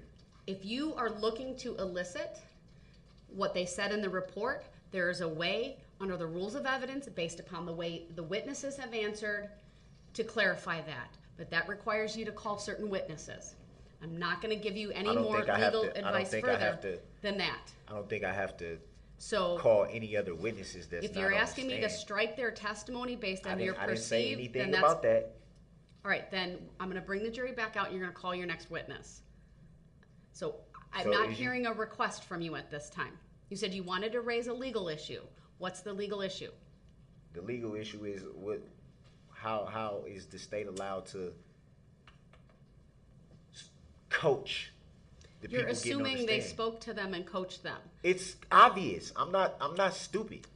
Well, I disagree with that, sir. Again, you could ask All of a questions to sudden, lay a foundation all of a sudden the with state these don't got, witnesses. all of a sudden, for the first time in trial, all of a sudden now they don't got no cross. That's clearly a rush to try to get through the case. Hurry up. We just gonna let these people go. Well, this is and not- argument. Come on, man. This is argument on your part, I sir. see It through is pure I just commentary want at that this on point. the record. I see through it. and your Nice try, see-through but I see through it. has absolutely no basis in Well, fact. I know that's what's being done. You Come could on, man. ask I'm- these questions. You could Come on, ask man. these You got the right witnesses one. certain questions, and I'm you're far, not. I'm far from an idiot. They're your witnesses, sir. If you believe. So I'm gonna start asking every witness up here that they seem just to mysteriously now not have any cross for. Have they been coached to answer the way they answer? Because Well, you can't I ask find- that, but I you can find ask it them very if they've funny. met with anyone ahead of I their find it testimony very here funny. today, I find which it you've very done funny. with other witnesses. I find it very funny that these are their reports, and now all of a sudden you can. Oh, I saw the person in the car. Oh, but Mr. Brooks, I this saw is them an reach attempt for by something. you Oh, to I don't. delay these I don't recall what proceedings. they had on. Mr. Brooks, you can there's recall no seeing purpose somebody for you reach saying something this and right don't now. know what they had on. I find that All right, very. I'm having the jury brought man. out. I'm instructing you to Come on, avoid man. the commentary when the jury comes out, or you will I didn't forfeit say- your right to be I present. didn't say nothing. Before we do that, there's an issue that we do need to take up, potential as to a witness by the name of Abel Lescano. He has prior criminal history. Thank you. So as long as the jury's out, we should probably discuss that. I would like to provide the defendant and the court with a copy. So that had to of be the- said. So it's the defendant. That's not how it was said. I That was how I completely said. You want to run the disagree. record back? Mr. Brooks, So I'm the only one. I got one. I Mr. got one Brooks. ear that work, and I heard that. this Come on, is man. to Come on, benefit man. you so No, that it's you not. understand Ain't none of your this to benefit witness me, so let's be has clear a about prior that. record. Your Honor, when I leave the table, I'm away from the courtroom and I have to elevate my voice. This is the So she had to alleged elevate her record voice of Abel just for Lescano. that. Stop talking. Come on, man. Like, I don't know who y'all be thinking y'all fooling. I accept the value in return for value this document. One more interruption and you're going to be removed to the next courtroom. That's what you want to do anyway. It's not what I want to do. Do not interrupt Attorney Opper. So can Your you Honor, tell? I can you believe he split? has 7 prior criminal convictions via OWI 2nd from 1997, and OWI 3rd from 1997, and OWI 4th from 2003, criminal trespass to dwelling from 2006. All right, I need to take a break. This man right now is having a stare down with me. It's very disrespectful. He pounded his fist. Frankly, it makes me scared. And we're taking a break.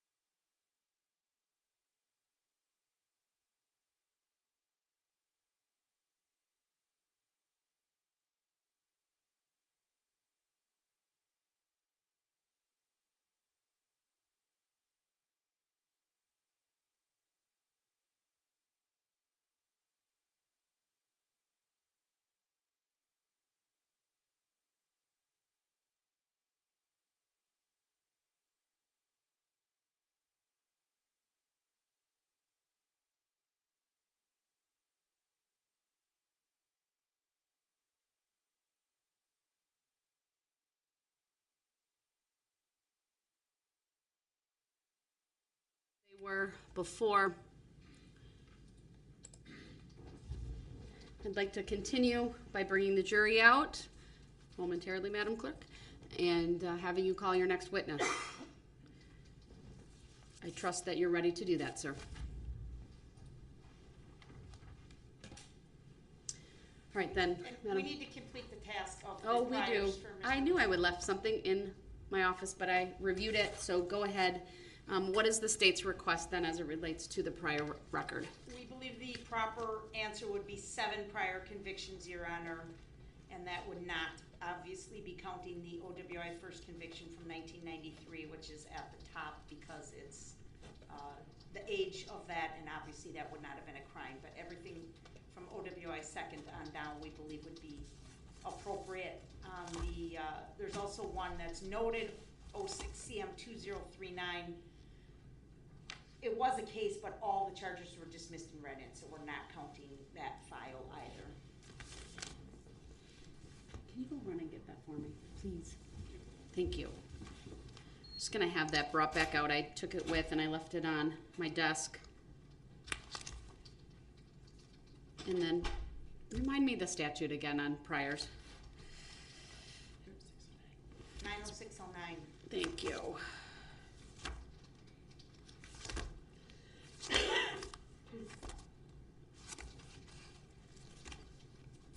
And a copy of the record was provided to the defendant. It was. It has not been discussed with Mr. Lizcano. That was going to be kind of my next topic once, thank you, I look at this again.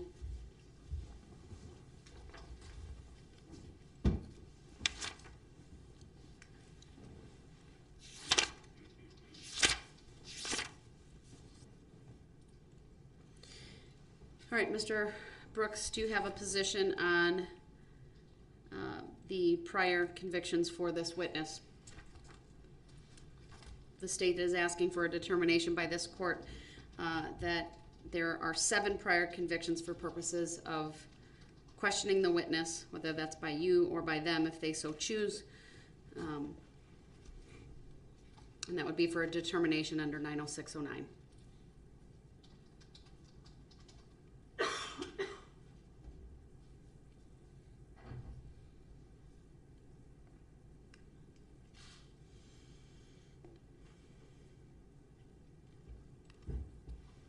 What?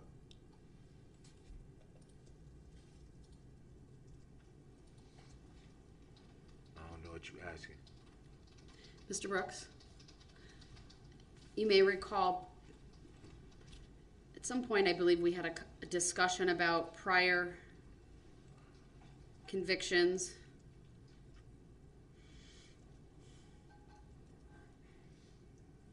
I think maybe we only discussed that if you were to testify, we would have to have that conversation. So in fairness, I don't No, there was one state's witness that had one prior that we discussed and That's the court right, ruled. we did. I recall now. So at that point, I directed your attention to 90609. And then I made a ruling based upon the factors that are enumerated in that statute. You've been provided with a listing of the record. I would direct your attention to, I'm not sure if I see that book out there, but the statute book that I previously provided to you, but that the 90609 would be in there. But in any event, the state is asking that I make a determination about how many for purposes of the questioning of this witness. Do you have any comment, statement, or position on that?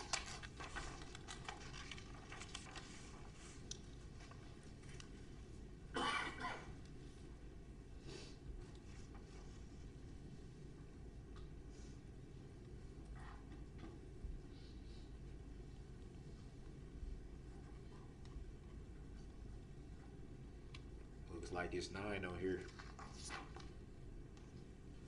Which is the one the state referenced that the charges are listed, but they were dismissed?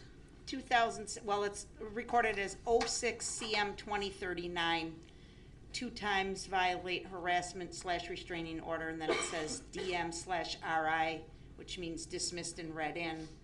2X MBJ, which would be 2 times misdemeanor bail jumping, dismissed and read in. So no convictions from that file. So why is it on the sheet?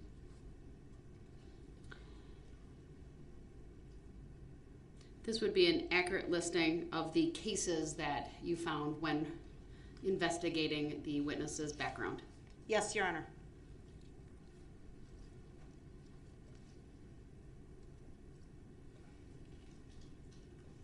And nothing since 2007. That's correct. All right. Any statement you want to make, sir, on what the number of convictions this court should consider under 90609?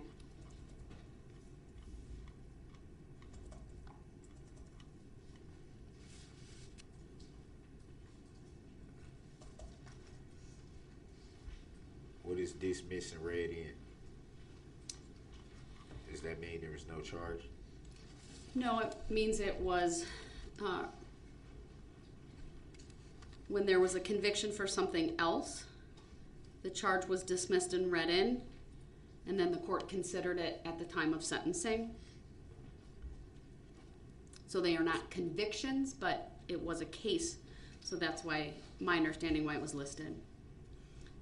So the two. So where it says dismissed and read in, that would be the restraining order and the MBJ. Right, misdemeanor bail jumping. So 2 counts of violate harassment restraining order were dismissed and read in, along with 2 counts of misdemeanor bail jumping dismissed and read in. I'm guessing, but the state can confirm that it either was read into 06 CM 1859 or 06 CM 3149.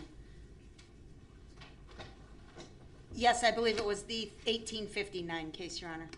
So at the time of the conviction for resisting obstructing, there was a misdemeanor bail jumping dismissed and read in, and then the other charges, all of which are listed under 06 CM 2039, dismissed and read in.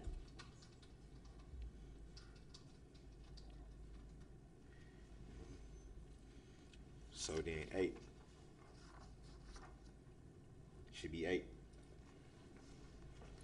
The OWI first would not be criminal, as I understand it, and so I believe that's why it's not, the state did not ask it that it be counted.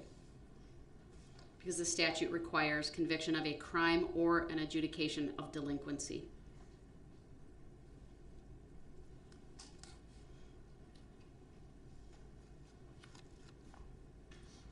So there's no crime for OWI? An OWI first would not be a crime, it would be a forfeiture.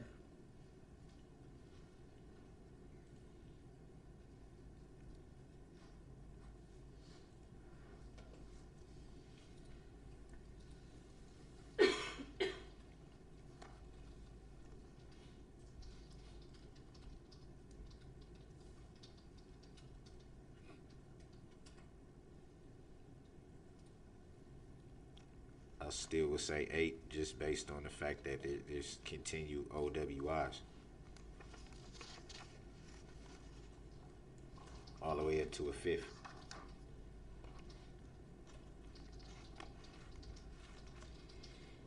I'll remind the parties of the factors to consider for exclusion include the lapse of time since the conviction, or in this case convictions, the rehabilitation or pardon of the person convicted, the gravity of the crime, the involvement of dishonesty or false statement in the crime, the frequency of the convictions, and any other relevant factors. So based on that, do you have any argument that it should be less than that?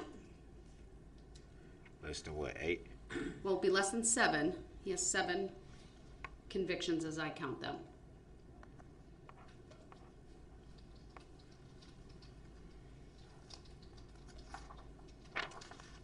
And that's not counting OWI first. Correct, because it's not a crime, it can't be counted under the statute. Then it's 7. Should be 7. All right. Do you want to make any argument about whether any should be excluded under the statute based upon the factors I just read to you? Well, you already made reference to one of them not being a crime. So that brings it to 8. I don't understand the whole. Well, for example, the last conviction was in 2007. It's now 2022. So do you want to make an argument to the court that perhaps he's been rehabilitated?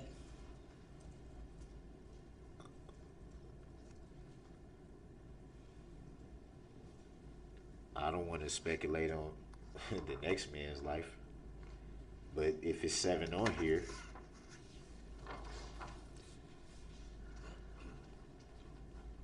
well, I guess it brings it to 7.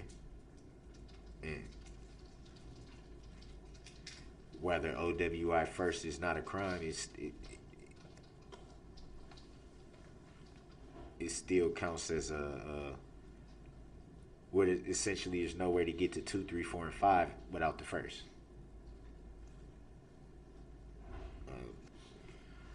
Looks like 7 to me.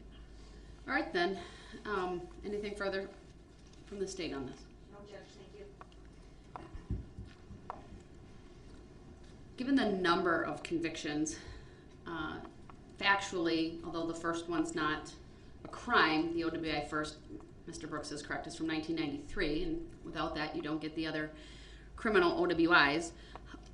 But I would note the record is from the criminal record is from 1997 through 2007.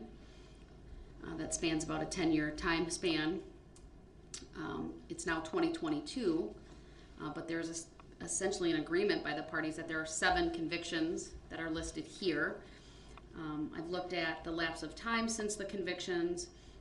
I don't know about rehabilitation or pardon, other than it looks like he did complete the earned release program, which would have resulted in a reduction of initial confinement and then converted to extended supervision. I don't see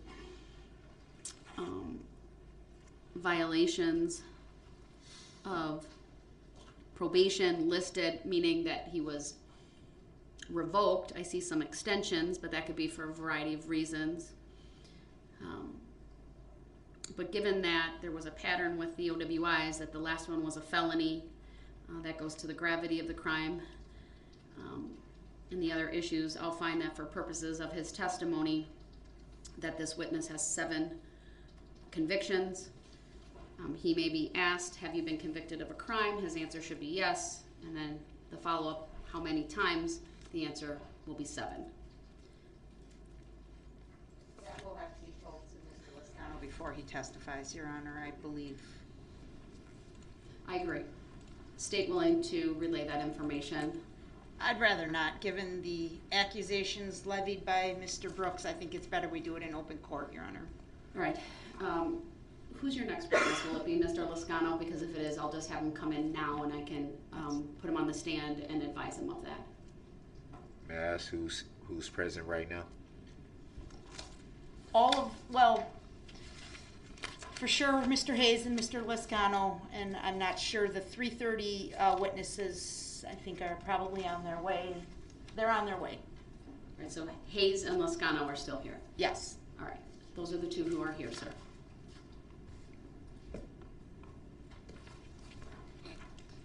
I'll tell you what, either way, let's just bring Mr. Lozano in case he's not your first, but then I don't have to deal with the interruption with the jury. You don't have to call him first unless you want to, but I'll just bring him in and advise him. So if someone from victim witness could bring him in, please. Can I have a first name for this witness, please? It's Abel? Abel, Thank you. but I believe it's pronounced a different way. It's A-B-E-L. What did she say? Abel, thank you. Abel. Subject matter jurisdiction, Your Honor. Court declines to address that. Still has yet to be verified and proven for the record. Your objection's noted for the record.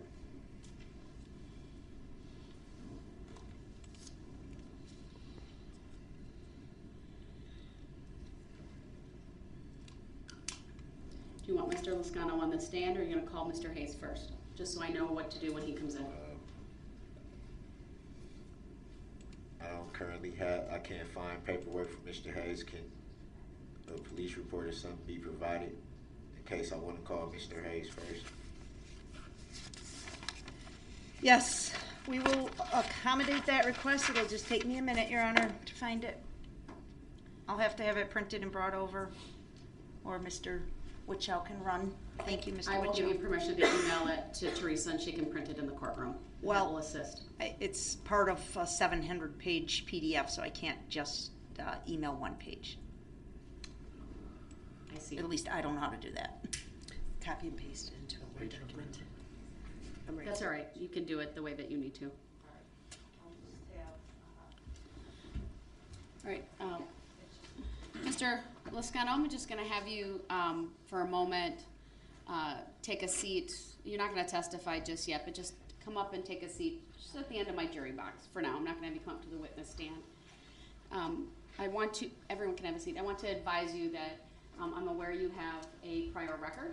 And so for purposes of testimony, I've made a determination that if asked, have you been convicted of a crime? Your answer should be yes.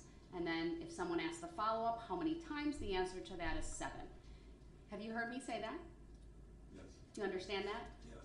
All right, thank you. I'm not sure that you'll be called next, but I wanted to do that while I didn't have the jury here. You can go back out into the hallway then. Thank you.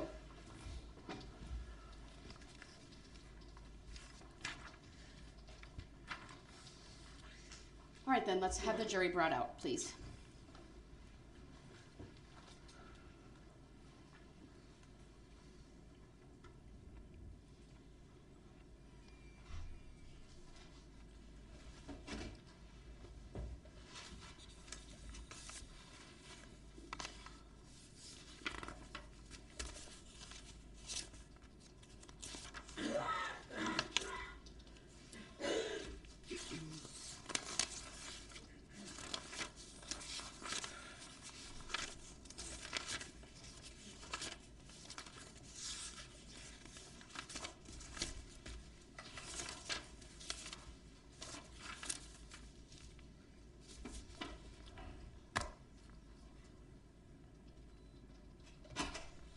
All rise.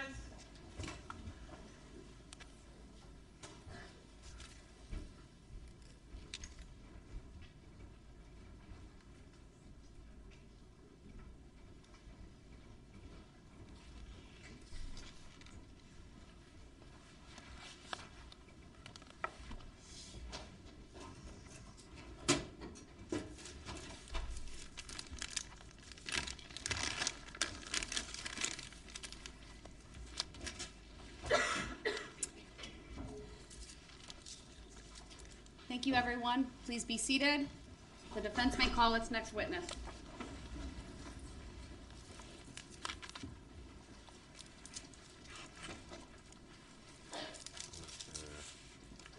Defense calls, is it Jason Hayes? Jason?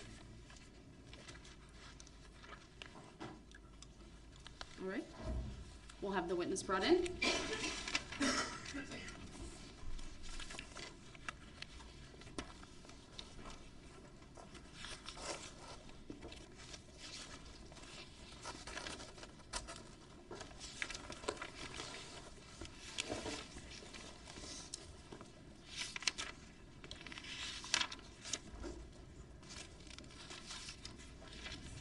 Is it Haynes or Hayes? Does anyone know? No N to the best of my knowledge. Hayes? No end, no. All right. Good afternoon, sir. If you would please make your way to the witness stand, which is on my right. Upper riser. When you get there, please remain standing. Raise your right hand. My clerk, Teresa, who's across from you, will swear you in. Do you solemnly swear that the testimony you're about to give shall be the truth, the whole truth, and nothing but the truth, so help you God? I do. Thank you, sir. Please have a seat. The first thing I will ask you to do is to state your first and last names for the record and spell each. Jason, Jason, Hayes, Hayes. Thank you. Go ahead, sir. Your witness. Just 1 second.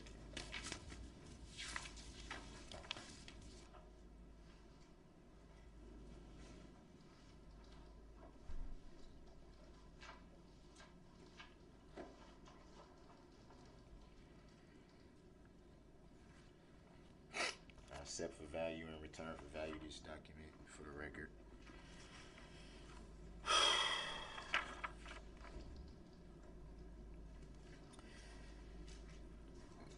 afternoon, Mr. Hayes. Is that how you pronounce it, Hayes? Yep. What do you do for a living? I'm a retail sales associate for a food broker, Damon Worldwide. Been doing that for a long time? 21 years. Yeah, it's a long time. The evening of November 21st, 2021. You recall that evening pretty well? Fairly well, yes. What were you doing that evening? Went to the parade. Did you go to the parade with family, friends? I went there with my daughter. Do you recall what time you arrived? 30 minutes before the parade started. Were you scheduled to do any marching in the parade itself, No. or just spectating? Yes.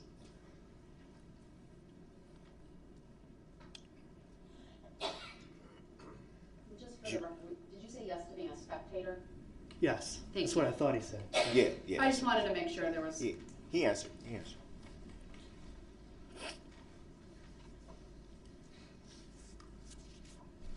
Anything unusual catch your eye that day that you recall? Yes. And what did you see? Besides the parade? Yeah, I'm sorry. That was unusual that caught your eye that evening. Well, where we were, yes, a red truck came through where we were. It honked and swerved. I guess I want to back up a little bit. Where were you positioned at that We time? were all the way at the beginning of the parade. Okay. Like, it was Main and a corner of Main and White Rock. Okay. And you said you observed this vehicle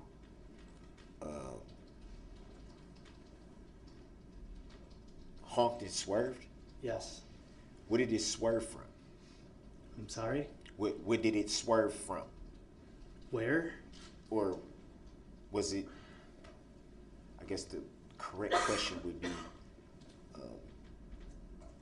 why did it swerve? I don't know. I wasn't driving. I don't know what his intentions were.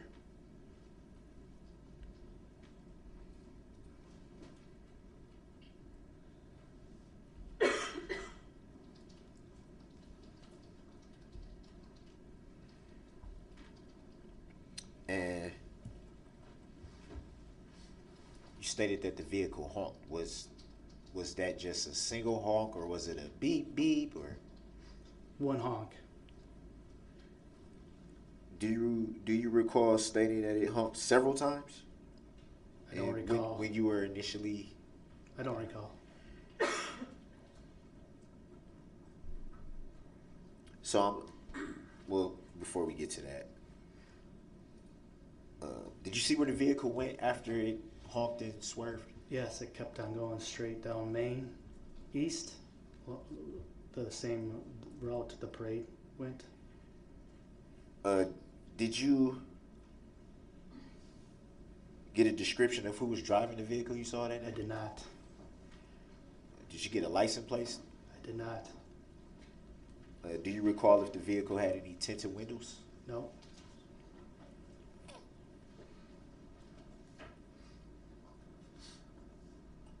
And I'm assuming at some point you either were interviewed by law enforcement or seek to be interviewed by law enforcement. I did, by a detective. And do you recall if that was the same evening or? It was not the same evening. So it was a couple days after. Yeah.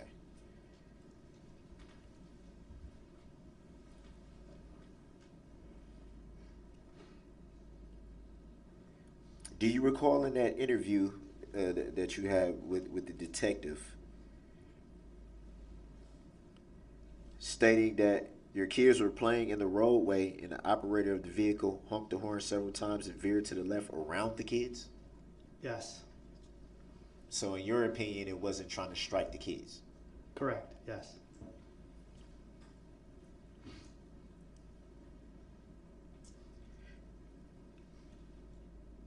And after it continued, I think you said east? Yep. Would that be correct? East? Yep. Did you see the vehicle strike anyone? When I did not. No.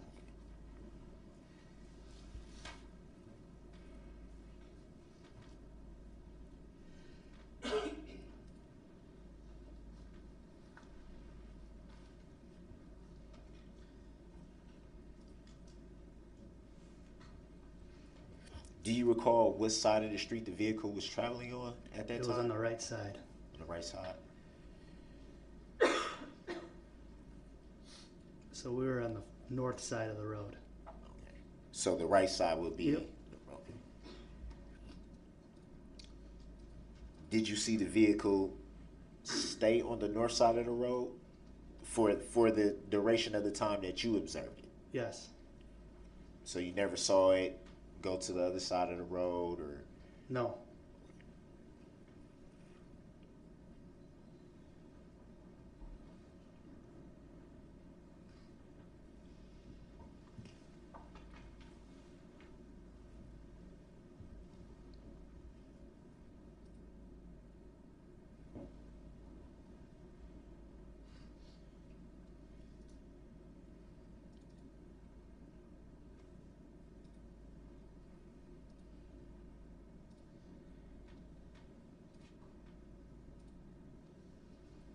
No further questions at this time.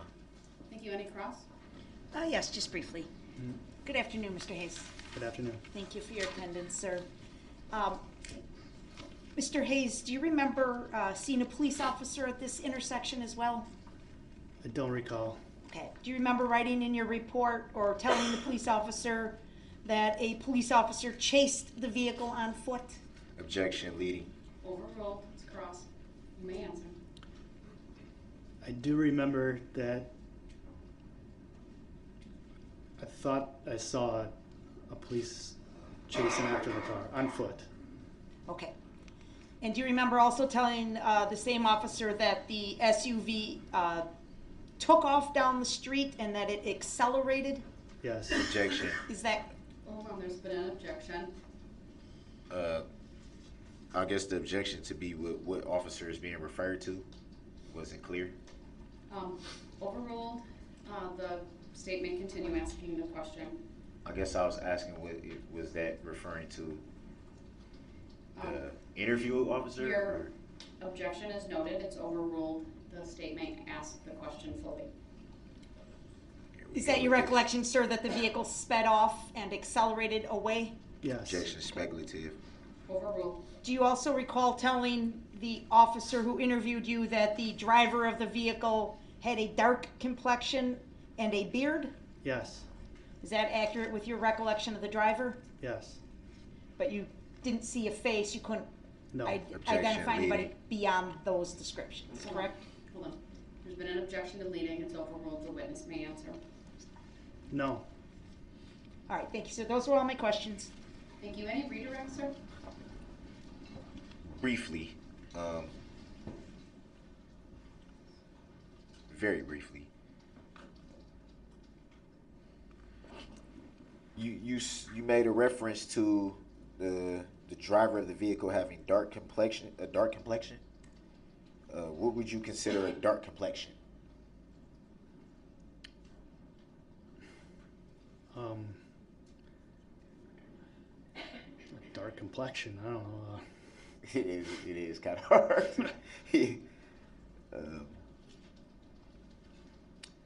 Did you notice any clothing? I did not. No. Did you notice any hair? No.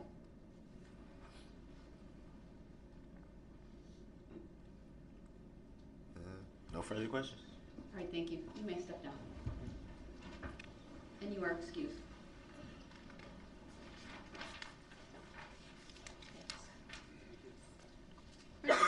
The defense may call its next witness, please.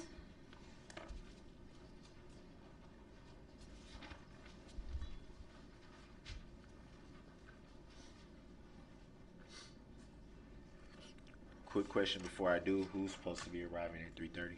Just so I know. I'm not sure. Babietz and Urel will be here at 3:30. Mr. Liscano is here now, Your Honor. Thank you. I knew it was here now. Just trying to get clarity. Are you going to call Mr. Liscano? It would appear so. He's the one that's here. All right, then he may. The defense is calling Abel Liscano, correct? The defense is calling Abel Liscano. All right, very well. We'll have him brought in. Thank you.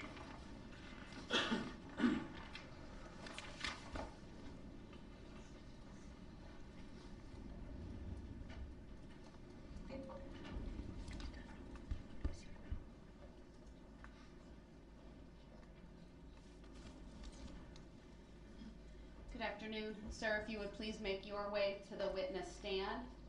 When you get there, please remain standing. Raise your right hand.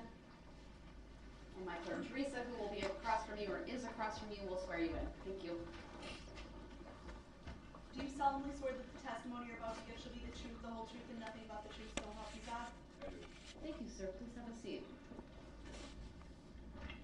First thing I will have you do is to state your first and last names for the record and spell each. Abel Liscano, ABEL LAZCANO. Thank you. Your witness, sir. Good afternoon, Mr. Liscano. What do you do for a living currently? I'm a hairdresser.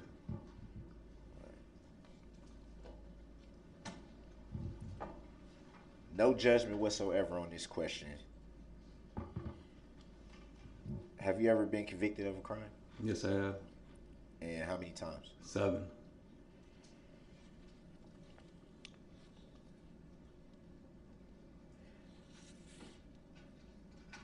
Do you recall the night of November 21st, 2021 pretty well? I know it's been a minute, but... Best as I can, yeah. What were you doing that evening, if you recall? The Christmas parade? Were you marching in the parade? Or? No, I was watching it. Who were you there with? Family, friends? My wife and my daughter. Do you recall where you were positioned to watch the parade? I was standing in front of the Corey Insurance on Main Street. Okay. Is that part of Main Street close to like a side street? If you recall? It's not too far from Maple. Do you recall the side streets being barricaded during the parade? I don't remember.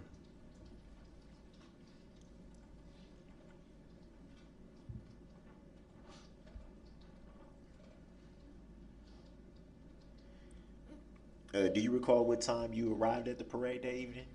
It had just started, so whatever time that was at. Okay. You recall something other than the parade catching your attention that day? People getting hurt, yeah.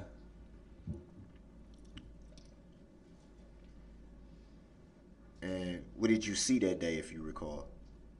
I saw a red SUV plow over a bunch of people. And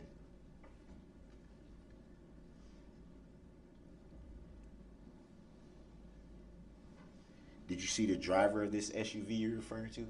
Yeah, you're standing right there.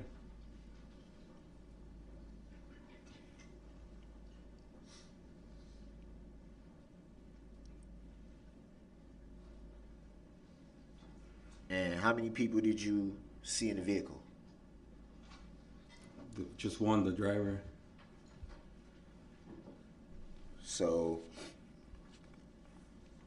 do you recall flagging down a law enforcement vehicle that evening? Yeah, I do. And do you recall what you told the officer that evening? Not very well. I'm gonna attempt to see if anything brings back some recollection.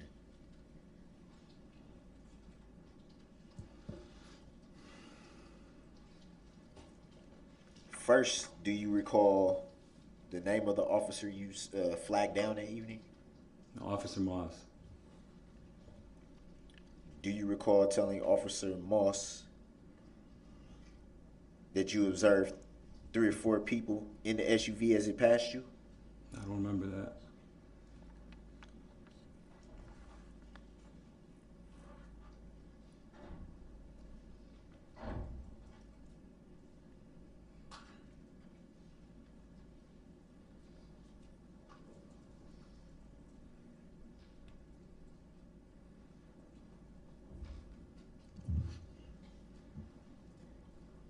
So, to your recollection, the SUV that you saw, did it have tinted windows? I don't remember.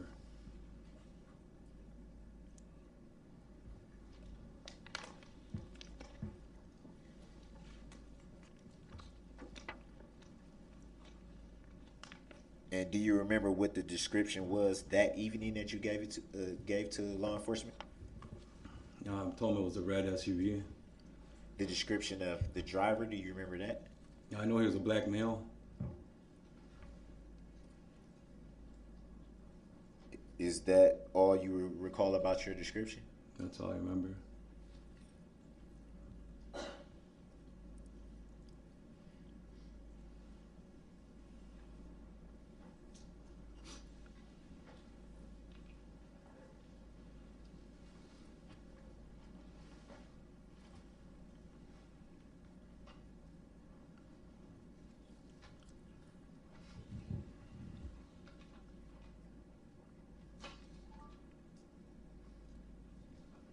After seeing this vehicle, what did you do?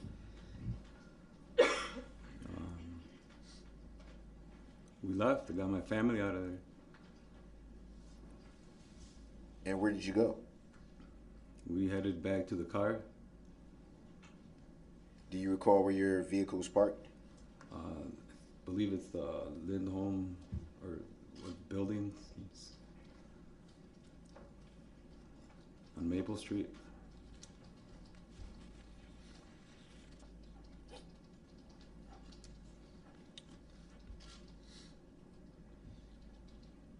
And did you see the vehicle stop on Maple Street?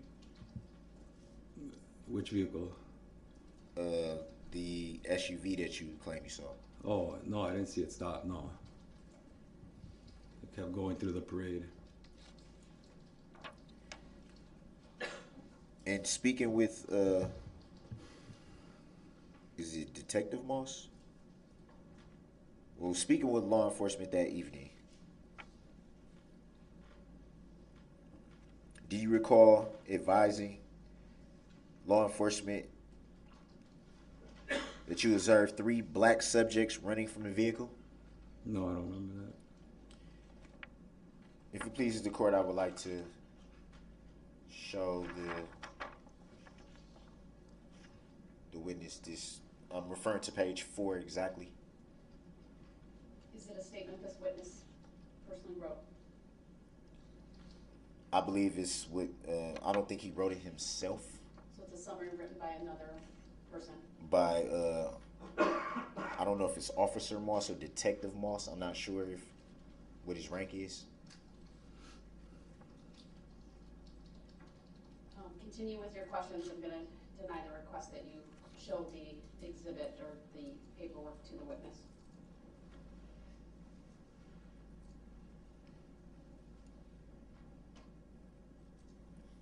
Do you recall making the statements to Detective Moss that you observed one where it says one was described as running southbound on Maple towards College Avenue? Do you recall that? No, I don't. Do you recall stating that The other two were described as running in a westerly direction from the rear of 338 Maple Street. No. Do you recall stating that one black subject was described as tall, wearing a blue top and blue and black pants, while the other subjects were described as two short black males wearing sweatpants? Barely, a little bit of that. So, which of these subjects do you minimally recall wearing those items that evening? No, you asked me if I remember people running, and I said no. I remember describing those people to him. I remember. So where did you observe those? Standing by the vehicle, where I found the vehicle, where I spotted it.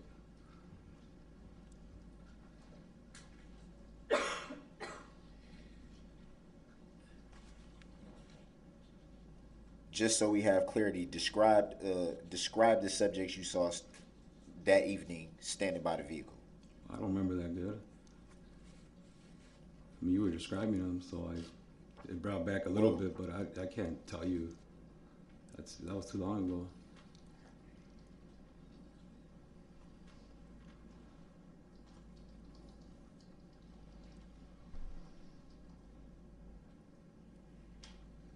And how did you come upon the vehicle at the address of 338 Maple Street that evening?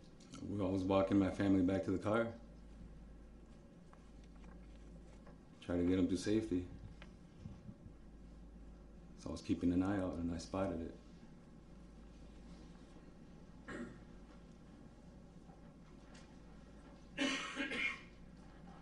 Do you recall stating that you saw the SUV reverse into a driveway? No. Do you recall why that would be reported? No.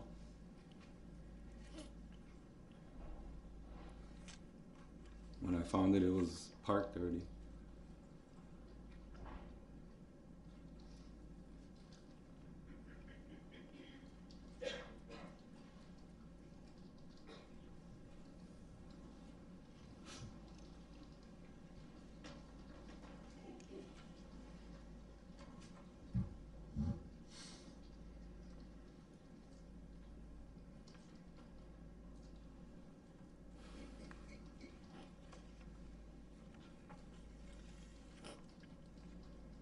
Do you recall when you initially had the interaction with Detective Moss? Do you recall leading him to where the vehicle was ultimately found? Yeah.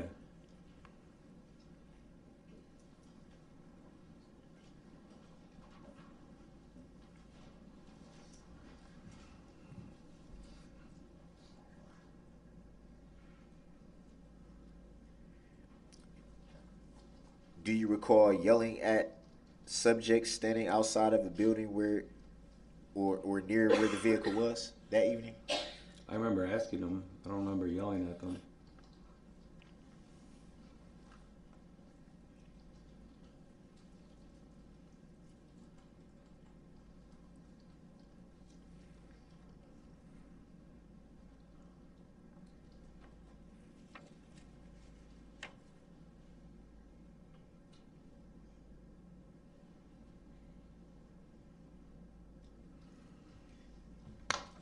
Do you recall why?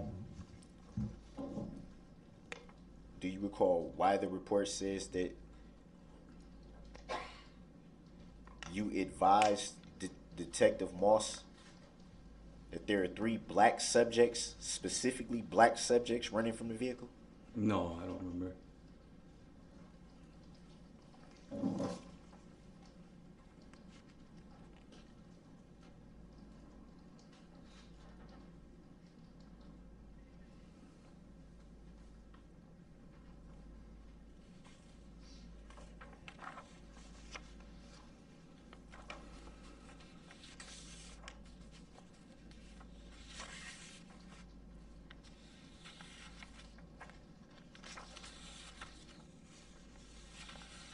yourself injured in this incident that evening? No.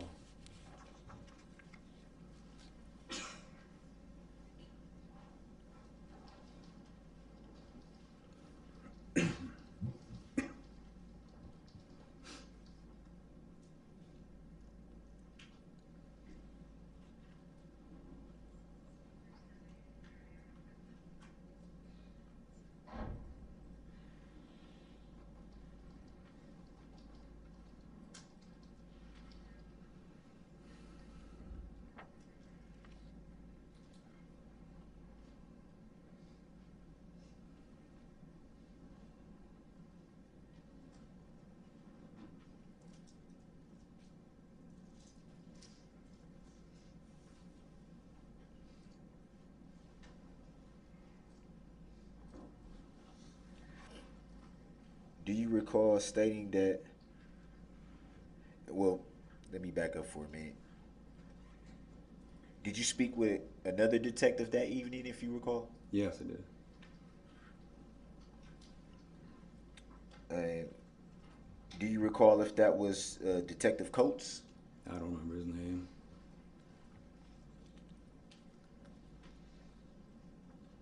So it'd be fair to say that you spoke with two different law enforcement officers that evening.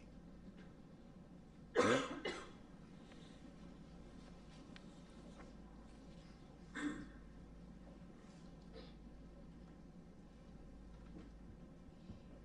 Do you recall in your interview with Detective Coates,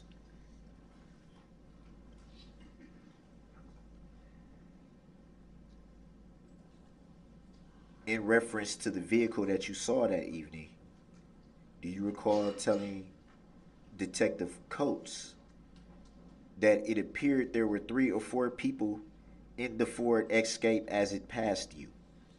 No, I don't remember that.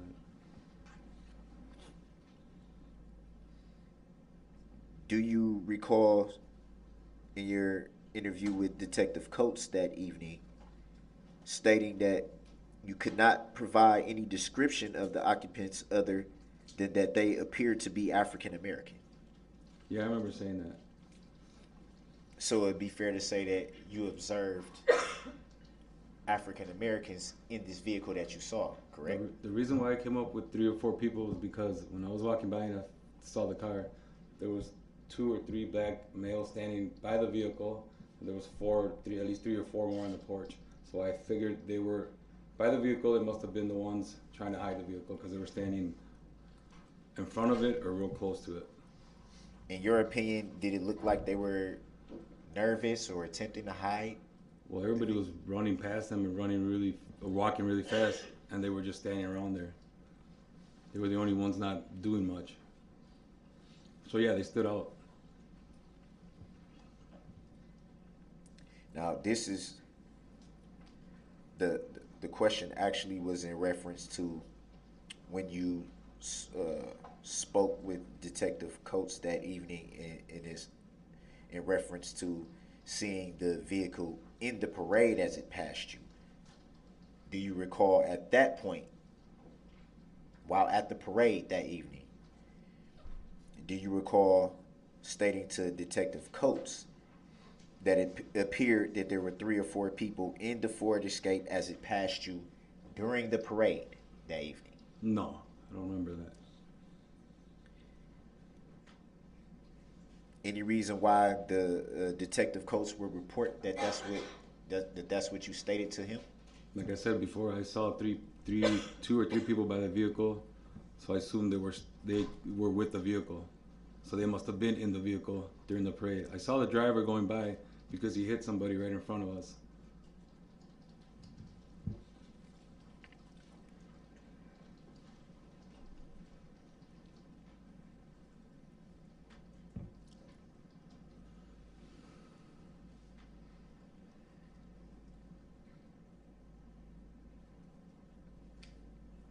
Do you recall in your interview with Detective Coates that evening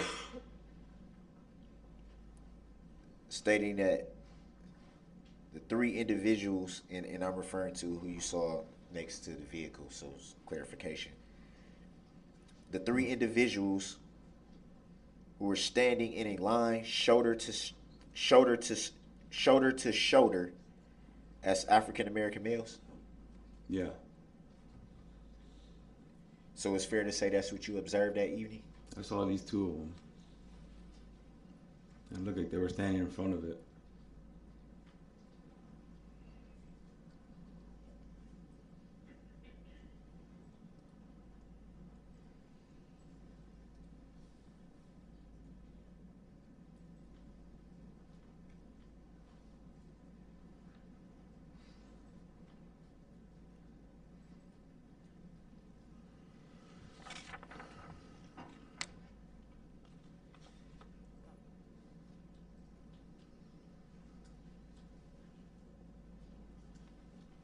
And during that interview with Detective Coates that evening, do you recall stating to Detective Coates that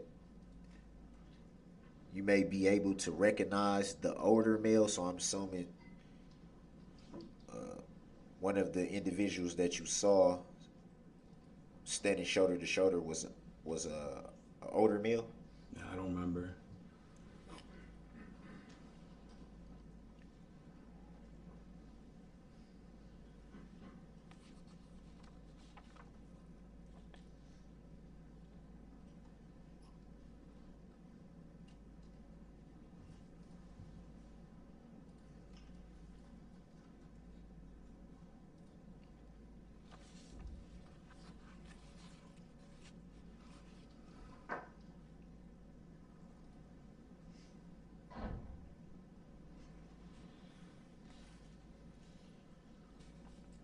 Any reason why multiple, well, I'm not going to say multiple, two. Any reason why the two detectives that you spoke with that night both reported that you stated you saw three black subjects running from the vehicle? No.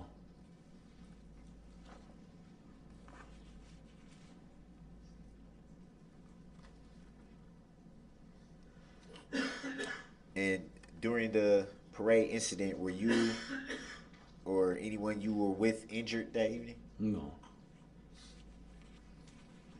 No further questions at this time. Thank you. Any cross? Yes, Your Honor, thank you. Good afternoon, Mr. Lescano. Good afternoon.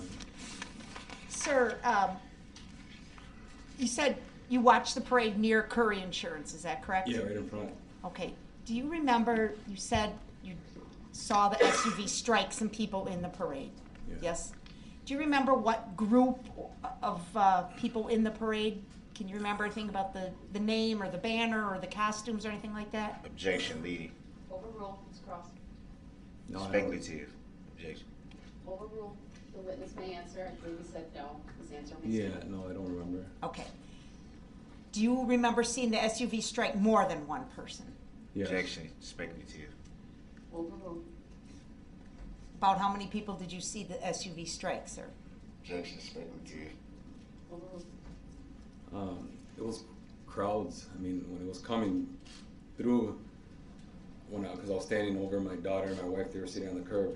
I saw it coming through, and at first it looked like it was just pushing people out of the way, and then it just kept swerving back, and it was just plowing everybody out of the way until it got to in front of us. Then it actually hit somebody, and it just did like a cartwheel in the air.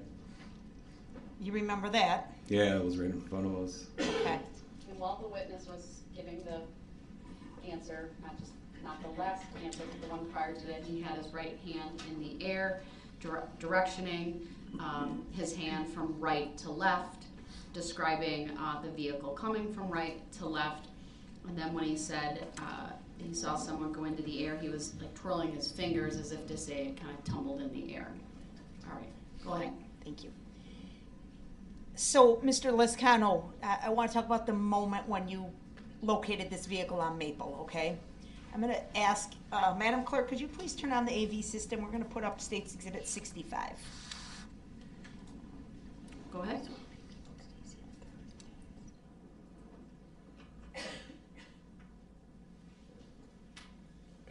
Objection to the relevancy of Exhibit 65. Noted, overruled. It's been received. The state may proceed.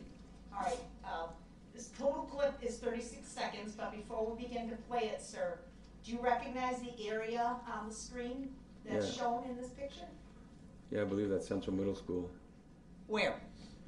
right at where the stairs is. Okay, the red brick on the left side of the picture? Yeah. Objection Okay. speculative. Overruled. His answer may stand, he said, I believe. And would you agree with me, the house where the SUV was found was up in this area here where I just put the green dot on the screen? Yeah. Objection leading. Overruled. You may answer. Yes. That looks right, correct, sir?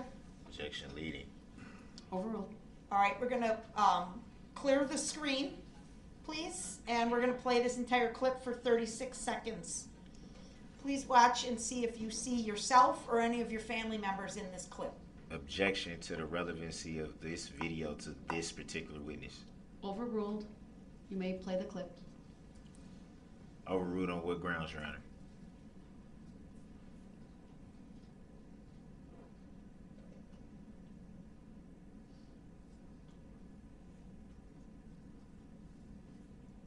Is that attacking agreement?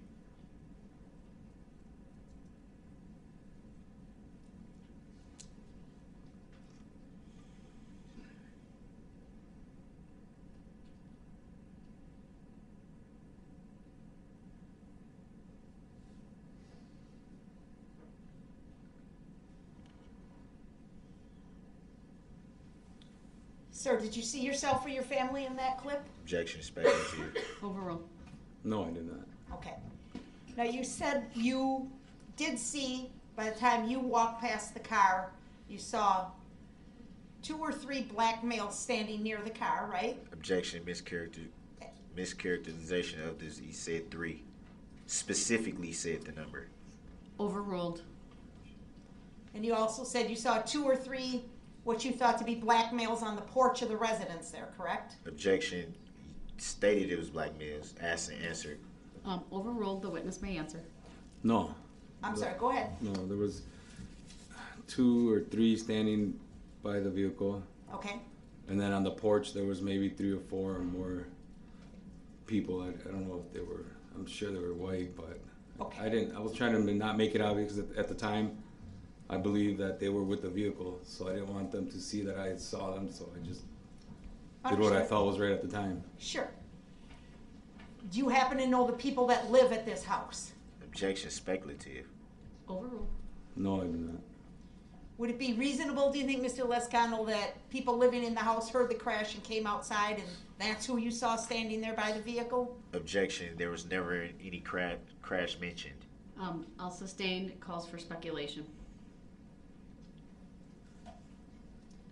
Mr. Lescano, is it possible that the people you saw standing near the vehicle were in fact just neighbors that saw the vehicle the same way you did? Yeah. You described that at the time you went by on Maple Street, there was a lot of people running around in the area. Is that correct? Objection mischaracterization of testimony. Overruled. Yes, there was. And these are people hurrying away from the parade with their families, trying to get to safety just like you were, correct? Objection speculative. Overruled. The witness may answer. Yes. You didn't see anything like that in State's Exhibit 65, did you? No, I did not. Okay.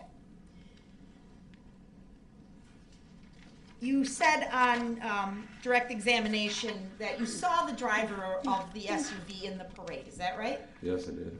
And you see that driver present in this courtroom here today, please? Objection speculative. Overruled. Yes, he's sitting right over there. Are you sure about that, sir? Yes. Objection speculative. Overruled. You said and that... it mischaracterizes the testimony because that was not testified to before on direct. Oh, your objections are overruled. I believe the witness already answered. Go ahead. Did you happen to notice in Exhibit 65 the red SUV in that video clip that you watched? No. You didn't see it at Couldn't all, see did it, you? no. Okay, just wondered. Mr. Lescano, have you and I ever spoken about this case, sir? No. What about Attorney Basie here to my right? You and her ever talk about this case or your testimony? Objection hearsay. Overruled. No. Mr. Witchow, on the end, did you ever talk to him about Objection. your testimony, sir? Objection, hearsay. Overruled. No. All right, thank you, sir. I don't have any other questions. Thank you. Any redirect? Yep. Go ahead.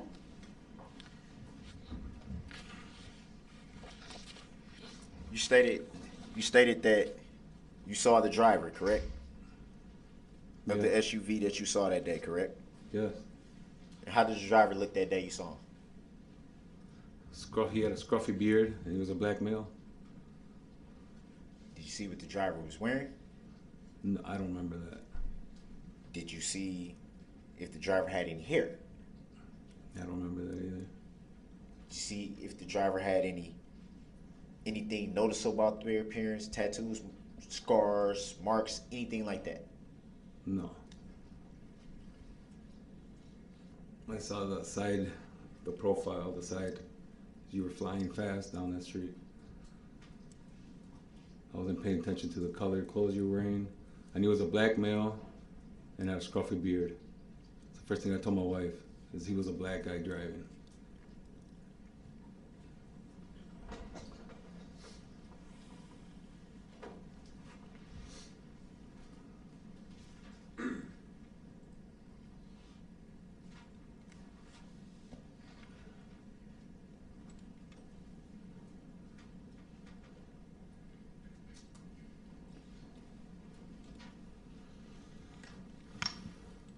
And do you recall how long you were able to get a side view, as you called it, of the alleged driver? Well, it had to be a couple seconds. And in a couple seconds time, you were able to make out the driver's profile and race just by a couple seconds. Yeah. It's not hard. You can tell if you were white or if you were black and if you had a beard or not. That's it. I don't know what color shirt you had on. If you had hair, a hat on backwards. So that leads back to the question of,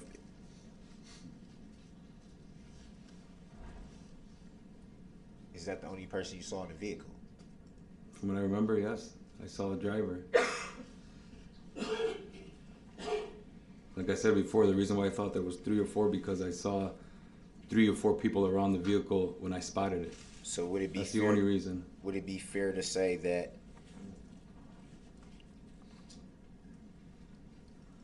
when you spoke with 2 different detectives that evening, the evening of the parade, both of those officers reported that you stated there were 3 or 4 people in the SUV as it passed you? Is that fair to say?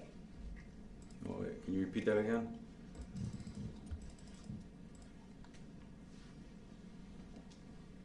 Just for clarification, you already stated previously in testimony that you spoke with 2 different detectives that evening, correct? Yes, I did. And both detectives that you spoke with that evening, the evening of November 21st, 2021, you stated to both of those law enforcement officers, detectives, that you observed 3 or 4 people in the SUV. Like I said before, the reason why I said there must have been 3 or 4 was because they were standing by a vehicle. So I assumed that they were with the vehicle. I don't remember seeing them in the vehicle when you were hitting the people. You stated this to both detectives, 2 different detectives, the evening of November 21st, 2021. And this was in relation to what you saw from the vehicle at the parade, not where the vehicle was later found. Any reason why you stated to both detectives in relation to what you saw at the parade why both detectives in their reports stated that you told them that you observed 3 or 4 people in the SUV at the time of the parade. So what's your question? The question is, why did you report that to 2 different detectives on the same evening? Like I told you before, when I walked past the vehicle, I spotted more than one individual standing in front of the vehicle. So I assumed they were with the vehicle. That's why I said they were inside. I'm sorry. That's why I said they were in the vehicle. I said there had to be at least 3 of them in the vehicle. That's the only reason I said that. So why would you report that you saw this during the parade? I don't know.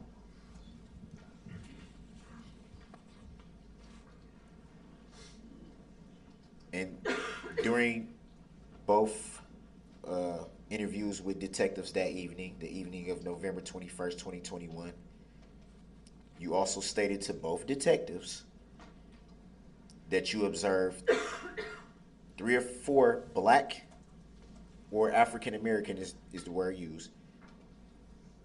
3 or 4 African Americans running from the vehicle. Any reason why both detectives reported that you said that? I don't remember. No further questions. Thank you, sir. You may step down.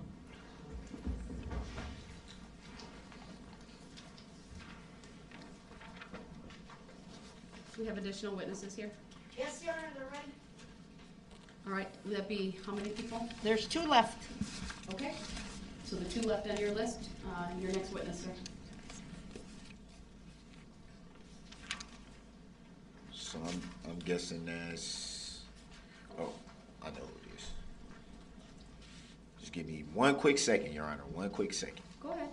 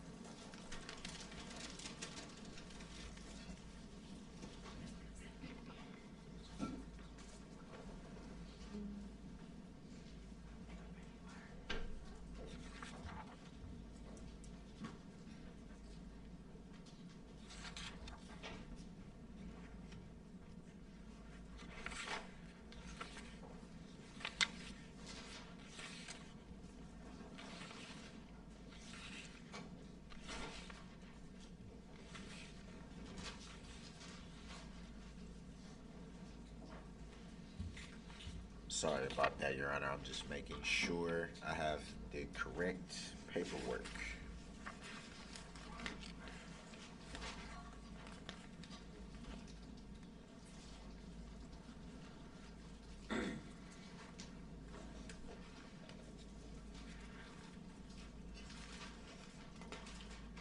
My jurors need to stand. Go ahead.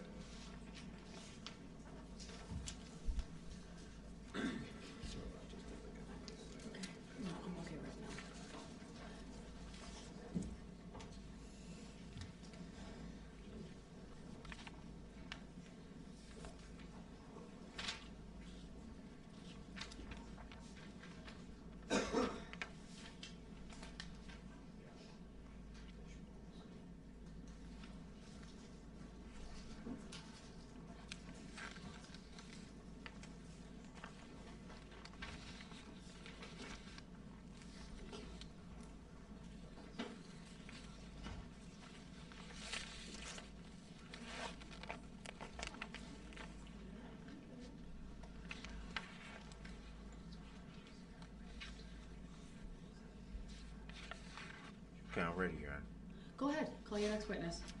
Honor. Kathleen Uriel? Urel? Uriel? That's how I think it is. We'll find out.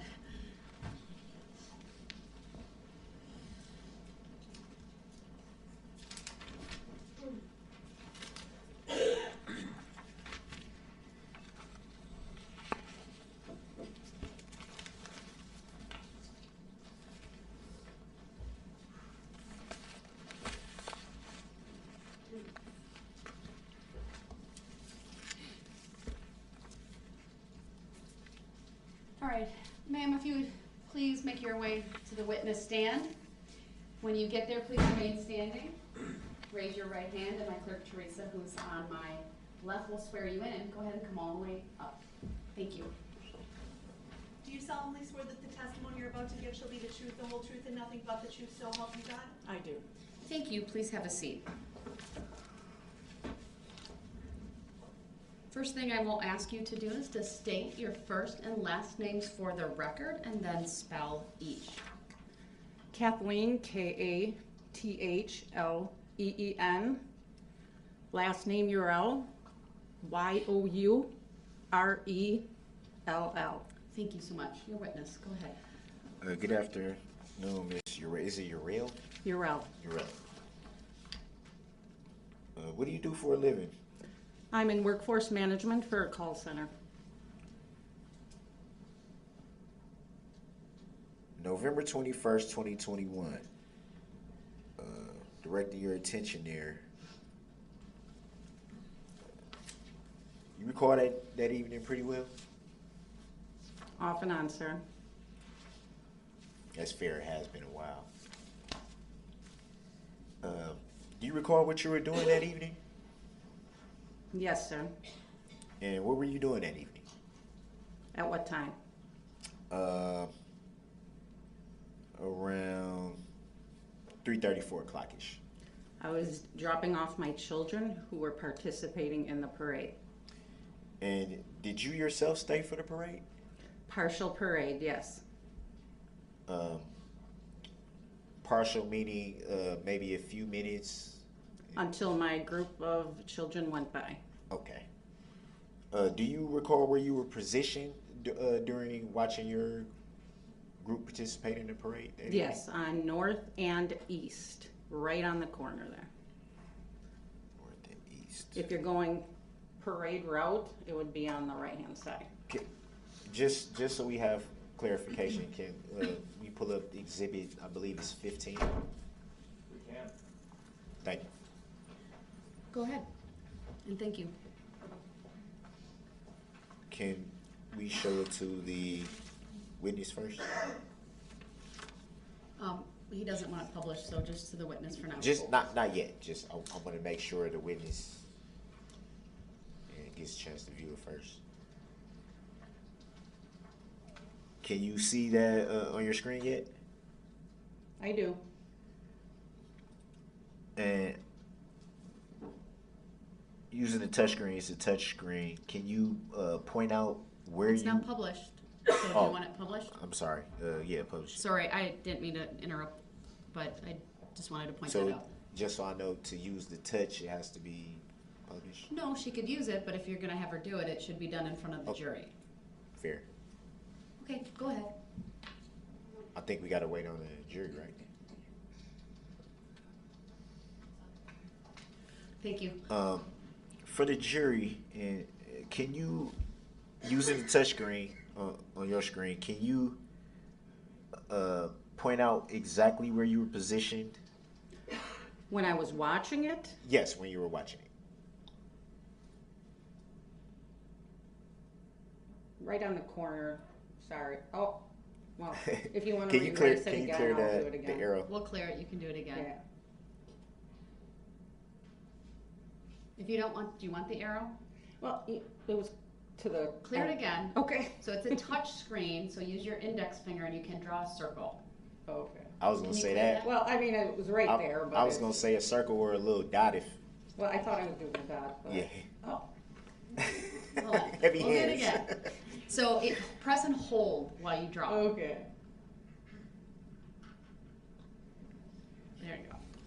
And you said that would be approximately East Main and Northeast?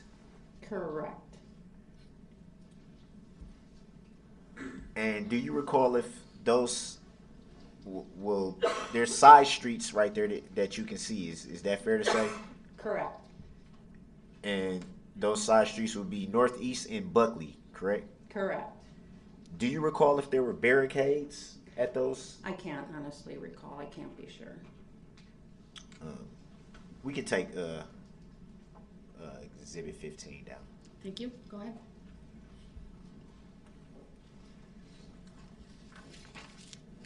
And you said you stayed at the parade until your group had passed. Correct. And what time did you leave? I can't determine the time. It was right after my group of kids went by. And where'd you go from there? I walked down, well, I went to go get the car because I had to go pick them up at the end of the parade. And I'm assuming at some point your attention got drawn to something happening. That'd be fair to say? Not necessarily. What do you remember when you went to go get the vehicle to pick up members of your group? Would that be fair to say first? I don't want to assume. Yeah. Do you recall anything happening at that point? A situation did occur before the said big event that took place. What do you recall happening at that time once you were on your way to get your vehicle? I think I need more specifics from you to give the details you may be looking for.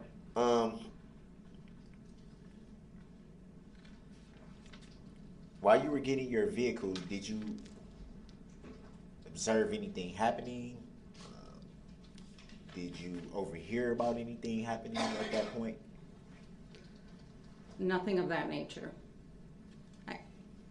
Well, all I can say is that I was walking past White Rock. Did you see anything that may have alerted your attention at that time? Yes, a car coming through the parade at the beginning on White Rock where the parade was starting. So when I left, I walked down Main to White Rock on the corner there. Then a gentleman, a child, who I don't know who they were, and myself walked across the street. And at this time, a car was beeping and weaving around a slight curve that White Rock has, and then continued on. Did you see did you see where the car went at that point? Yes, I did. As it came around the slight curve White Rock has, it started to move forward, and then it went straight across. When I was thinking it was going to leave the parade route, if you leave the parade route on Main, you're leaving. Sorry, if you turn left, you're leaving the parade route. If you're turning right, you're going right into the parade. And it went right to if you're looking at the parade, it was on the right-hand side. And it's continued on into the parade. Hold on, just for the record, she was using her hands during her testimony. I just need, Left that's it. okay. I just need to make a Yeah. record of it. Usually her right hand just kind of demonstrating the course of travel that she described, the vehicle. And I think that's probably all I need to put on the record about that. Go ahead, next question. I want to back up a little bit. When you first observed this car, as you say, you recall that it was blowing its horn. Yep, the horn was beeping. Do you recall if you saw who was operating that vehicle? Unfortunately, sir, I can't recall. Do you recall if you might have seen multiple people in the vehicle at that time? Or? You know, unfortunately, due to the time passing, I cannot recall.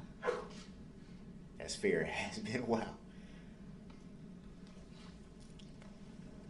Do you recall about what time that was that you observed the vehicle? Again, I can't be sure. Sorry if I keep asking. No, you stuff. I can't be sure. I'm sorry.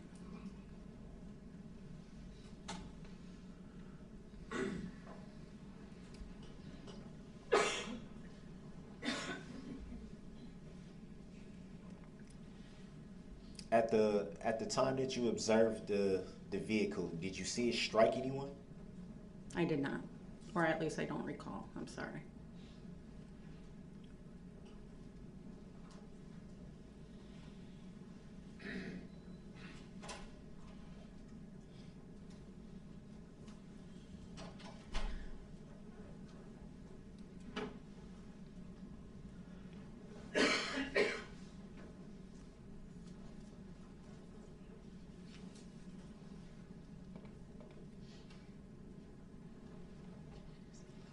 And do you recall if the vehicle was speeding at that point that you observed it? It wasn't speeding, but it was, all I can state is it wasn't speeding.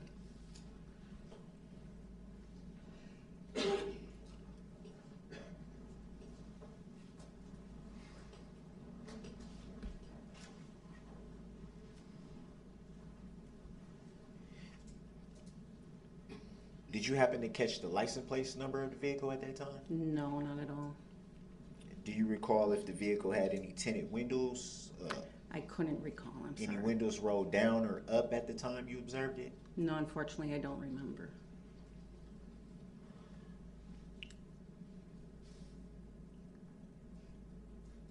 Do you recall if the vehicle passed close to where you were walking at the time? Yeah, it was close enough that it could have easily have had clipped me or the two people that were in front of me.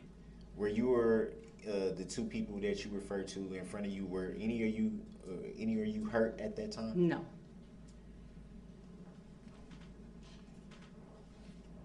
No further questions right now.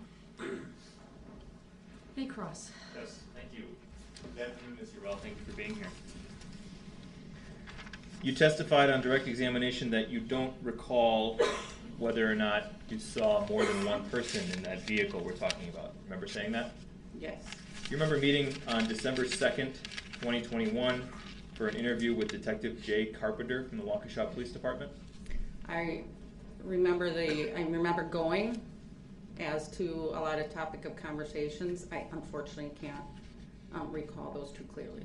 Do you remember telling Detective Carpenter that you only observed a driver in the vehicle? Objection, leading witness. Yeah, Overruled, you may answer. I can't be too sure. Overruled, she may answer. Can you say that again? I'm sorry. I can't be too sure. Again, some of the conversations I might have had that day. Do you remember what this vehicle looked like? I do not. Do you remember telling Detective Carpenter that it was a red truck? I do not. Okay. Can we please put up for everybody Exhibit 15 again? Go ahead. Can we zoom in on the intersection of East and Main? Go ahead.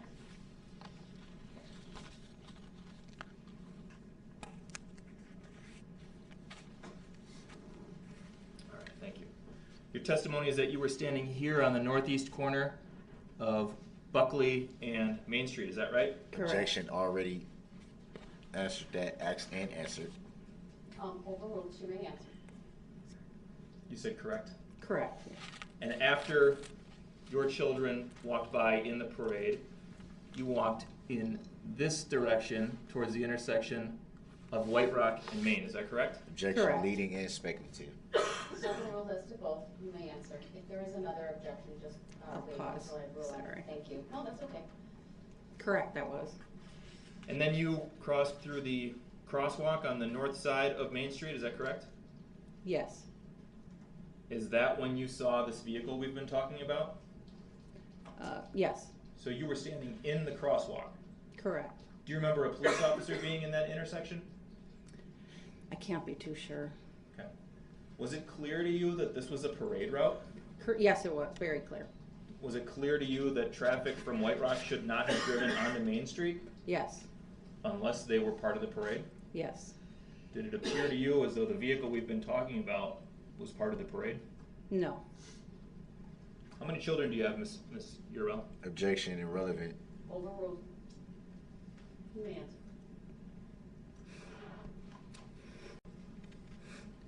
4 children.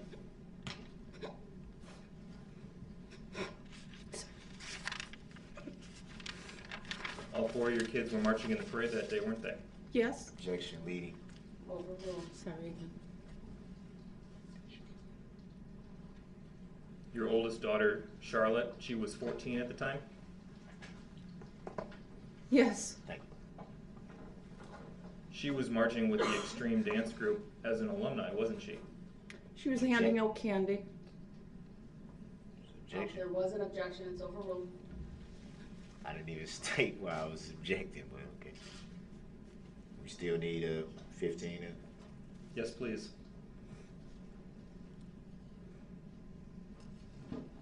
You see on that map the 5 points intersection? Yes. When you were standing in the crosswalk at White Rock in Maine, could you see the 5 points intersection? I could not. You didn't see your kids get hit, did you? I did Objection, not. leading. Sorry. Overruled. Again, sorry. Objection, hearsay. Overruled. You didn't? I did not. Did you see them later that night? Objection, leading. Overruled. You may answer.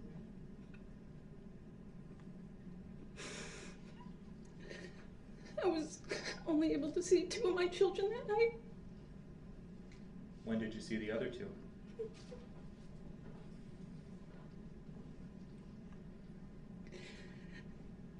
Days later, when I was able to leave Children's Hospital. As their mother, you were directly involved in their medical care and the decisions that were made in that process in the days after the parade? Objection, leading. Overruled. You may answer. Yes, their father and I. Charlotte suffered a chipped vertebrae from being struck, didn't she? She did. Objection, Sorry leading. again. Overruled. You may answer. She did. Your daughter Alice, she was 10 at the time, wasn't she? She was. She suffered chipped front teeth, is that correct? Yes.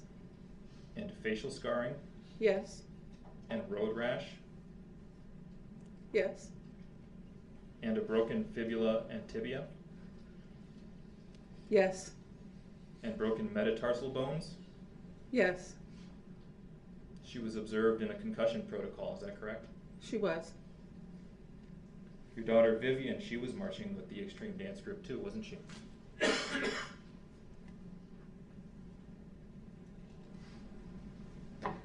Yes, she was. How old was she in November of 21? She just turned 7. Vivian suffered a severe concussion, didn't she? Objection, leading. Overruled. You may answer.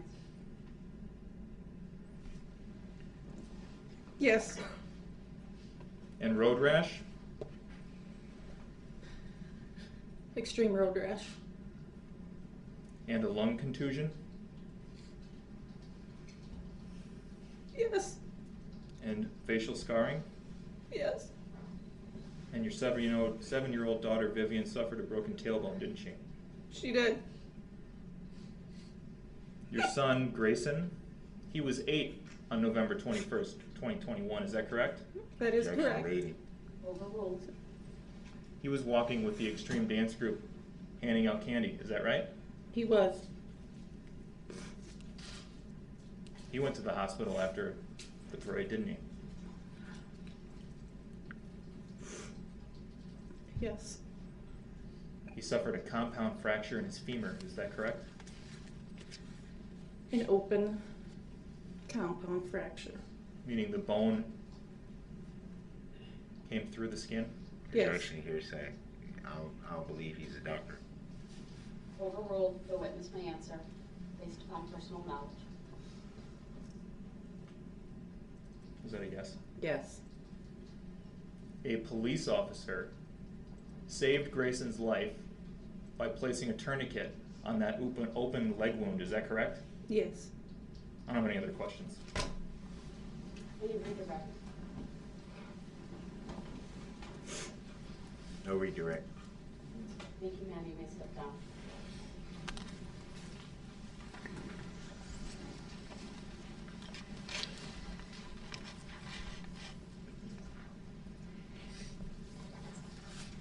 You may call your next witness, please.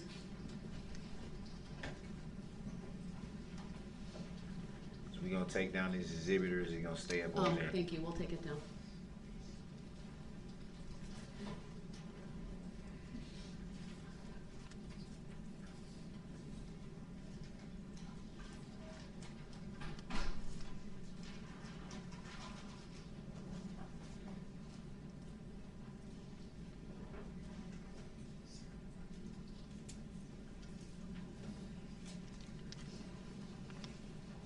Please call your next witness. Just 1 second.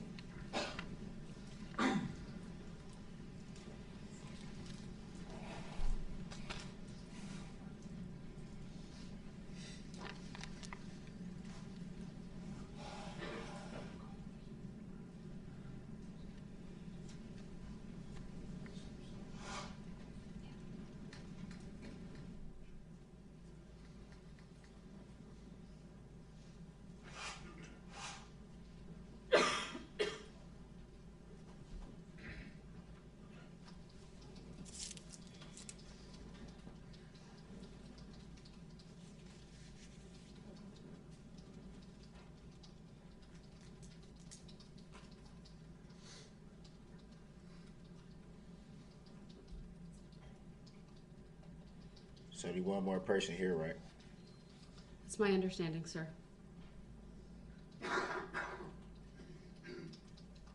Would that be correct, Attorney Yes. Upper?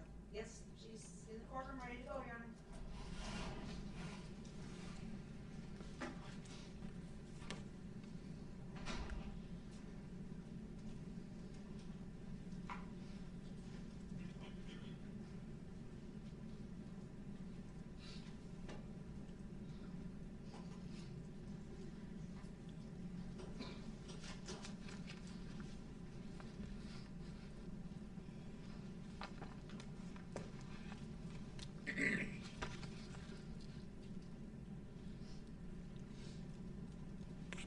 Defense calls Catrice. I don't know how to say the last name.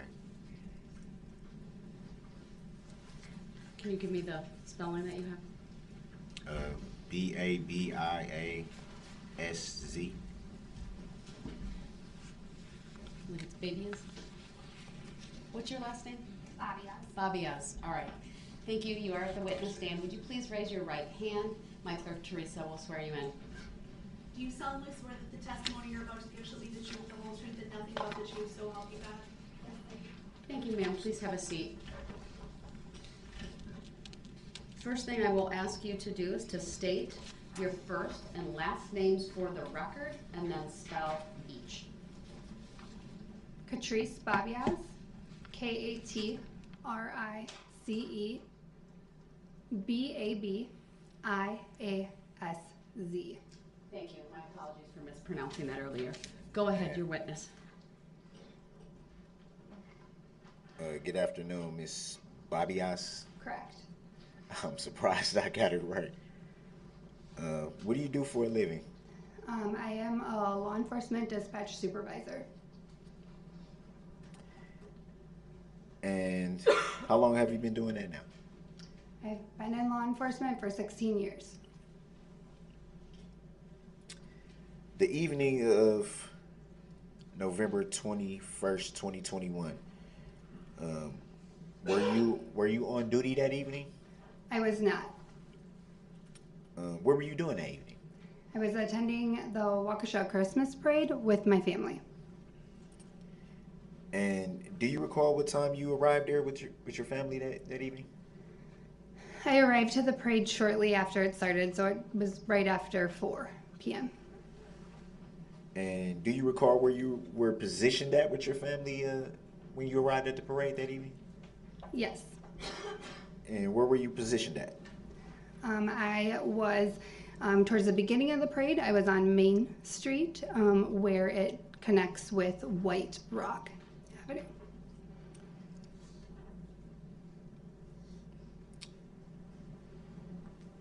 Did anything catch your eye that evening when you were positioned watching the parade with your family? Yes. What did you see?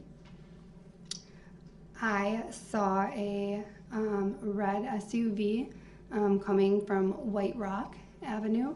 The vehicle caught my attention because people started yelling, and the driver was honking the horn. And do you recall, to the best of your knowledge, it's been a little bit, the driver of the vehicle you observed was honking his horn? Was it gesturing to people? Yes. And what do you see? What did you see the gesturing as? I'm sorry, I don't understand the question. What was the gesturing? What was the driver gesturing? Yes. I'm sorry. It's okay. So he was taking his hand and going like this, really rapidly, aggressively. So for the record, the witness had her right hand up above, probably above her, I wouldn't say at a 90-degree angle, but somewhere maybe at a 45-degree angle with her hand waving back and forth multiple times in a rapid motion. Go ahead. You yourself being in law enforcement and just based on what you were observing, the driver of the vehicle you observed was honking his horn and gesturing with this motion. Would you take that motion as trying to alert people to move out of the way? Grounds. Sustained us to the form of the question. Please rephrase. How did you yourself take that gesturing? I took that gesturing as the driver was telling people to get out of his way.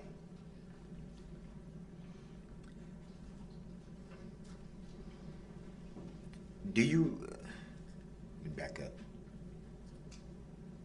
Did the vehicle pass pretty close to where you were positioned? Yes, the vehicle almost struck my daughter. Do you recall seeing the driver? I looked the driver right in the eyes. And how did the driver look?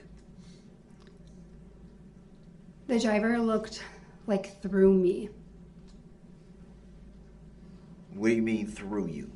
Describe what you mean by through you.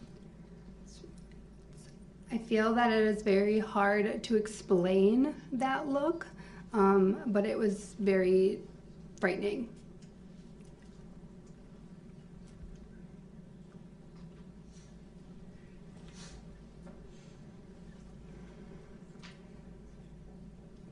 Do you recall what the driver was wearing? The driver had a hoodie sweatshirt on, and something on his head. I wasn't sure if it was the hood of the sweater or maybe a beanie hat. It was winter. I'm not 100% sure. Were you able to see any hair? I did see hair, yes. How would you describe the hair? The hair on the head was in front, like dreads down here from what I could see underneath the hood or the hat. And then there was facial hair, beard and mustache.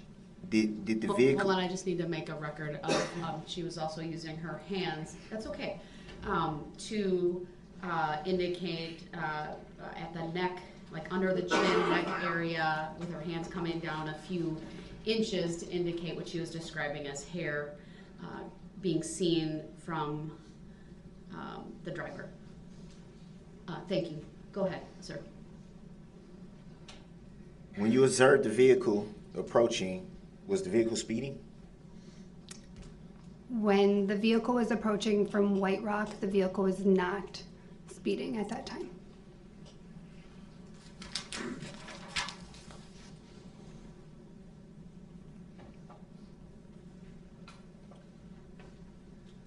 To the best of your knowledge, do you recall there being any barriers present where you were positioned at? Yes.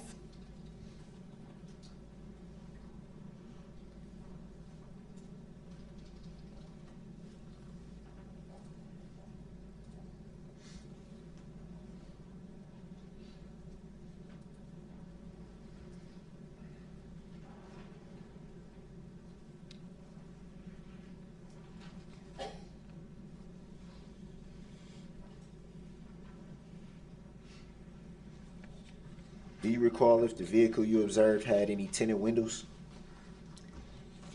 I do not recall. Were you able to make out a license plate number of the vehicle, being that it had passed so closely by you? No, once the vehicle continued past my position, I was more concerned about my children that were with me.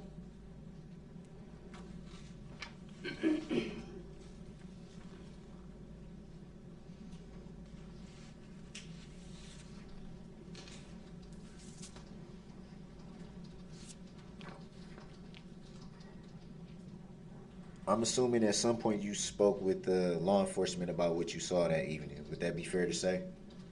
Yes. And do you recall what agency that was? I do. And what agency was that? The FBI.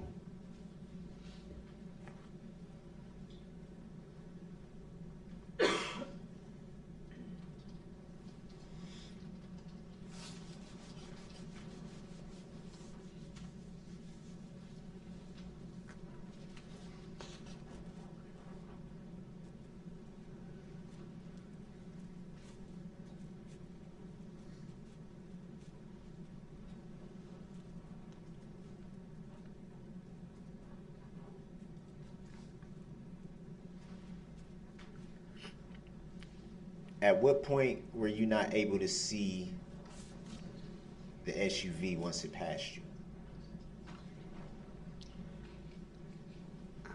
I lost sight of the SUV once it went into a bunch of people.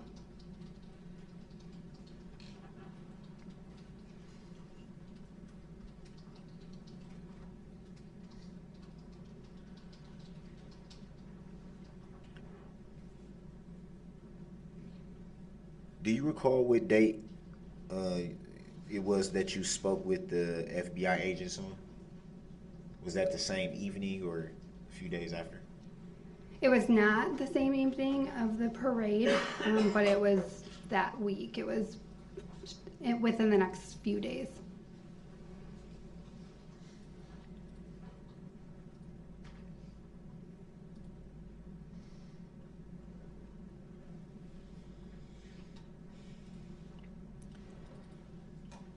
The day you spoke with FBI agents,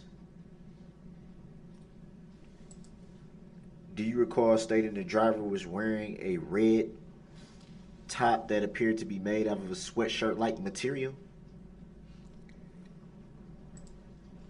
I don't recall exactly what was said to the agent, but I do remember the sweatshirt, yes. A red sweatshirt? It's possible.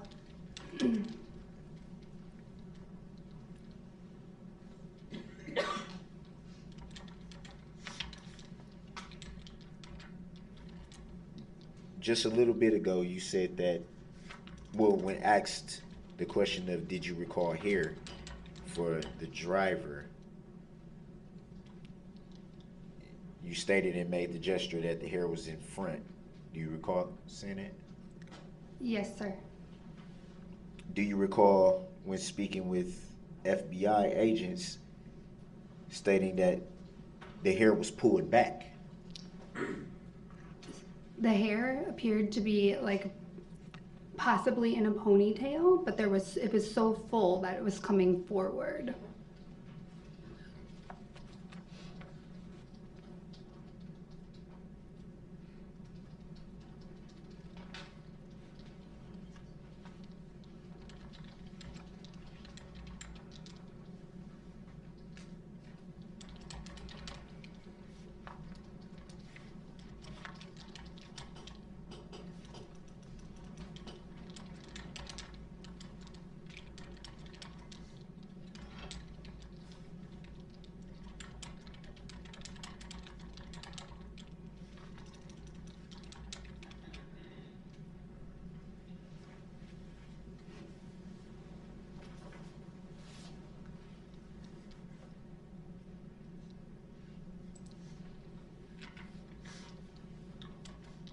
Do you recall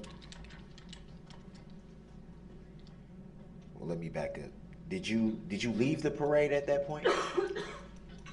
At what point? After seeing the vehicle? Yes.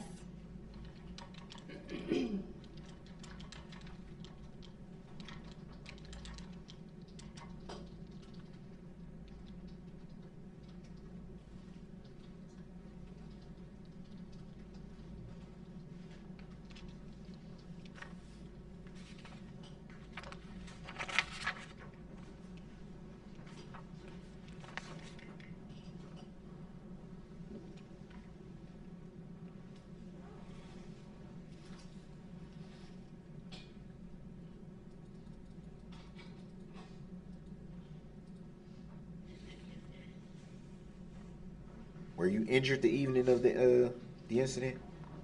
Yes. You were injured? Yes, I was. Any reason why that's not reported?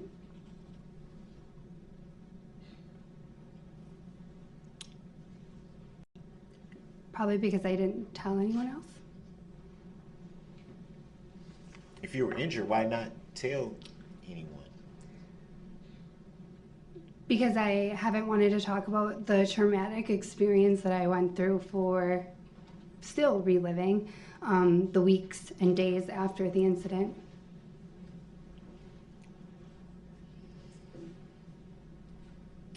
It doesn't make any sense. You talked to FBI agents a few days where you said you didn't, to be fair, you said you didn't know. You said it was that week, is what you said. The same week. You spoke with FBI agents, reported no injuries. They didn't ask me about injuries. Well, would it be fair to say that kind of information would come up when talking to law enforcement, seeing as how you yourself work in law enforcement? It just seems odd, don't you think? I do not. I was not physically injured. Oh.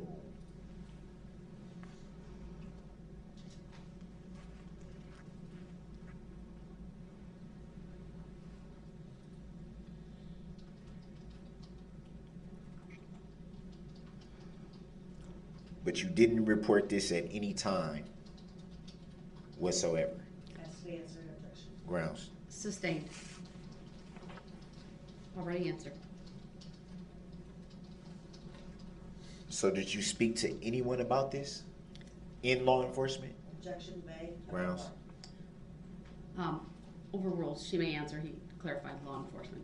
Did she speak to anyone about this in law enforcement? I interpreted this as the injury. Right. So go ahead. I feel like, no, I did not.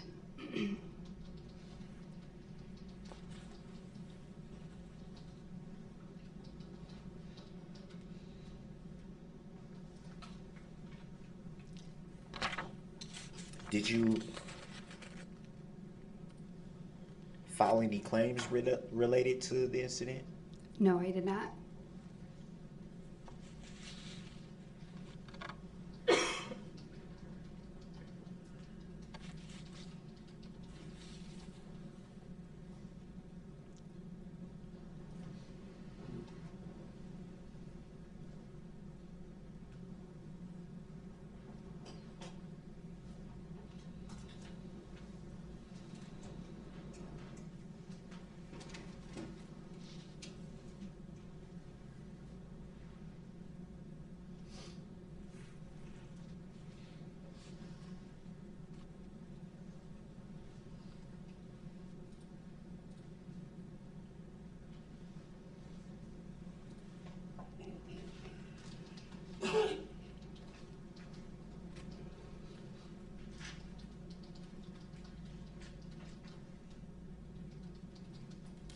So is today your first time bringing up your alleged injury? No, it is not.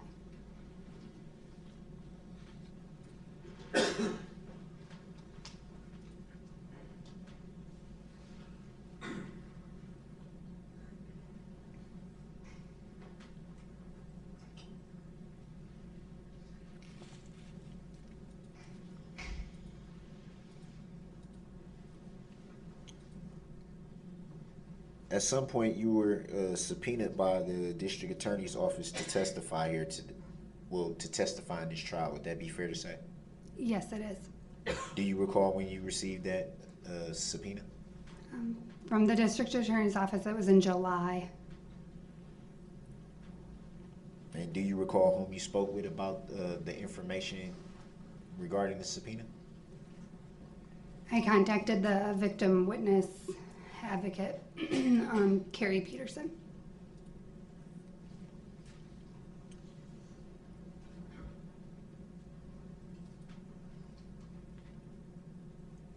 You contacted the Ms. Peterson after receiving the subpoena? Correct. The instructions told me to. Okay.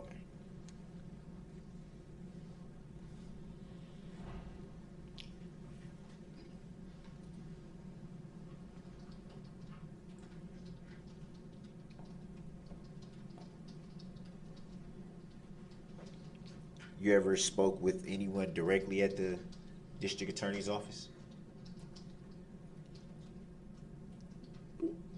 No. Correction. Yes, when I walked in today, I met there and let them know I was here, and then they walked me into a room, and I waited until I was called by you.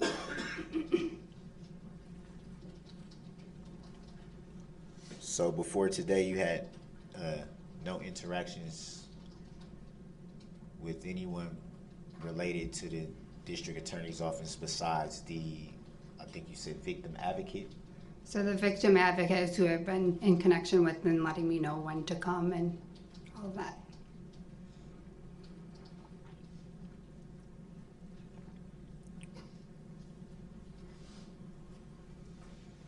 Of the three district attorneys seated to my left at this table, had you had any interactions of any kind with any of those three district attorneys? I have not.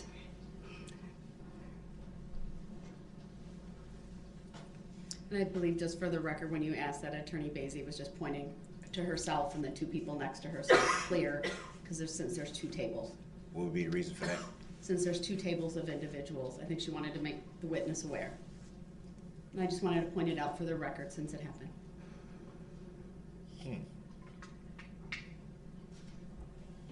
Working in law enforcement for 16 years, I'm sure this isn't your first time being involved in a trial. Would that be fair to say?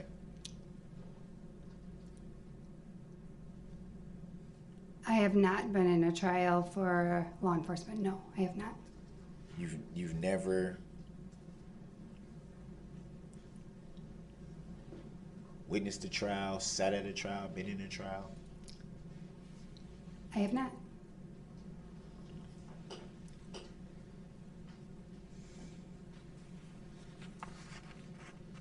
Have you ever testified in any way before today? Objection, all this. Grounds? Overruled, she may answer. I have testified before, yes. So it would be fair to say that you would have knowledge of where an alleged defendant and the district attorney would sit in the courtroom, correct? I know where they're sitting, yes.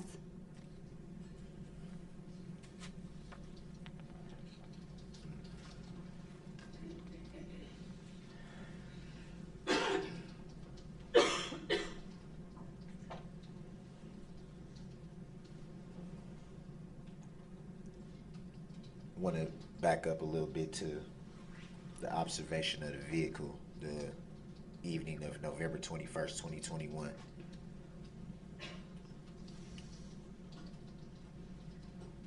While you observed the vehicle approaching your position, did you see it strike anyone? I did not see the vehicle strike anyone, no.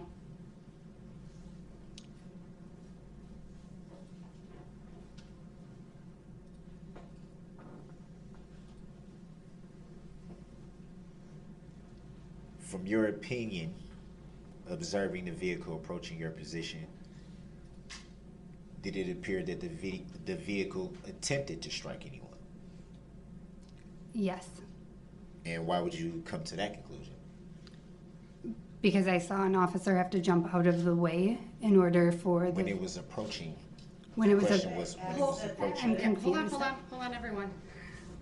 The question was asked, this witness is going to be allowed to answer the question fully without interruption. Go ahead and answer the question. Thank you. I misunderstood his question, I guess. Answer the question that as you understood it. Yep. So I saw that an officer had to get out of the way, and he was attempting to stop Mr. Brooks from driving through the parade, and he was at the last minute jumped out of the way from the vehicle. Otherwise, he would have been struck. You just used the name Mr. Brooks for the first time that you've been testifying. Would that be fair to say? I don't understand your question. You just used the name Mr. Brooks for the first time since you've been testifying. Is that fair to say? That's fair to say, yes. Why haven't you used that name before? You've been up there for quite some time. I didn't need to. So what changed for the last question that you needed to? I don't understand your question. You just stated that you didn't mention the name before because you didn't need to.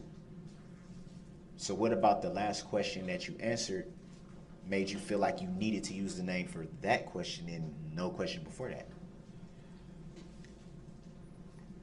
I don't know.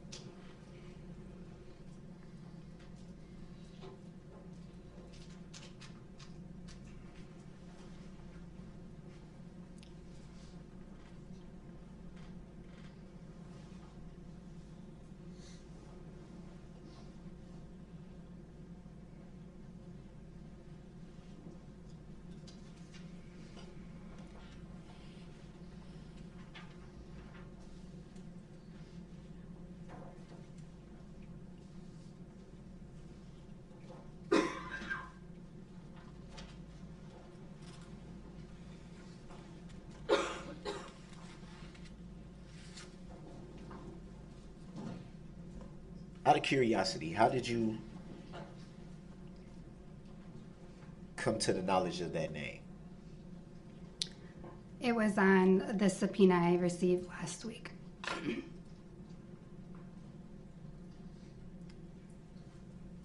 You just stated a little bit earlier in testimony that you received your subpoena in July. Now you said last week. Those are both correct. So you received two separate subpoenas? Correct. What was the difference between the two?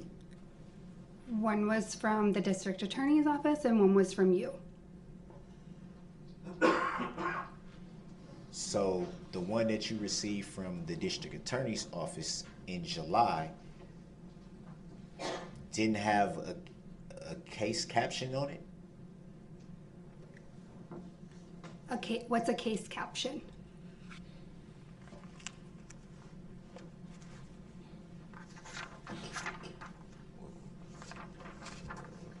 Just 1 second. 1 second, Your Honor, if I may I just have. object to this line of questioning. I really don't know what the relevance is for the purposes of this trial. There was no objection at first. But there is now. I'm going to sustain the objection under 906-11, because I don't believe it advances. I think trial. I think you know where I was getting at with the question. Then you need to ask your question directly, sir. Go ahead, but I'm sustaining it as to the form of the question.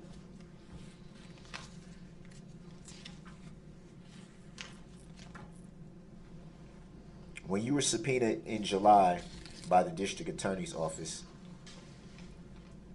the subpoena didn't contain information to the case you were being subpoenaed for? Objection to relevance. Grounds? Sustained, you don't have to answer that. I sustained the objection on those grounds. Ask the question I believe that you're trying to ask, not that one.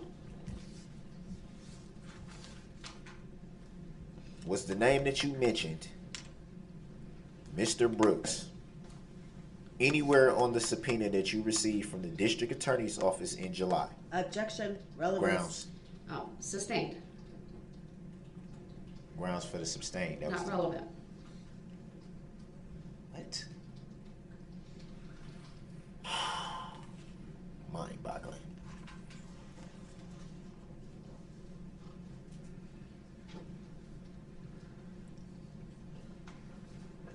Sir, in July, when you received your subpoena from the district attorney's office, were you even aware what you were being subpoenaed for? Objection, relevance. Grounds. Sustained. Not relevant. She's testifying in the trial, and it's not relevant that she got subpoenaed? Mr. Brooks, she's here under your subpoena. What? You called her as a witness. It's The your subpoena this is relevant because she Mr. was Brooks, already under subpoenaed. 90611, please ask the witness This a is relevant mind-boggling. and probative question. This is mind-boggling. Mind-boggling. Remind the jury that the statements of the parties or the attorneys are not evidence.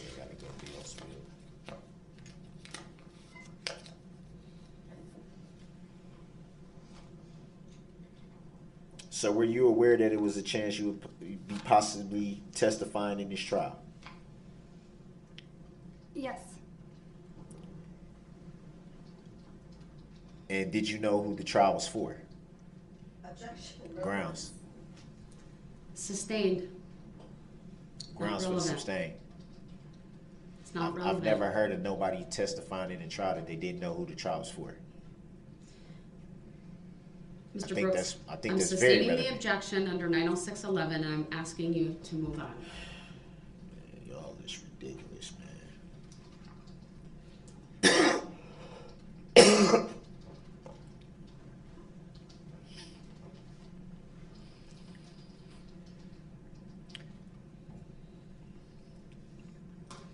Seems to me like a lot of your answers are coached. Is that fair to say? No.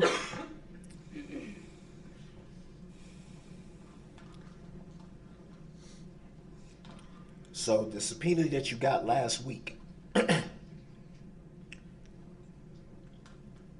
is that how you learned the name that you used? Objection, relevance Grounds. for the same reason I argued before. Grounds. Asked and answered. She's indicated the answer already. 90611, sir. Next question. The question Different was, topic. is that the first time that she saw the name? It's not relevant. That Next was not question. asked and answered. That was not asked nor answered. Under 90611, please ask a question, sir. Man, what is y'all people trying to pull, man? This is ridiculous. Mr. Brooks, if you don't ask another question that's relevant and probative under 90611, then I will turn the witness over to the state for their cross-examination. And then I should be able to get redirect, right?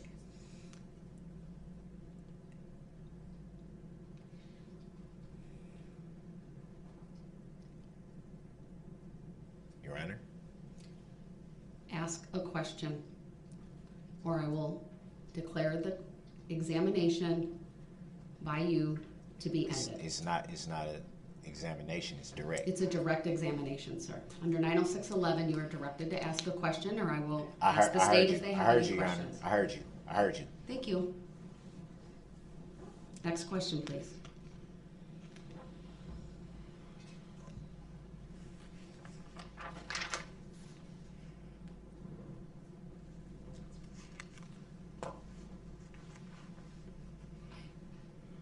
Know who the plaintiff is in this matter?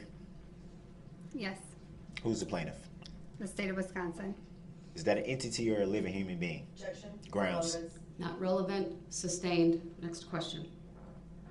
Have you ever had any interaction with the plaintiff? Objection, vague. Sustained. Vague. As to the form of the question. Have you ever had any interaction with the state of Wisconsin? Do not answer that question. Next question, sir. Under 90611. Was there an objection or was that just a ruling? I'm not sure. You're both was talking at the same time. Under 90611, I directed the witness not to answer that irrelevant question. Ask your next question, sir.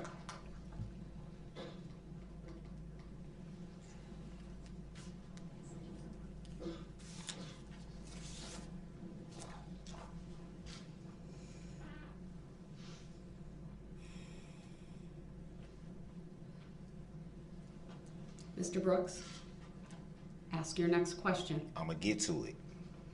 Thank you.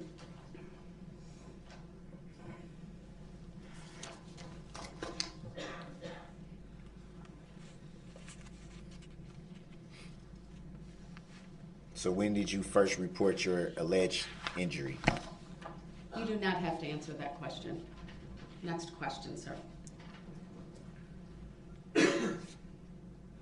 Grounds for 906.11, sub 1, sub A, sub B, and sub C.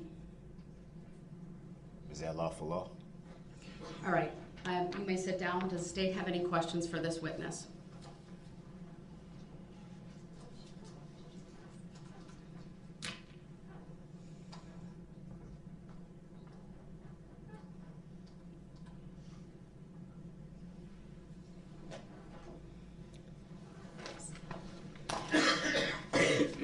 Ma'am, that day on November 21st of last year, you were there with 2 kids?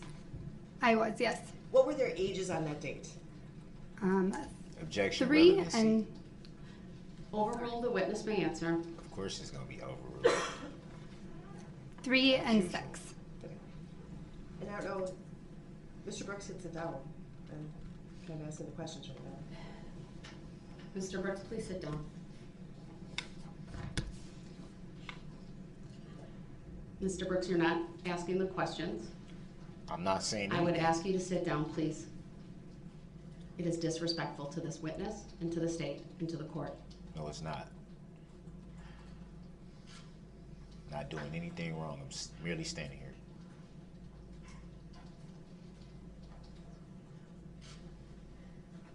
Ma'am, when you were at the parade on November 21st of last year, approximately where were you watching the parade from?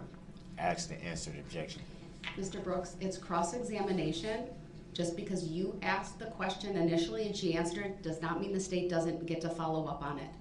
So the state can ask the same question I asked. The state can ask their questions. So how Go come when ahead. I did that Overrule, it was the witness may it was answer. sustained? I was on Main Street, but right by where the intersection of White Rock, and I was in the roadway. Okay. I'm going to show you what's been marked and previously admitted into evidence as State's Exhibit 15. Go ahead. And I'd ask that the screen be cleared. And ma'am, does this show? Wait till it's in the jury Oh, box. sorry. I'm sorry. The jury would let me know when it's there.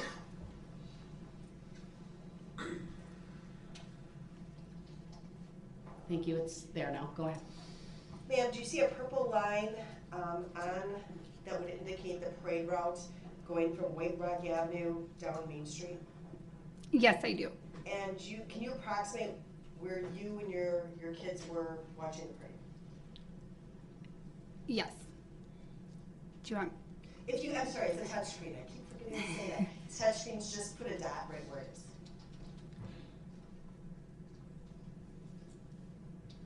Okay.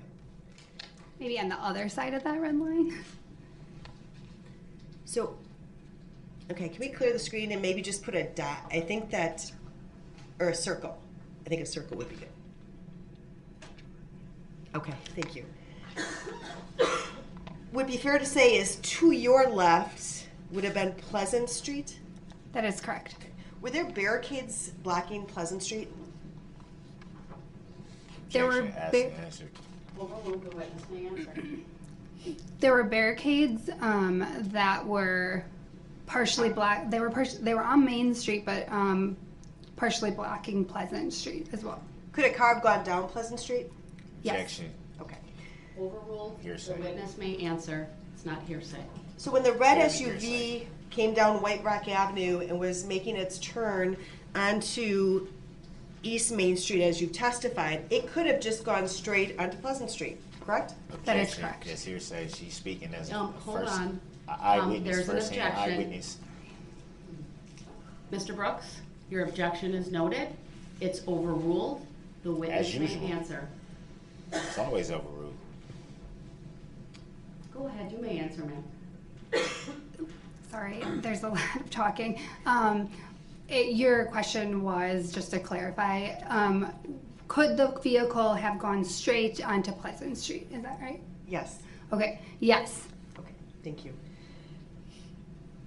And where you stated that you and your kids were partially in the roadway when the red SUV came through? Yes, we were. Objection. That's mischaracterization of what was testified to. Overruled, the witness may answer. Go ahead. Give me an answer. Can you repeat it? Sure. Were you and your kids all in the roadway when the red SUV went through? Yes, we were. Okay. You weren't part of the parade, correct? We were not. Okay. So were you standing with other people that were in the roadway? Yes, we were. And was one of your kids going to get candy when the red SUV came through? Yes, my Objection, daughter. speaking as a first-hand eyewitness. Because she is a first-hand eyewitness. No, I'm talking about you. The objection is noted, it's overruled, the question is proper, and the witness may answer. Yes, my daughter was further in the roadway. We were all in the road, but she was further in the roadway, reaching to grab candy. At any other time, you stated that this was towards the end of the parade, is that correct? Yeah, we saw Santa, and he's always like the end of the parade. And had your daughter gone to get candy at other times? The entire time. Had she, during the time preceding the red SUV coming through, had she almost been struck by any other participants in the parade? No, she was nowhere near like where the vehicles were driving through the parade. She was, no. So she's going out to get some candy that had been thrown, I assume, correct? Yes. And overruled, the witness's answer may stand. And you see this red SUV coming. Is it coming from your right or from your left? The red SUV was coming from my right side, which was White Rock. Okay. And how close did it come to your daughter? It was, I wouldn't be able to give an accurate judgment, but it felt very, very close. Had you not pulled your daughter away, would that car have hit your daughter? Objection is speculative. Overruled. It's very possible.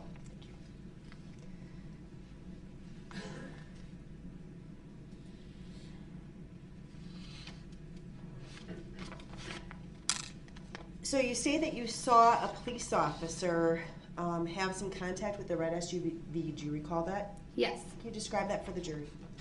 Well, there was a few times that police officers attempted to stop the red SUV. The first one would have been where we were on Main and White Rock.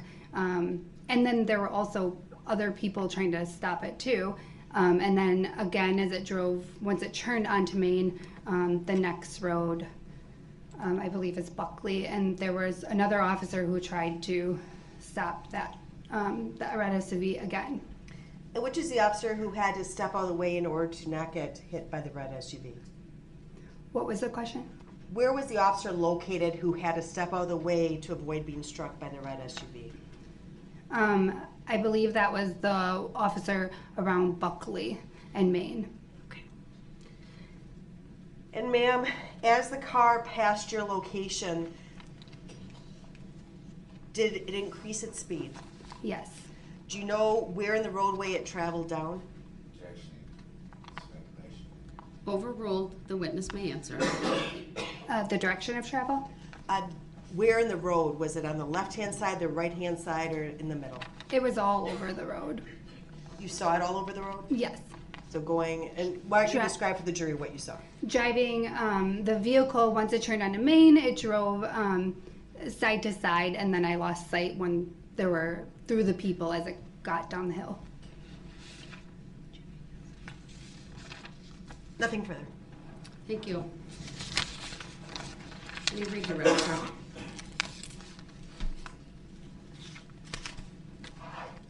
Yep.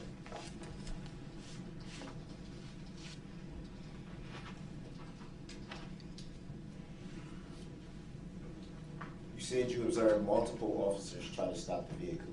Is that correct? Yes. You described one at, I think you said it was Buckley, right? Yes. Why didn't you report the other officers that you allegedly saw attempt to stop the vehicle? I don't know what you're asking. The report that you, the interview that was conducted with the FBI, that was who did your interview, correct? Yes.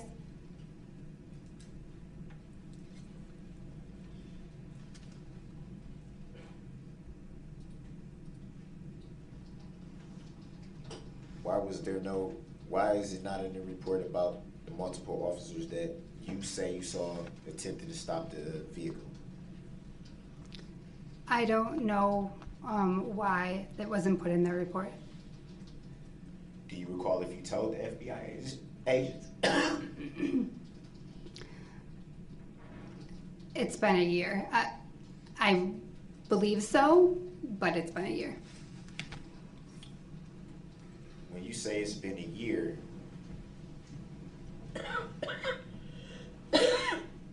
I'm assuming that means that there's some details you don't quite recall all the way.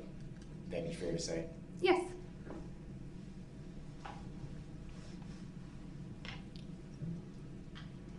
So it'd be fair to say that if there's details you don't recall, how can you recall the path of travel of the SUV that you claim you saw? Can you rephrase the question? I'm not understanding. I think it was clear, but I'll ask again. You just acknowledged that there may be some details that you don't quite recall. So would it be fair to say that you don't quite recall the path of travel of the vehicle? No, that is not correct. Judging by what you just stated, wouldn't it be fair to say that that's a possibility? No. So you recall all the details of what you observed that evening, November 21st, 2021? No.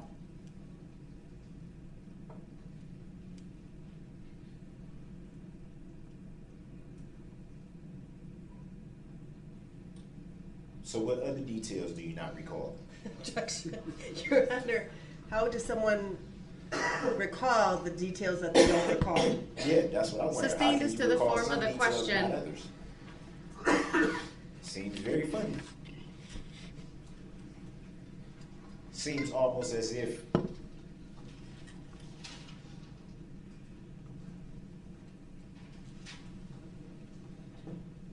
you're recalling what you want to recall and purposely not recalling. Objection. Don't. Badgering the witness. Yes, sustained. You do not have to answer that, and you are warned. You may not badger or argue with this witness. Next question. Badger or argue? What do you mean? Next question. What do you mean? Don't intimidate the witness is what I mean. How am I intimidating the witness? Badgering the witness by eye rolling, by pursing your lips, by making facial movements regarding her Does she answers feel intimidated? is badgering the witness. Are you kidding me? Under 90611, You really please can't- you ask really your can't next be serious. question. You can't be serious right now. Intimidating the witness. What have I done to intimidate the witness? The last question was badgering, which is a form can But you be. said Mr. Brooks, I've made my ruling under 90611. specifically said Please ask a intimidate. question or I'm trying I to will merely- stop the How questioning. did I intimidate? Under 90611, sub 1, sub A, sub B, and sub C, ask your next question or the questioning of this How are witness you will even end. a judge? How are you even a judge? All right, you may step down, ma'am. Thank you. How are you even a judge? Come on, man. This must be all about the 62Q trust, right? That you want to be the beneficiary of? I'm going to give the jury their closing instruction. We are done with testimony for today. Please do not begin your deliberations and discussion of the case until all the evidence is presented and I have instructed you on the law. Do not discuss this case among yourselves or with anyone else until your final deliberations in the jury room. This order is not limited to face-to-face conversations. It also extends to all forms of electronic communications. Do not use any electronic devices such as a mobile phone or computer, text or instant messaging or social networking sites to send or receive any information about this case or your experience as a juror. If you come in contact with the parties, lawyers, interpreters, or witnesses, do not speak with them. For their part, the parties, lawyers, interpreters, and witnesses will not contact or speak with the jurors. Do not listen to any conversation about this case. Do not research any information that you personally think might be helpful to you in understanding the issues presented. Do not investigate this case on your own or visit the scene either in person or by any electronic means. Do not read any newspaper reports or listen to any news reports on radio, television, over the internet, or any other electronic application or tool about this trial. Do not consult dictionaries, computers, electronic applications, social media, the internet, or other reference materials for additional information. Do not seek information regarding the public records of any party or witness in this case. Any information you obtain outside the courtroom could be misleading, inaccurate, or incomplete. Relying on this information is unfair because the parties would not have the opportunity to refute, explain, or correct it. Do not communicate with anyone about this trial or your experience as a juror while you are serving on this jury.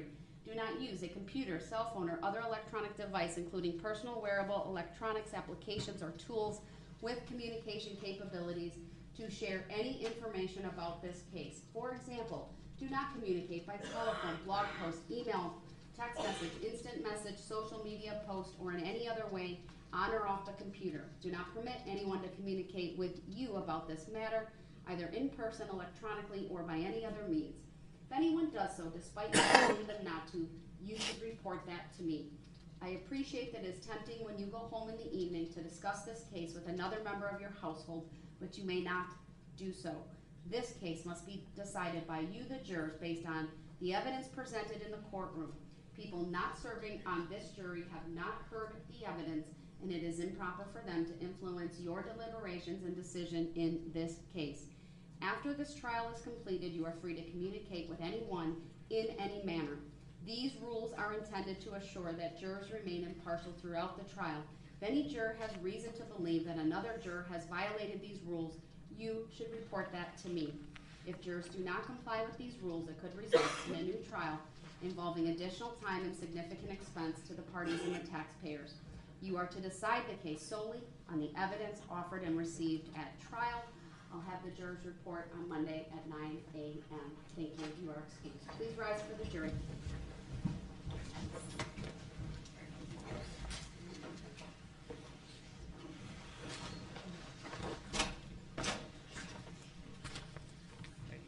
Call yourself a judge as much as bias you put up in here. Don't even tell the jury the truth. Got no integrity whatsoever. None.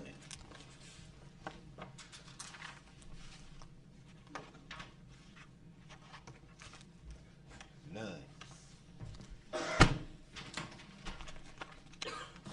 Thank you, everyone. Please be seated.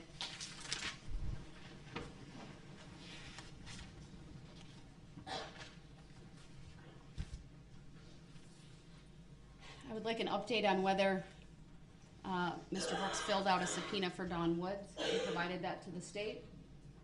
Has that been done?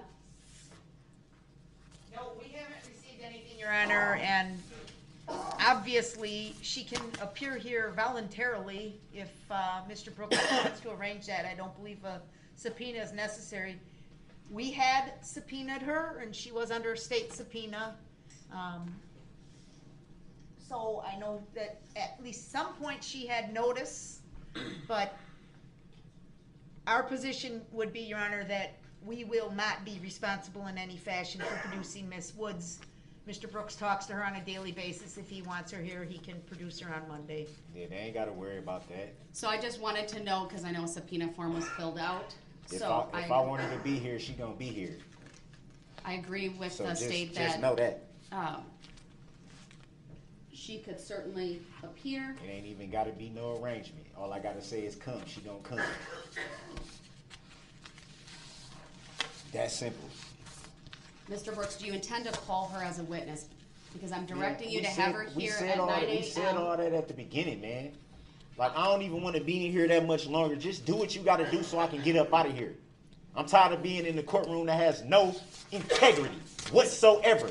How can you even call yourself a Mr. judge? Brooks, I need to make a record of some I need to make a record too. You don't When need am to- I gonna get the chance to do that? All right, I need to make a record. He's being removed to the other courtroom. He is yelling at me. He's not going to let me make a statement or make the record that I need to make. I'm finna He leave hasn't anyway, sat so down what do it matter? for You the can better hold me part in of 2 contempt all hours. you want. You can hold me in contempt all you want. I'm not All holding you you gotta in do is tell me contempt. if it's criminal or civil, so I can hit All you right, with you. I need to with clear what you the know is courtroom because coming. I do need I'ma to give make. you what you know is coming. I need him to go to the If other it's civil- courtroom because I do need to put some if things it's on the civil, record. The record should Where's the reflect contract between you and I? that Mr. Brooks If it's is criminal, yelling at me. what is the crime? He is. Who makes the claim? And what He is is. I will make the record when we get back. I will step off, but Mr. Brooks, you're being It ain't taken no to Mr. the it next ain't no Mr. courtroom. Brooks. Don't try to address me Thank like you. that, like we cool. You don't have no integrity. How can you even call yourself a judge? Making tacit agreements, being biased, judicial misconduct, trying to steal somebody's session.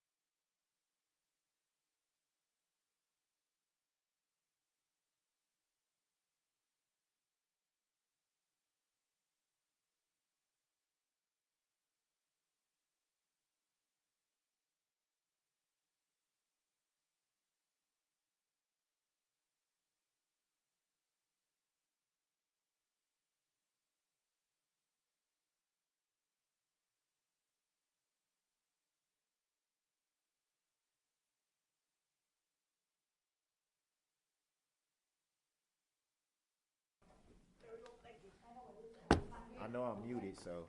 Not yet, okay. Okay, that's fine. Just need to know. Can they confirm that Am I the muted? audio and visual is working? We don't need a clerk per se. It's Just let them know we can hear. It is. Am I muted?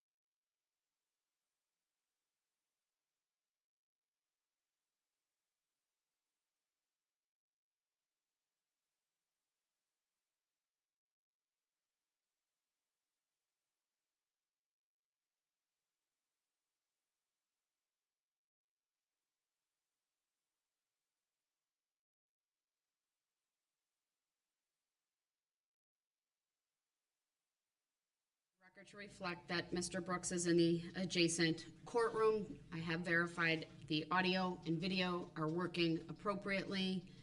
I need to address some scheduling issues, but before I do that, I need to make a record that at the very end of, after I read the closing instructions, Mr. Brooks started to make disparaging remarks about the court in the presence of the jury. I did not respond to those, and once that jury left, he got incredibly loud. He was yelling at me. He, I think, had been standing for the better part of the last couple of hours, even though at one point I directed him to sit down after the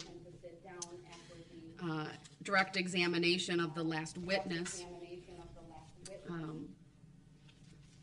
And it was apparent to me that he was not pleased with some of the rulings that I had been making regarding objections.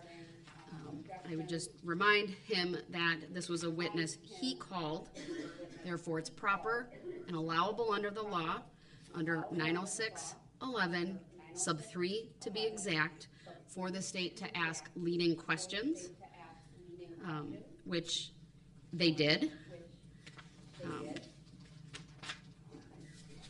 And at the very end of that, there was an objection based on badgering, which, as the record reflects, I sustained. His voice got louder. He continued to stand. He was being very argumentative with that witness, who, again, he called. Given his posture, given his staring, given his pursing of his lips, given the way that he kept asking the same question in different ways, but over and over, not satisfied with the responses that had been given or the court sustaining the objections, that is why I made a finding at that time and sustained the objection for badgering. It was Mr. Brooks who asked me what that meant, and I indicated it's a form of intimidating a witness. I don't mean that in the sense of there's a charge of intimidating a witness. That's not certainly what I meant, but really in the common everyday usage, it's another word, it's a synonym for badgering. Clearly he was displeased with the court. After that, I cut off the examination, which I had given a number of warnings that I would do if he didn't ask an appropriate, a probative, a relevant question. During that time of both the, frankly, even during his direct examination, definitely during the state's cross-examination and then redirect, it was very apparent to this court, and I think to anyone who was watching, that Mr. Brooks was not pleased with the witness's answers and would roll his eyes at her, or just to himself, I guess, and purse his lips and make other gestures that it was apparent to this court, he did not like her testimony. And again, I'd remind everyone that it was his witness. And he had the police reports for this witness, and obviously was fully aware of her statements to the investigators in this case. So I just wanted to make a record of that. It's in part why at the very end, and given the history of today and his conduct and being removed previously, I thought it important that the court remove him at the end of the hearing outside the presence of the jury so that I could get through a couple of things. We have gotten through the witnesses for which Mr. Brooks issued subpoenas that the state assisted with. I did provide permission to him earlier today, if he so chooses, to call Dawn Woods as a witness. The only other witness at this point that I can identify that's been, for which the court and the state has been put on notice, of course, would be Mr. Brooks himself. I'm not looking for an answer today, but what I wanted to put on the record and what I will put on the record are certain advisements that he can certainly contemplate over the weekend so that when I do the colloquy with him on Monday morning, he's had a sufficient opportunity to think about his decision to testify or not to testify. The advisements that I will give Mr. Brooks at the moment are as follows. Mr. Brooks has a constitutional right to testify. If he chooses to testify, I'm further advising him that the state has the right to ask questions of him, what is referred to as cross-examination. That may include reference to whether he's been convicted of crimes in the past. I still need to make a ruling on that, and I will do that first thing Monday morning. I will also advise him that he has a constitutional right not to testify, and that a decision not to testify, that a jury will be so instructed, not for that, they will be instructed that that cannot be used against him in any way, and there's an appropriate jury instruction on that. If he chooses to testify, the other jury instruction that is typically read simply advises the jury to assess credibility no differently than how they would assess the credibility of any other witness. There's the added paragraph to jury instruction 300. I would further advise him that it is his decision and his decision alone on whether to testify. I will ask him whether anyone has made any threats to influence his decision on whether or not to testify. I will ask him whether anyone has made any promises to him to influence his decision to testify. I will rely upon upon the record, specifically the record made during the waiver of attorney regarding his education. I will ask him whether he's had any medication, alcohol, or drugs within the last 24 hours prior to the colloquy. And I may also confirm that he's able to read, write English. Again, I may also refer back to the colloquy I had during the waiver of attorney hearings. I will then ask him whether he's made a decision, and then ask what that decision is, and then based upon his decision, I of course will make an appropriate finding. Given how this trial has progressed and the disruptions and some of the issues with, consent or lack of consent, or that Mr. Brooks sometimes raises, I'm also going to advise him today that failure to answer the question on what is your decision, a failure to answer, this court will interpret as a no, meaning he will be choosing not to testify, and the jury will be so instructed. And I may ask that question more than once, depending on the circumstances. I'm also going to direct the parties to some cases that I think may become relevant about potential testimony. the scope of it, Chambers versus Mississippi. It's a U.S. Supreme Court case from 1973, found at 410 U.S. 284. Rock versus Arkansas, also a U.S. Supreme Court case, 483 U.S. 44. State versus Anthony, which is a Wisconsin case, 2015 Wisconsin 20. These cases, of course, recognize that a defendant in a criminal case has a fundamental constitutional right to testify in his or her own defense. Of course, that right stems from various constitutional provisions, including the 14th Amendment, which protects a defendant's due process rights to be heard and offer testimony, the 6th Amendment, which protects a defendant's right to call witnesses in their favor, and the 5th Amendment, which protects a defendant's right against compelled testimony unless he chooses to speak on his or her own behalf. I'd also point the parties to State versus McDowell, 2004 Wisconsin 70. Although the right to testify is a fundamental constitutional right grounded in personal autonomy, it is not absolute. There is no constitutional right to present irrelevant evidence. State versus Robinson, 146 Wisconsin 2nd 315. Moreover, a criminal defendant's right to present relevant testimony is subject to reasonable restrictions. Citing to Rock versus Arkansas, there's a balancing test that if and when this court is faced with any of these situations that I will be prepared to go through. Of course, Illinois versus Allen is also important, and all of the other cases that I've cited along the way. State versus Anthony is also important, as I've noted previously. I've relied heavily, of course, during the course of this trial on 90611.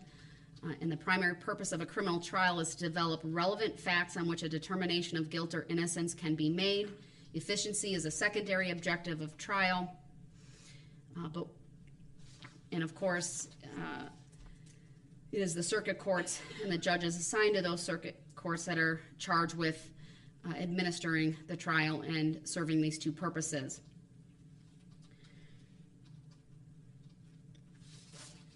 So, just tying up, I guess, the last loose end. I've referenced it already, but I think it's worth repeating again. If the defendant wishes to call Ms. Dawn Woods to the stand, I expect her to be here. I expect one of two things to happen. Either he testifies first or he doesn't, or he calls.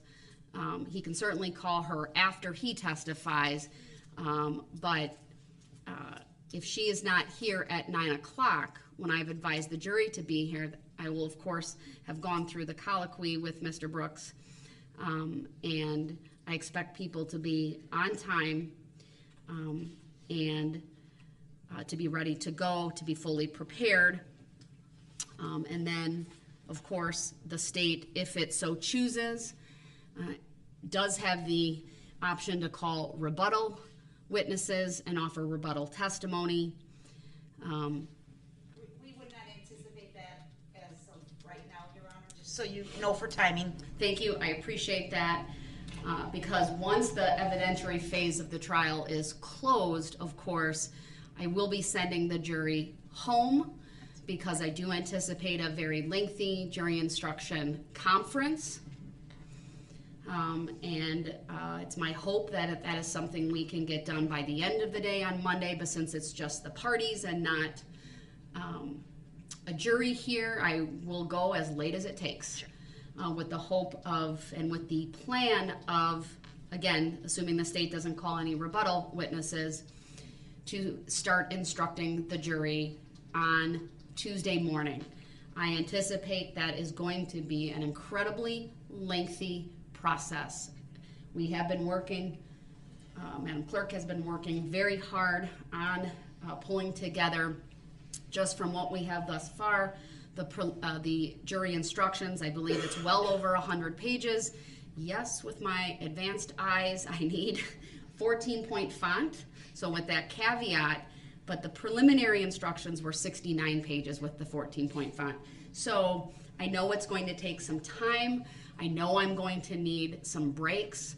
I do not anticipate getting done sorry, I keep saying preliminary, but I don't anticipate getting done with the advisement of the jury instructions before the lunch hour.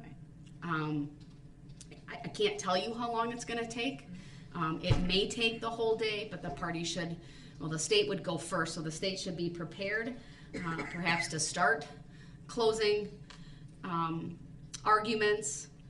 I'll ask you at a later point, probably sometime on Monday, if you have an idea of how long that will be, because that will frankly dictate in part like where we are with how long it takes for me to go through the instructions, and whether I just instruct and then bring the jury back the next day for closing arguments.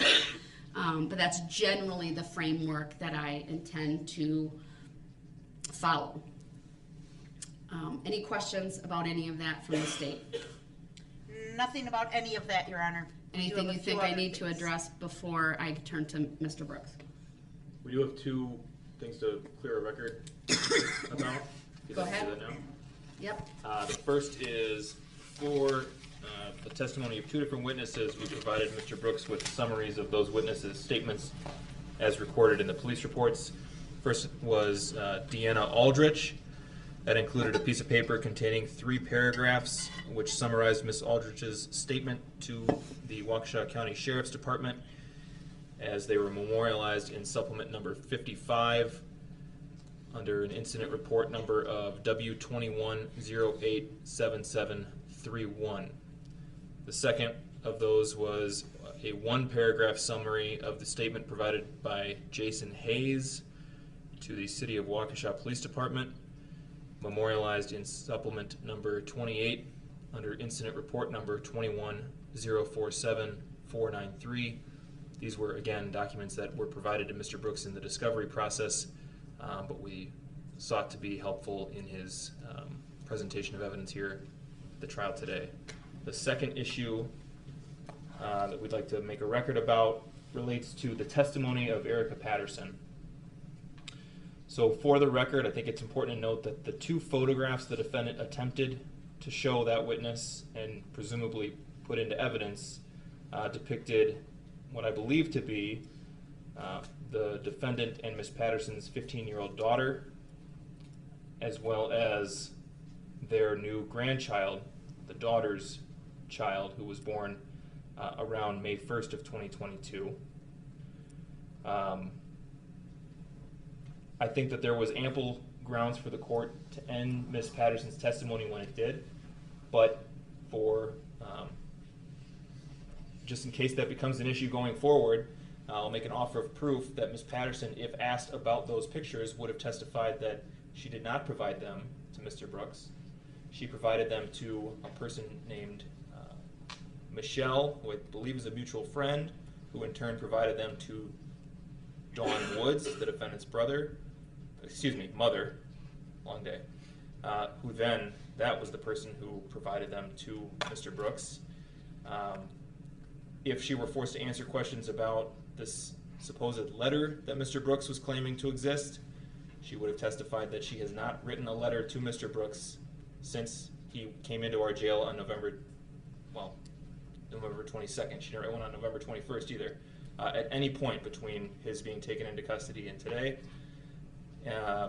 It's my understanding that he has tried to call her from the Waukesha County Jail on 37 occasions. She has never accepted a single one of those phone calls. And finally, during the early lunch break, I was informed by the bailiff staff that the defendant was twice offered to go to his cell to retrieve that letter that he talked about. He declined both times. Thank you. I appreciate the record being made. I will now unmute Mr. Brooks and ask him if there's anything he needs to make a record of at this point on the topics that have been raised.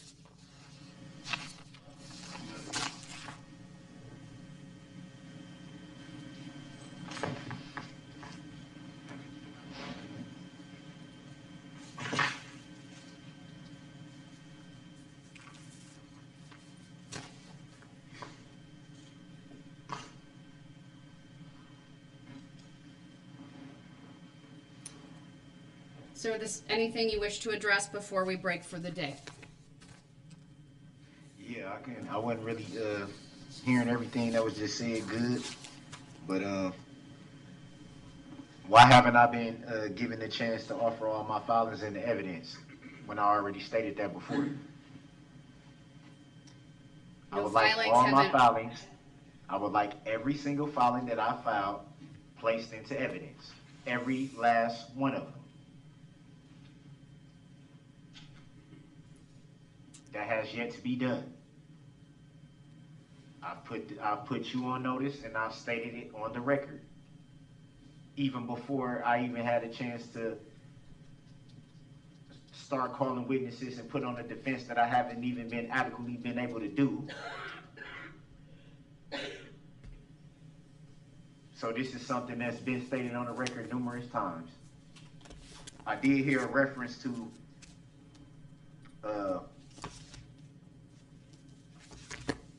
what was he just talking about? Whatever he was just talking about is in regards to me going to get the letter or whatever the case may be. First of all, it's not just one letter. Like I stated before, it's multiple letters. And for somebody that don't even know to try to tell me what I got, like you need to cut it out, man. Y'all need to cut it out. Seriously. Stop it. It seems to me that all y'all been wanting to do is gang up. Be biased, be prejudiced, and gang up. 4 against 1.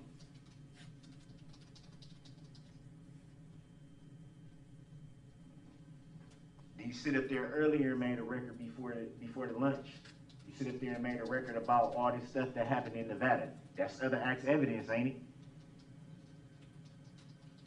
How was you allowed to put that on record and not even be truthful about everything that you said? But not one time did somebody say, no, we're going to strike that. Not one time. But if it had been me, it would have got struck. Or if it had been me, it would have been a problem. If it had been me, I'd have been held in contempt.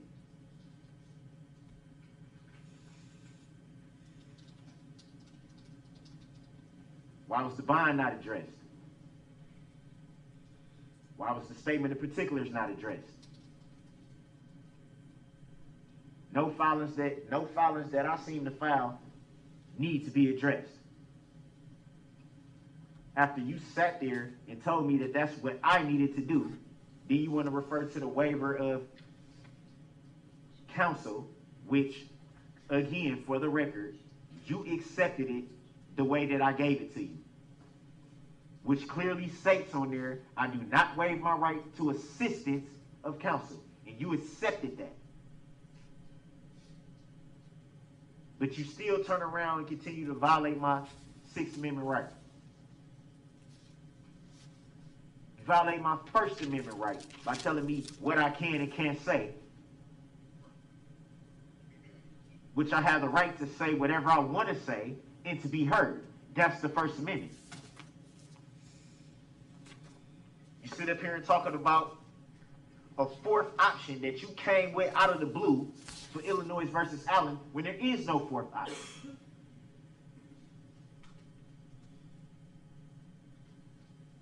Then you try to sneak some other case laws in that you just came up with today. I don't know if you came up with that when you was on one of your breaks that you take, but it's awful funny that it never got mentioned before. You've repeatedly made a false record. You want to sit up here and perpetuate all this disruptive behavior and this, that, and the third, when you knew from the point of the start of this trial, 1, that I wasn't prepared, 2, that I did not understand the proceedings. But yet still you choose to find a way to get around it. Just like you found a way to get around answering what your name was, which you're a public servant, the name that you have on file with the Secretary of Treasury and State, however you want to put it. You were asked for a certified copy of your oath of office, which you stated on the record you would not provide. Didn't give any case law why you don't have to provide that. Have yet to prove subject matter jurisdiction for the record. Have yet to show that you even have a license to practice law. Haven't proven that yet. And neither has the prosecution. Where's the licenses? Why can't I place your oath of office into the record? Why can't I make that part of evidence? The oath that you haven't even honored, not one bit. Doing enough to keep your face clean doesn't constitute being fair. Doesn't constitute being impartial. When the jury was selected, I struck the whole jury. That never got addressed in any way, shape, or form. When you knew, when you were informed way before that I was striking the whole jury. So how can you go over that constitutional right, which I have the right to not pass a jury? Mr. Brooks, I'm muting you. And the reason I'm muting him is because he has not addressed a single issue that was raised at the end of this hearing today. He is simply rehashing previous determinations of this court. I would describe it as a rant. He continues to impugn the integrity of this court and this process. Again, he did not address any of the issues that I raised at the end of this hearing. From my perspective, the issues that he is raising are all related to claims that a sovereign would make, someone who claims to be a sovereign citizen, claims that have no base, that are baseless in law and in fact. I'm not going to address them any further. Again, they are simply baseless. And with that, I'm going to end for the day. I'll see the parties at 8:30 a.m. on Monday. Thank you, everyone. We are in recess.